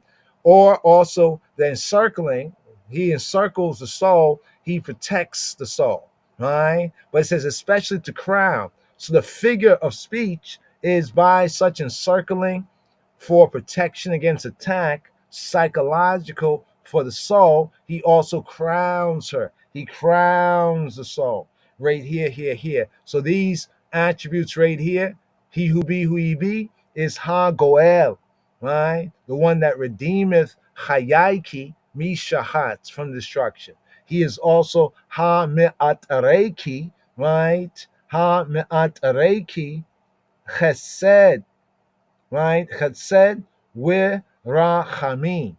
He is the one who crowns. So now we're getting, what does he surround? What does he surround? The thee is there speaking to the psyche, the soul. What does he crown or surround? To say like protect, surround with protection, right? And a crowning, right? With chesed, chesed. We have chesed, loving kindness, mercy, loving kindness, faithfulness. Chesed, that attribute of he who be, who he be, right? He be the merciful one. Chesed is one of his attributes, as well as Raham. Raham is another one of his attributes. You see how Raham here, as a noun masculine, is the womb. So the womb of the womb man in Hebrew is actually male. So even though the womb is in the woman, the female, Hebraically the womb is a noun masculine. Right? And then for compassion, from the same root word, the noun masculine in the absolute plural sense. That's why in the verse it reads right here, ha me'at reiki chesed we rachamim. So in the verse is rachamim. Here is racham, singular sense, racham, the rechem, the womb. And here in the secondary sense, so the word for compassion is the plural, is the masculine, absolute, plural, intensive. In the singular sense, it is the rechem, it's the womb. But right here, that's why I said as a mother. That's why Yahweh says, as a mother does this, and even more so, he who be, the almighty creator of all our mothers, right? He's able to even do more, right? So right here, the full of this verse right here, two more attributes right here. We have Ha-Goel, the Redeemer, and we have Ha-Me'at Reiki, right? The surrounder, the crowner and the surrounder, the crowner and the surrounder. And now from the pit, from destruction, from the grave, he did not perish. And I did not perish in captivity, is what the psalmist is saying, but was granted privilege of returning to Sion. So the context of the psalm is those who had returned out of captivity, like we're in captivity, and to return to their own ground, their own land, and they're giving praise because of the hell that they were in, and that how Yahweh had redeemed them, and now they were here, and it's only proper to bless and to praise, right? To bless and to praise his name, right? Because they returned to Sion, right? Encompass. Some take the second part where it says crowneth as encompasses, right? He's the encompasser of, not just the crowner, but the encompasser of. Ha-me'at reiki, right? Crowneth, right? We have this in Psalm 8. Remember Psalm 8? Psalm 8? Psalm 8 is a beautiful psalm. It asks the question, what is man that thou art mindful of him? Some say the angels ask that question. In Psalm 8, in the King James Version, at verse 5, it says, yet thou hast made him but little lower than the angels. Well, that's the translator there. In Psalm 8, at verse 5, KJV wise, it actually reads a little bit different. It says, Wa te chasarehu me'at me Elohim. So the proper translation is that thou has made him but a little lower than Elohim, than God, right? Wa te chasarehu me'at, little, me'at, me Elohim, from Elohim. Second part of verse 5, KJV wise, and has crowned him with glory and honor, with kavod, with hadar, te'atarehu. Te'atarehu has crowned you. Yahweh has crowned him. Here to the fact that he is the crowner, ha-me'at-reiki, right? Just want to just make that connection right there. How he crowned this, right? He crowned this man according to Psalm 8, KJV wise at verse 5, crowned man with kavod, kavod with hadar, kavod with hadar, with glory and honor, with glory and honor. See, that's the opposite of what happened in exile. In exile, it was like shame and dishonor. Being in exile, shame and dishonor. Now with that return, the psychological state has changed, has done a 180 right here. So here to the last part of the opening right here, the hey verse, hey here, who satisfies. So he's also the satisfier. So in these verses 1, 2, 3, we have 5 attributes of Yahweh. We have the forgiver, right? The forgiver, Ha-Soleach. We have the healer, Ha-Rophe. We have the redeemer, Ha-Goel. We have the crowner, the encompasser, Ha-Me'atareki. And here we have the satisfier, who satisfies thy mouth with good. Thy youth is renewed like the eagles. Now, here, this is an interesting verse right here, because this verse here has, and sometimes some alternate, right, satisfies your ointment. This is the Hebrew here. It's a kind of a Hebrew idiom that some translators wasn't able to really bring out. Who satisfies your desire? It says right here. It says who satisfies your desire. Ha masbia. So the word sorry, Slika, how did I get on there? Yeah, right here. So here, verse 5. Let's bring it up right here so you can see it once again. Here, the hey verse, right? So here, right? So notice some of the other translators. He makes your mouth full of good things so that your strength is made new again like the eagles. That's good news. You know, the eagle in captivity can live a very long time. So now imagine if an eagle in captivity can live a long time, imagine how long it lives outside of captivity. So this is the point where it says renewing your strength again, right? So even though we were in captivity for a long time, when we return, Yahweh has the power to rejuvenate us again, though we spend long time in captivity.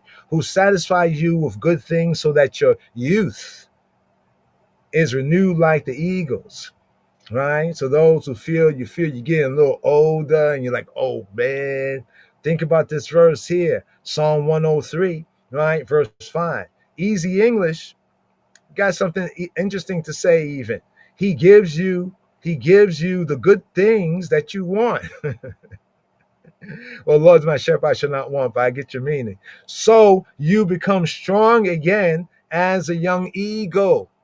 Remember, this psalm is based on those who have returned out of the Babylonian captivity. So you can see the context of why they're saying these things, but also how it has a kind of a universal application. Let me look at this right here. Some of the different versions have some word differences right here. Ediek,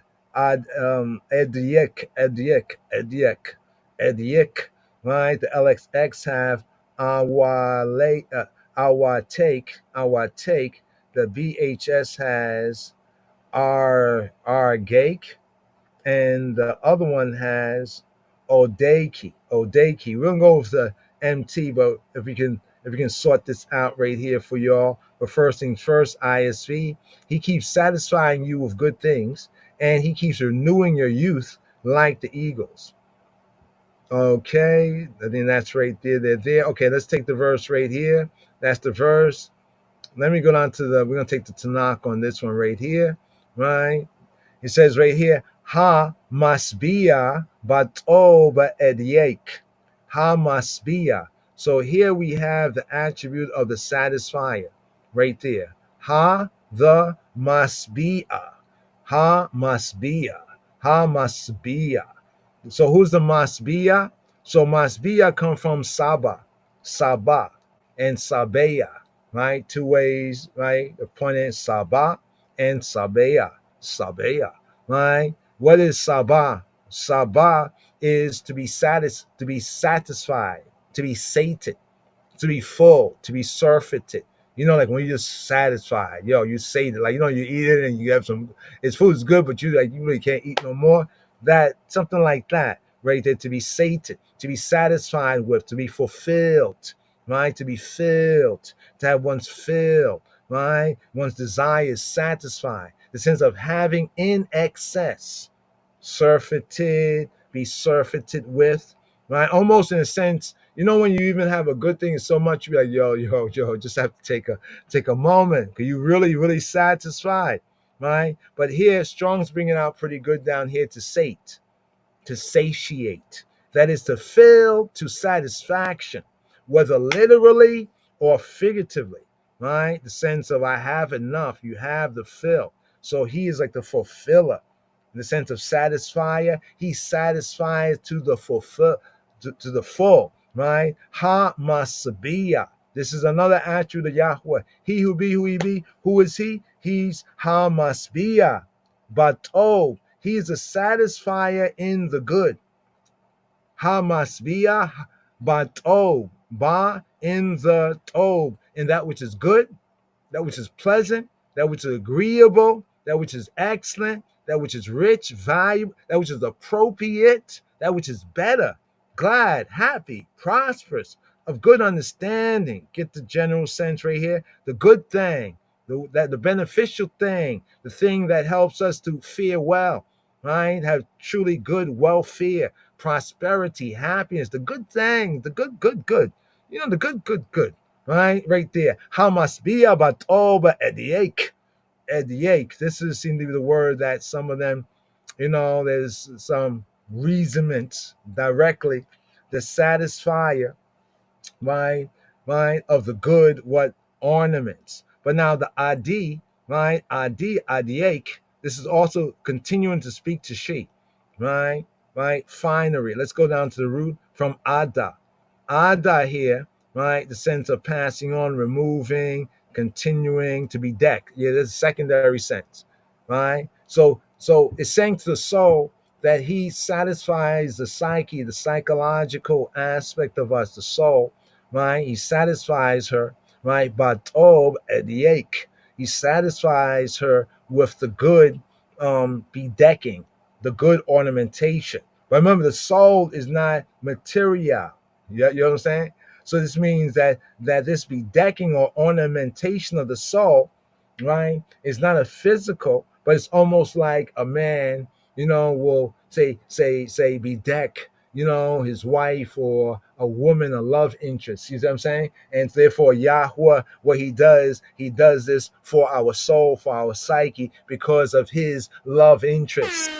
Right? You check it, right? That's why some, you know, may have difficulty. Like that's why the translators sometimes some of them will get it and some of them will waffle around. Hamasbiya batob ediek, right? Tita Hadesh, right? So that, right? Renewed, right? She being renewed, it being renewed, Tita Hadesh. So what do we have? Tita Hadesh comes from Hadash. Hadash is the base, the kal, the root. You got to know the roots. To be new, to renew. So the word for new in the Hebrew also has a sense of renew. This is why when we speak of the new covenant, the Brit Chadasha, you'll hear us often say the renewed covenant. Right? It was done in the wilderness. Remember, after the molten calf, the covenant was broken. When Moshe went back up and came back down, it was renewed. So that principle of renewal, right? Almost like repairing a flat tire, right? That's why it says to repair, right? This is also used, actually, this word here, Hebraically, Afro-Shemitic, even Ethiopically, and other Afro-Shemitic languages. It does have that sense of repairing something, right? To new. Right? But here we have it in the Hit Pa'el sense. You see the Hit Pa'el sense? Right? Tita Chadesh, right? To renew oneself, right? So that thy youth, speaking to the soul, you know, because sometimes psychologically we might experience a lot of things and feel, man, just worn down. Like, you know what I mean? Like my psyche has experienced too much for too long. Well, the good news is, right, that Yahuwah HaMasbiya Batov Elieka Tita Hadesh, right? Kanesha. So he causes to renew like the Nesher. What is the Nesher? The Nesher is the eagle, The vulture, some say the griffin vulture. We could get into specifics, but the general sense of the eagle is a nesher, right? Kanesha, like the nesher, right? Like the eagle, right? Or like the large bird of prey. And so the nesher, in the most archaic sense, it comes from a word that means to lacerate. The eagle's got those talons, those claws, those talons, right? The lex taliones, right? And they can lacerate. You know what I'm saying? So this is part of when we look at the ancient roots of some of the names Hebraically here, the Nesher. So here he says, so that Neoraiki. So here it says full of full. It says, Hamaspia batov edieka tita chadesh kanesher neoraiki. So renewing, right, causing you to renew yourself, right, like it renewing itself. What renewing itself? The nit-oraiki. What is the nit-oraiki? The nit-oraiki come from naor, right? Nit-oraiki. Here is speaking of the Neora. So the Naor is male and then the Ora female, yeah. So here speaking of the soul, since she is feminine, Neoraiki, right? The early life, the youth, right? When we go to a lot of experience, it's like our soul feel like it's getting old. You ever experience like your soul, your psyche, psychological state that I've been there, done that, been there, done that. Oh my goodness. I feel like an old person, just psychologically. But here's the good news, right? Right? He who he be is the one who satisfy, right, our psyche, right? Some even bring out the word about bedecking, like over here. So let's go over here. This word here, some bring it out from a cognate word as like the old age, right? Let's touch on this word right here, right? The Adaic. Here it says ornaments, right? Some other translators from the Hebrew would translate this verse as, he be the one, ha masbiyah, who satisfies ediak, right? Who satisfies thine own age, thy old age, right? With good things, right? So that thy youth, ne'oraiki, right, is renewed, tita hadesh, right? Like the eagle, ka nesher, Kanesha, right? So is a diak, right, ornament, or is a diak, right, from the adi, bringing out old age? Hebraically, there's a targum, an ancient targum, like the Aramaic interpretation, right? But some say this interpretation is uncertain, is kind of disputed, the old age part, right? The ordinary meaning of adi, right? The ordinary meaning of it is ornament or bedecking. And the best translation of the clause here, it seems to be that he who he be is the one who adorned thee by satisfying thee, the psyche, adorn thee to the full with goodliness, with goods, right? Good bedecking. If this is adopted, right, the people rather than the psalmist is being described. Zion, right, has been stripped of her splendor. Remember, it was the Babylonians that came in and bust down the wall and bust down and burned the temple and took the best and the brightest tribe of Judah into the Babylonian captivity. So that means Zion, the holy city, it was busted down and they stripped her of all of her splendor. The Babylonians robbed her. This was what the invader did. But now, after the return, after 70 years, right, after the exile, but now her former beauty, speaking of Zion, and Zion is she too, in the context, her former beauty was to be fully restored. And therefore, when we have the Tita Chadesh, the Chadash, and notice what this word is in the Hit Pa'el sense. Tita Chadesh is the Hit Pa'el of the Chadash. So Chadash in the Hit Pa'el will not be said as Chadash, it'll be said as Tita Chadesh from the Hit Pa'el. This means to renew oneself, right? So it's like Zion had renewed herself, right? Her former beauty was to be fully restored, right? And therefore, as it was in her Ne'oraiki, right? In her youth, in her early life. Like that's why the psalm is Lid Dawid. They're going back to the earlier time, right? How many years that was? 500. Wow, almost 400 years earlier. Right? They're looking almost 400 years earlier to the Davidic time, right? Oraiki. In exile, the nation, talking about Yisrael, was like a decrepit person. Someone broke down and decrepit, right? But now, right, after the exile, right, the nation, Zion, displayed the freshness of youth again. It's almost like born again, right? In that context, right there, right there, right there. So here, these are 5 powerful verses, just to give one a little groundation here, because tell you honestly the truth, this is a beautiful meditation. The 2 verses, right? Telling the soul, the psyche, right, to bless, to prosper, not to forget all his benefits. And then in the next 3 verses, right, verse 3, 4, and 5, it both brings out his attributes. It brings out 5 attributes, right? The forgiver, the healer, the redeemer, the crowner and the surrounder, and the satisfier, right? The satisfier, the adorner and satisfier. But this is the key part here. It's all about the ego, the nesher. You remember when Yahweh brought the Bnei Yisrael out of Mizraim? He said, see how I brought you out, right? On the wings of the eagle. The wings of the who? The eagle. Right? He tries to act like the eagle is theirs. The eagle is Yahweh created it, is his. Right? So if he uses that metaphor, right, to redeem us, think about it here. Look how the metaphor Nesha is used here. And if you want to go there, that's Exodus chapter 19, first couple of verses. Right? See how I brought you out on the wings of the eagle right there. So here, renewing one's youth like the eagle. The point, what's the point of this comparison? The point of the comparison is not that the eagle grows new feathers. The point of the comparison is not that the eagle, the nesher, right, grows new feathers in place of old, since the process of molting, you know, moulting, look it up, molting is general among all the birds, right?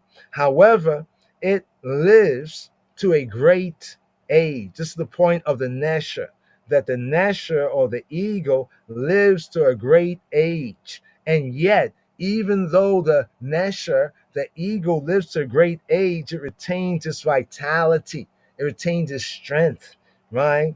It is said that in confinement, an eagle has been known to live upwards of 100 years. Check that out.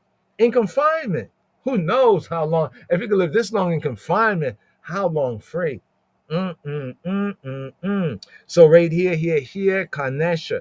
Now, I said I would get to this verse right here.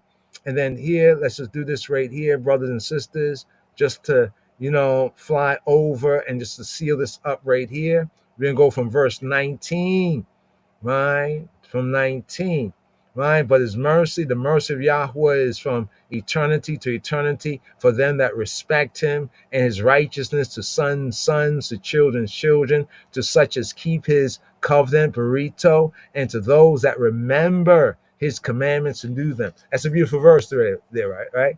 Yo, remember the commandments. Yeah, but notice what the word says. It says, remember his commandments to do what? To do them. Now, leading from here to the last 3 verses of Psalm 103, right? Mizmor Kof Gimel, the first and last 22 letters of the Hebrew alphabet. So we're giving you the Aleph, Ha-Aleph, Ha-Tau, Alpha and Omega, beginning and end. Here, these last 1, 2, 3, 4 verses. Yahweh hath prepared his throne in the heavens. Now you understand that ancient Judaic Hebraic prayer when they ask Rabbeinu Yeshua, our rabbi, teach us to pray as Yohanan taught his Talmudav, as John taught his disciples. Right? Abinu Sheba Shemayim, our Father who art in the heaven. What do we have here? Yahweh hath prepared his throne, has done what? Prepared his throne in the heavens, and his kingdom ruleth over all. We like to bring out the translation here, and his kingdom overrules all. Wow, that reminds me of something that our Godfather and King of Kings, Kedemawi Haile Selassie, said. He said, how does that go? How does that go again? About these apart from the kingdom of the Lord. Hold on for a moment. We're about to seal up right here, but give me one moment right here. Like to show and prove. Because then somebody might say, oh, that's not true. So I show you, then you can take a screenshot and you can go look it up for yourself and you can be happy, because you know the truth for yourself. Here we go right here. Yeah. Give thanks to Farah Halsey and the other Rastafari, them, putting in the work. Let me clear the screen so you can see it right here. This kind of goes with this verse right here, right? Give us a teaching of his majesty. We don't want no devil's philosophy. Apart from the kingdom of Adonai, there is not on this earth any nation that is superior to any other. Blank, period. Right? It's at the League of Nations. When his majesty pleaded the cause of righteousness, right? Plead the cause of the weak, right? The small, right? Like the David versus Goliath. League of Nations, June 30th, 1936. Apart from the kingdom of Adonai, there is not on this earth any nation that is superior to any other. Right? They're perpetrating a fraud, But right here, let's bring out this verse. It says, Yahweh hath prepared his throne in the heavens, and his kingdom ruleth over all, or overruleth all. Yahweh bashamayim hakim kiso or malakuto bakal mashallah, bakal mashallah, right? In all or over all, upon all, mashallah. He mashal, his kingdom, she. It's mashallah because it's speaking of she, right? Mashallah. What is she? His kingdom, she. His kingdom is she, for he who he be. To rule, to have dominion, to reign. Let's break down this verse once again right here. It says, Yahweh bashamayim, right? In the what? Shamayim, in the place of the upper waters, the heavens, right? Yahweh bashamayim hakim kiso, has prepared. So the root word is kun. It's interesting when people talk about kun, you a kun. Any Israelite saying that, then you were not studying, right? Because this is a powerful word here. Kun is to be firm. Kun fayakun, right? Kun, to be stable, to be established. Now here it says Hakin. Hakin is the Hefil. You see the Hefil? So kun, built in the grammar to the Hefil, right, is to establish, to set up, to accomplish. Hakin kiso. Hakin, he has established kiso, his throne. Kiso, his kisei, right? Hakin kiso, he has made it firm. He fixed it, made it ready, prepared it.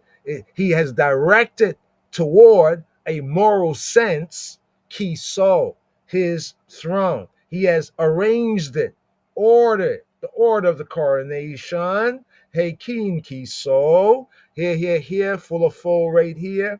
First part of the verse first. So this section 19 to 22, Yahweh, he who be who he be, Melech ha-olam, the universal king, the eternal king. As often in the Psalter, the experience of Yisrael is recounted as a teaching. Did you notice that? The experience of Yisrael is recounted in the scripts, and especially in the Psalter, the book of Psalm, the Sefer Tehillim, as a teaching, right? As teaching a lesson for all humanity, from all humanity.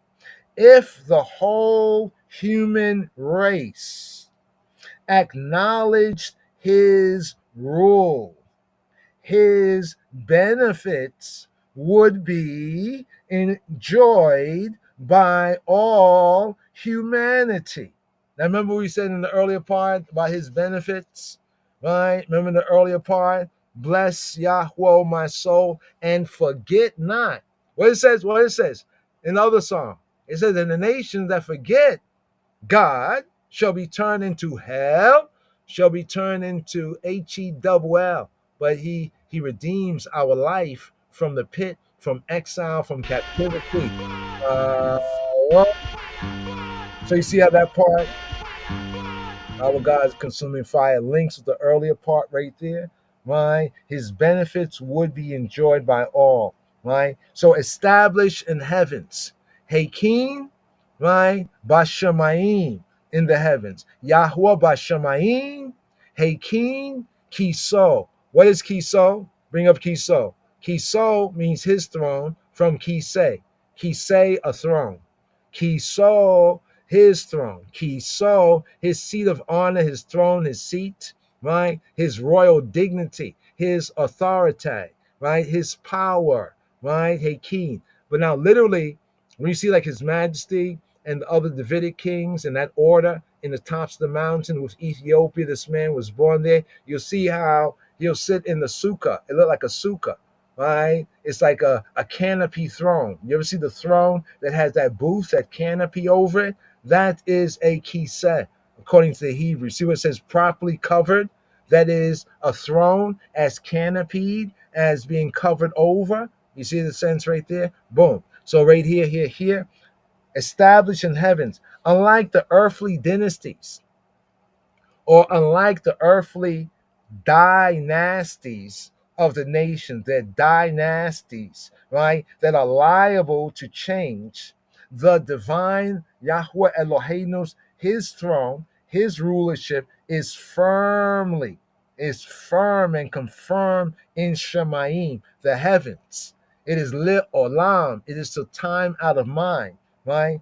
And it is unchanging, right? It is unchanging according to his order, his way. This is why it says that, and his kingdom, right? Malkuto.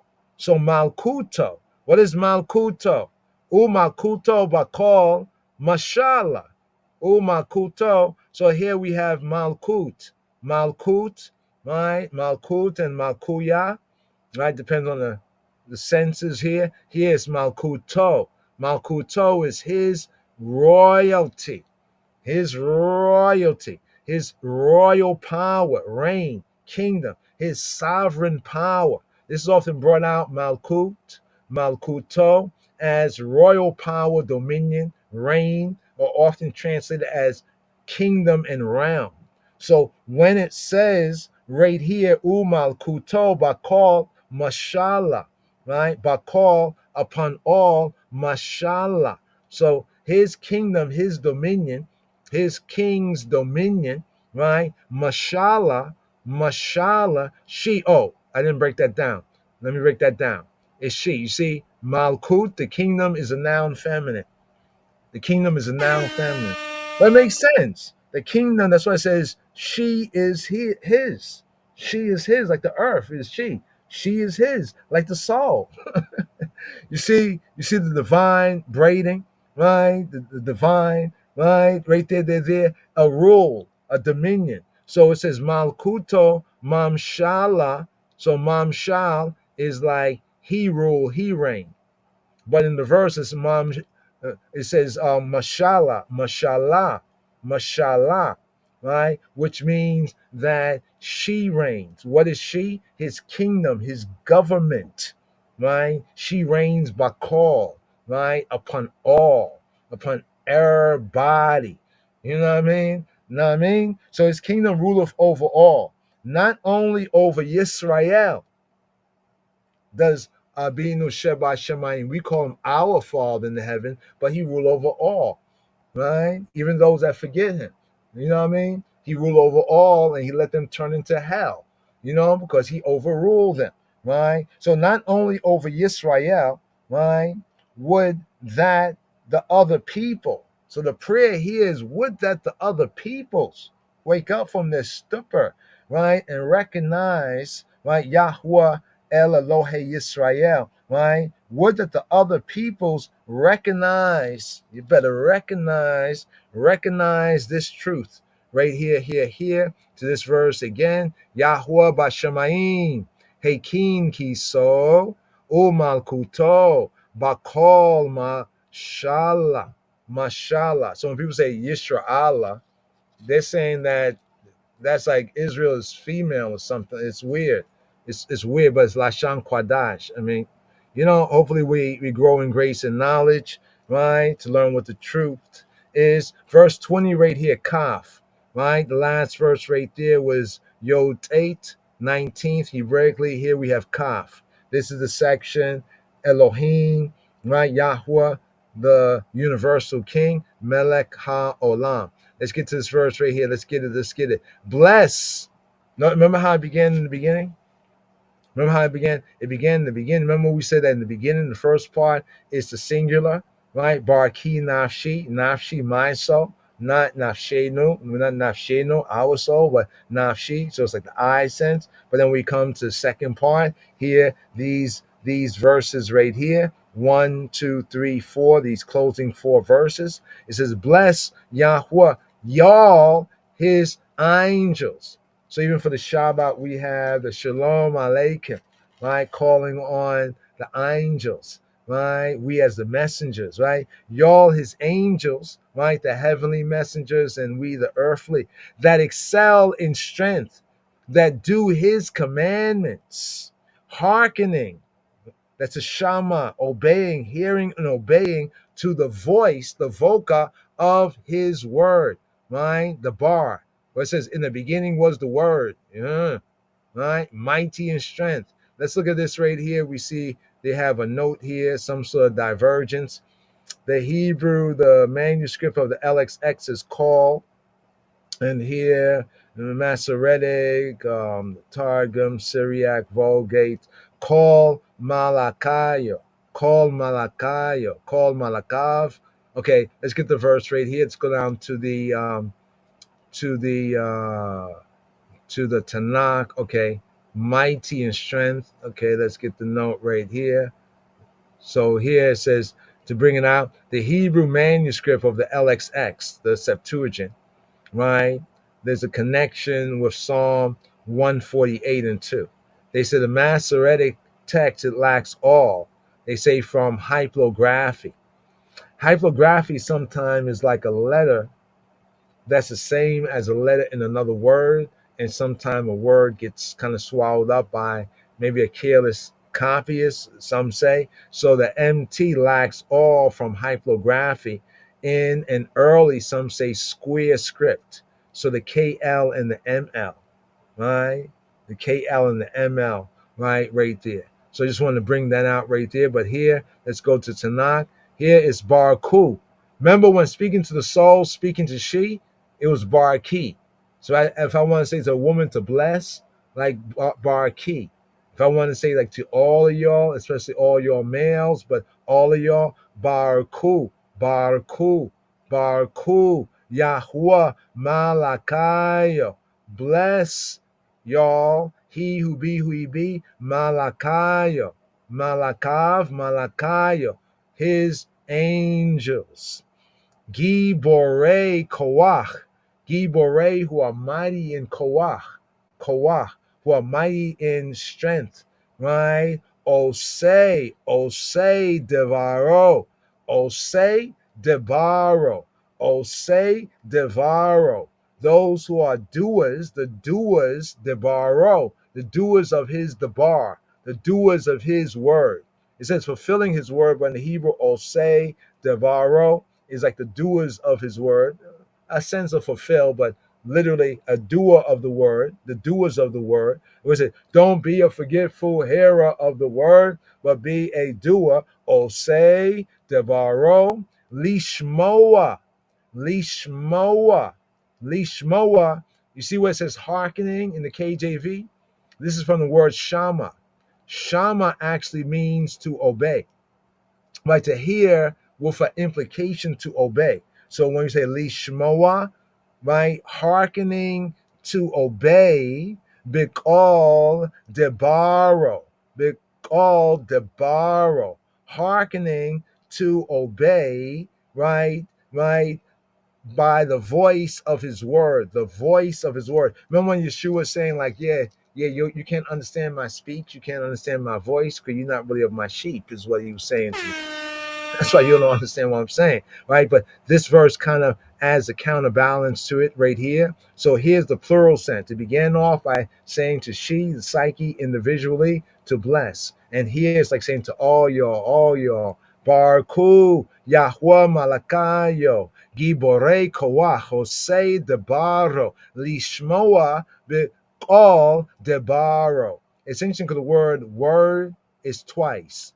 His word. Debaro, devaro, debaro. All right, just to put that there, that word right there. So here, Malakayo, Malakav, his messengers, representatives, or in the translations, angels. Some look at this as the celestial beings, right, are being invoked to praise the name, right, of Hashem, as we have in other Psalms 29 and 1, and also in Psalm 148 and 2, as Malachim, right, as his attendants, his messengers, right, the angels, his messengers, his attendants, thus setting an example, right, to the dwellers upon earth. Kind of remind us during the time, of Moshiach, Yeshua, the angels, the messengers, and therefore they came forward and they praised and they told the people, the men and people, shepherds, yo, this is what's going, right? As an example, right, to the dwellers upon the earth. Here it says, mighty ones or warriors of strength, mighty ones, Gibore. So we have the Gibor. Gibore are strong ones. Gibore are strong ones, mighty ones, like warriors. Gibore Koach, right? Gibore, warriors of Koach, right? So Koach, right here, let's bring out Koach.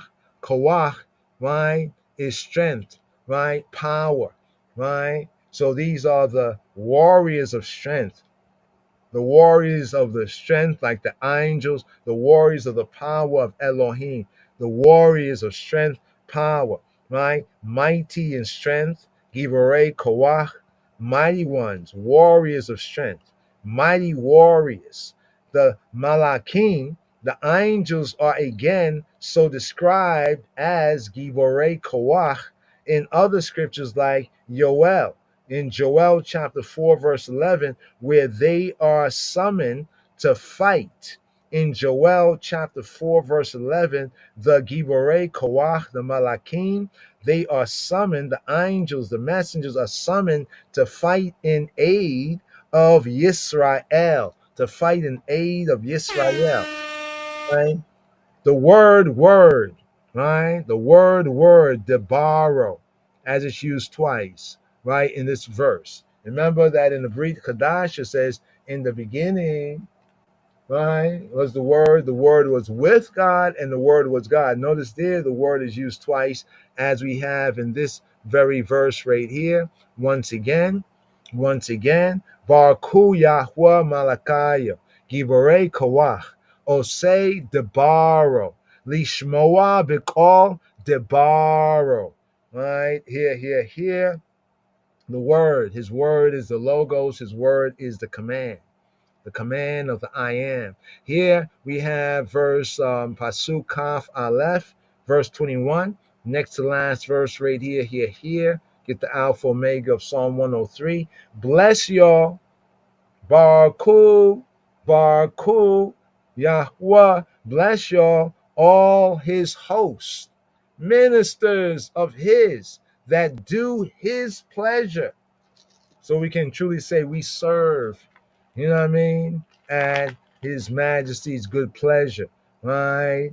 At Yahweh's good pleasure. Here. Let's bring this out. Barku Yahweh, call us Eba'aya, calls Evav, calls Eba'aya.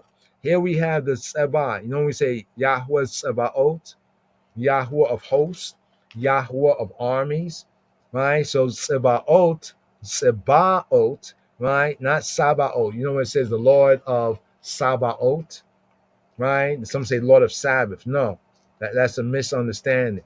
It's Sabeah, Sabah, Sabaoth, Sabaoth. This is not Sabbath, but it's that which goes forth. It's the army, the warfare. Basically, this word Sabah in the plural sense, Sabaoth or Sabaav, Sabaayo, means an organized army. An organized army. This word Sabah, an army organized, is applied to the host of Melakim. It's also applied in Bereshith, in Genesis, in the beginning, to the sun, the moon, and the stars. In Genesis chapter 2, right, verse 1. Read Genesis chapter 2, verse 1. Every Shabbat, right, that's that word because the reminder for the Shabbat, when it says, Why Kulu, and they were finished, right, all the hosts, right, of the heaven, the sun, the moon, the stars, the earth, the creation, all that is therein. That's why here it says the whole creation. Want to see a verse? Right? Genesis chapter 2, right there. But in another context, this is the warfare, like among Israel, my Lord of hosts, my also among the priests. The priests are an organized army. So among the rank and file Israelites, they will be part of the Savah, the host, the warriors, as an organized army, the 12 tribes, and then the Levites, they are also a host for the service, as all creation, according to Genesis chapter 2, verse 1, is that host for his service, right? Just to break down a mass, like all massive in crew. But it has a sense of a regular army, like an organized group, usually in the context here for war, but the implication is a hardship, like a campaign, right? Like, all of us together in the campaign. Now, when it says right here, literally or figuratively, because when we serve as a host, as an army, it's both hardship and worship. That's an interesting sense. Take note, fellow disciples. And part of the host here is hardship and worship.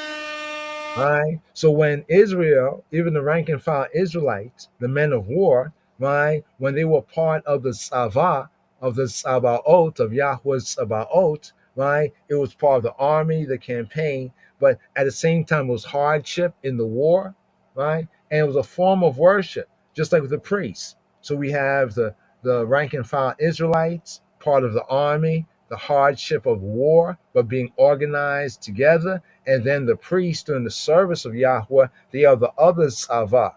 So when we talk about Yahweh's Sabaoth, right, we're speaking about the classes of Yisrael that serve according to their order. The rank and file men of Yisrael in the army, the Levites and the priests in the holy place. Just want to bring that out just to understand even the connection of the words and meanings. So the heavenly bodies and the forces of nature also is part of his host, as we have in the beginning, that serve his purposes. We have Psalm 104, round about verse 4. We have Psalm 148, round about verse 3. Some of the scholars, they understand hosts and ministers as referring, some would say, to subordinate ranks of angels. In Daniel chapter 7, verse 10, they are said to number 10,000 times 10,000. Baruch Yahweh calls Sabayo, Mishatayo, Osei Ritzono. The doers, Osei, the doers of Ritzono, the doers of his Ratzon, the doers of his pleasure, of his favor, of his delight, of his will, right? Translated here as pleasure, but the doers of his will, right? Another way of bringing it out. Mishatai, misharet from sharat is to minister, the verb. Misharet are ministers, those who minister to, those who serve, those who attend, even as a menial. A menial is a worshiper, figuratively to contribute to, right? The ministers contribute to. to the effort. So right here, this verse, Barku, another bless y'all. Barku, Yahweh calls Vayo Mishatayo, Oseirizona, Oseirizona. And here to the conclusion, Kaf Bait, 22nd verse, right? Pasuk Kaf Bait. Here, another bless, right? So what we have here in these final three verses is bless y'all, bless y'all, bless y'all. Barku, Barku, Barku, right? Here, Barku, right? Here we have Barku, Yahweh. Bless he who be, all his works in all places of his dominion. Then it seals as it began. Back to the soul. Barki Nashi et Yahweh. Bless, O my soul, he who be who he be. Here. Bring out the Ivrit right here for the concluding Pasuk Kaf Beit, 22nd verse. Baruch Yahweh, call Ma'asayo. Be call Mikomota Mema Shalto. Barki Nashi et Yahweh. It's interesting, yeah. So from the 20th, bless he who be, right? All his angels. 21, Baruch Yahweh calls Abayo. Bless he who be, all his hosts. And here, Baruch, bless y'all, Yahweh, call all Ma'asayo. Ma'asayo. What is Ma'asayo? Ma'asayo come from Ma'aseh. Ma'aseh is a work, a deed. Ma'asayo is his work, his deed. Ma'asav, Ma'asayo, his work, his deed, his thing done did, his business, his pursuit, his undertaking, his enterprise, achievement, so forth and so on. You see what it says? The work of Elohim? Check. Baruch Yahweh call Ma'asayo. Bekal mikomot in all, bekal in all, mikomot in all places, in all makoms, bekal mikomot, right? In all the mikomot, mem shalto in all the places. So makom singular, mikomot. Right, so makom is a one place, and mikomot is many places, standing places. Mikomot, right, the spots, and all the spots, the standing places, and all the conditions. Also, mikomot can be like a condition. How's your like your status, in that sense, right? Mikomot. But here it says, Bekol mikomota memshalto, in all the places of memshalto.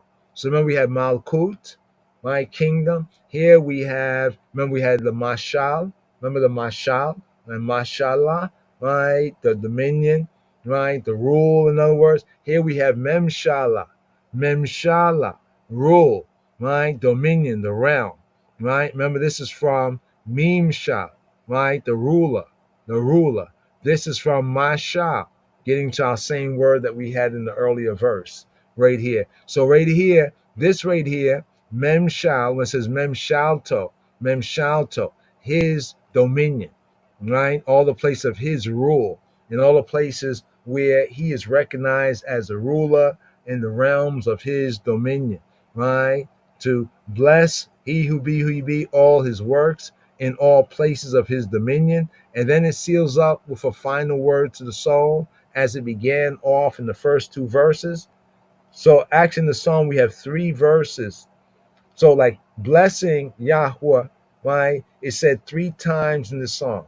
Here in these final three verses, we have bless y'all a trinity of times too. You see his fingerprint if you can see. If you're blind, then hopefully you can get to see. Baruch Yahweh call ma'asayo. Bekol mikomota memshalto. Barki nafshi et Yahweh.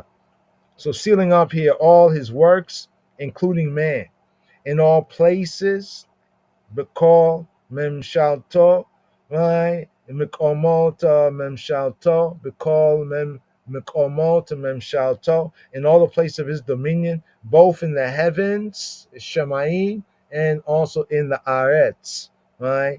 And the seal up part is the beautiful part. Bless he who be, oh my soul, right? Barki, as we began, we end as we began, right? Barki nafshi et Yahweh.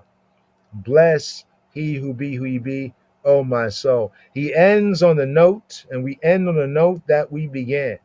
As one of Elohim, the Creator's creatures, he and I and we feel we vibe the urge to join in the chorus of praise to him, to Haile him, to Yahweh Ha-Elohim. There is no anticlimax when the psalm passes from praise to Yahweh, uttered by angels and hosts, to that which issues from the soul of the humble individual. So here's putting on par the praises and blessings of the angels and the hosts, right, with the praises that come from the soul of even the humblest of individuals of I, from the soul, from she. It rather points to the dignity. In this is connected the dignity that these last three verses were talking about the angels, the hosts, the ministers, all his works and all place of his dominion. And then it seals up with I soul, I psyche. How beautiful, right? It pointing to the dignity of the human being who has the privilege of sharing this duty with even the highest and the heavenly creatures. According to some ancient teachings, right, the purpose of man's creation was to afford him an opportunity of glorifying his maker, and praises from him, from man, was most acceptable to Yahweh Eloheinu. From the beginning of the world's formation, praise, Isis ascended to Hakadosh, to the Holy One, Baruch Hu, blessed be he, only from the waters. If you go to Psalm 93, round about verse 4, right, from the beginning of creation, there's a reasoning based on scripture that before man, that the praises came from the waters, right, only from the waters. Right? And Yahweh Eloheinu declared, Hashem declared, if these that possess neither mouth nor speech, the waters don't possess a mouth or speech, if they offer me, eyes, the Almighty speaking, such praise, how much more will I be extolled and big up when I create man, and when I create man in my image and after my likeness, the dignity of man. Rise up, rise up. Here for the outro. Hit you with the Hebrew, then seal up with the KJV. Shema Yisrael.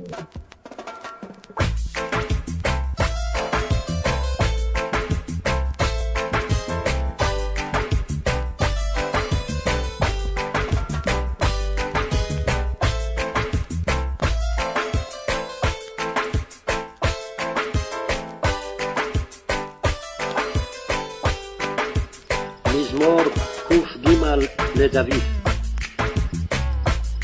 ברכי נפשי את אדוני וכל קרבי את שם קודשו. ברכי נפשי את אדוני ואל תשכחי כל גמוליו.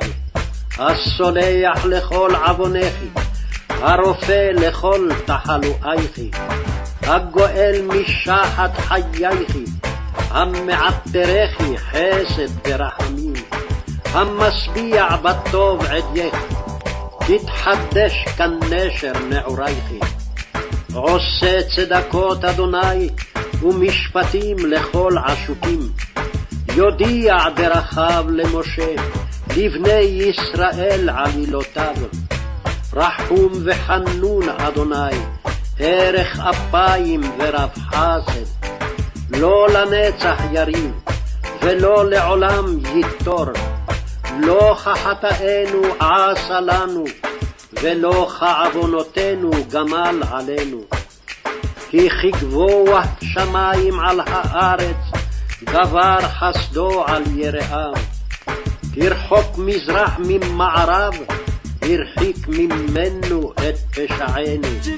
תרחם אב על בנים, ריחם אדוני על יראיו. כי הוא ידע יצרנו, זכור כי עפר אנחנו.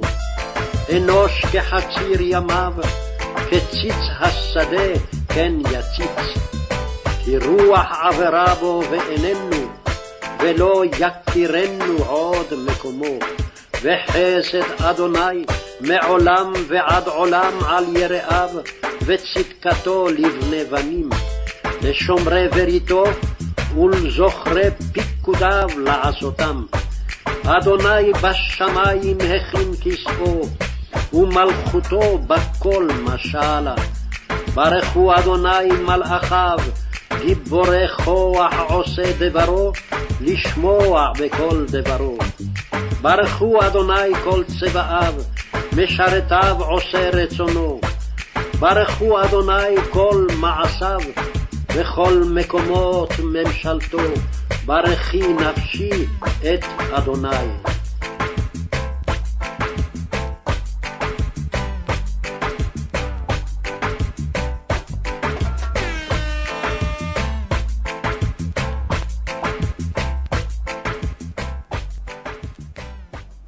Yes.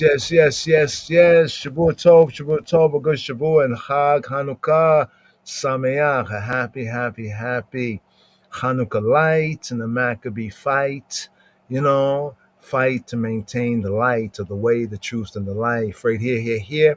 Going to seal up right here with the English of that right there. Today's daily Psalm 103. Come be a part of. All right. Whoa. And Line of Jews Society. Where Hebrew feels like home.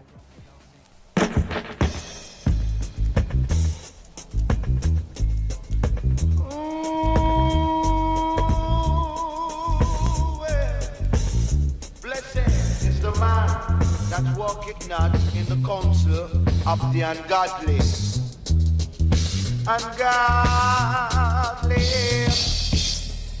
And also, blessed are the meek, for they shall inherit the earth.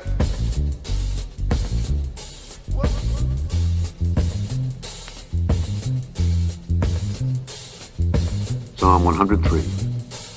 Bless the Lord, O my soul, and all that is within me, bless his holy name. Bless the Lord, O my soul, and forget not all his benefits, who forgiveth all thine iniquities, who healeth all thy diseases, who redeemeth thy life from destruction, who crowneth thee with loving kindness and tender mercies, who satisfieth thy mouth with good things, so that thy youth is renewed like the eagles. The Lord executeth righteousness and judgment for all that are oppressed. He made known his ways unto Moses, his acts unto the children of Israel. The Lord is merciful and gracious, slow to anger, and plenteous in mercy. He will not always chide, neither will he keep his anger forever. He hath not dealt with us after our sins, nor rewarded us according to our iniquities. For as the heaven is high above the earth, so great is his mercy toward them that fear him. As far as the east is from the west, so far hath he removed our transgressions from us. Like as a father pitieth his children, so the Lord pitieth them that fear him. For he knoweth our frame. He remembereth that we are dust. As for man, his days are as grass, as a flower of the field, so he flourisheth. For the wind passeth over it, and it is gone, and the place thereof shall know it no more. But the mercy of the Lord is from everlasting to everlasting upon them that fear him, and his righteousness unto children's children, to such as keep his covenant, and to those that remember his commandments to do them. The Lord hath prepared his throne in the heavens, and his kingdom ruleth over all. Bless the Lord, ye his angels, that excel in strength, that do his commandments, hearkening unto the voice of his word. Bless ye the Lord, all ye his hosts, ye ministers of his that do his pleasure. Bless the Lord, all his works in all places of his dominion.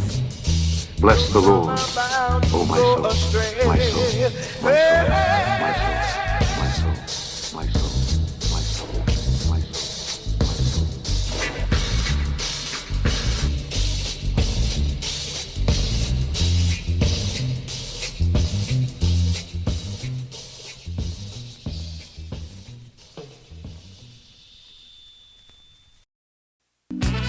Thank you for whatever you have done.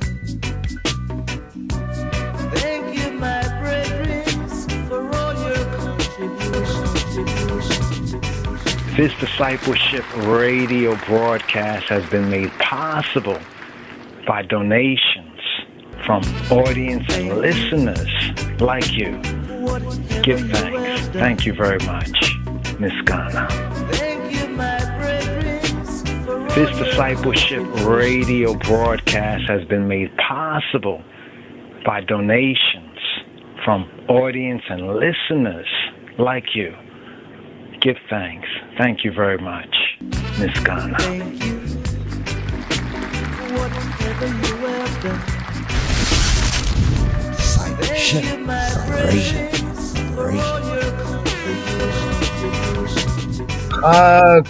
Chanukah Sameach. Happy, happy, happy. Yes, the lights, these 8 lights right here. Let that light so shine. Yeshua Shalom, Shabbat Tov, Chanukah Sameach. Oh. Lion of Judah shall break every chain.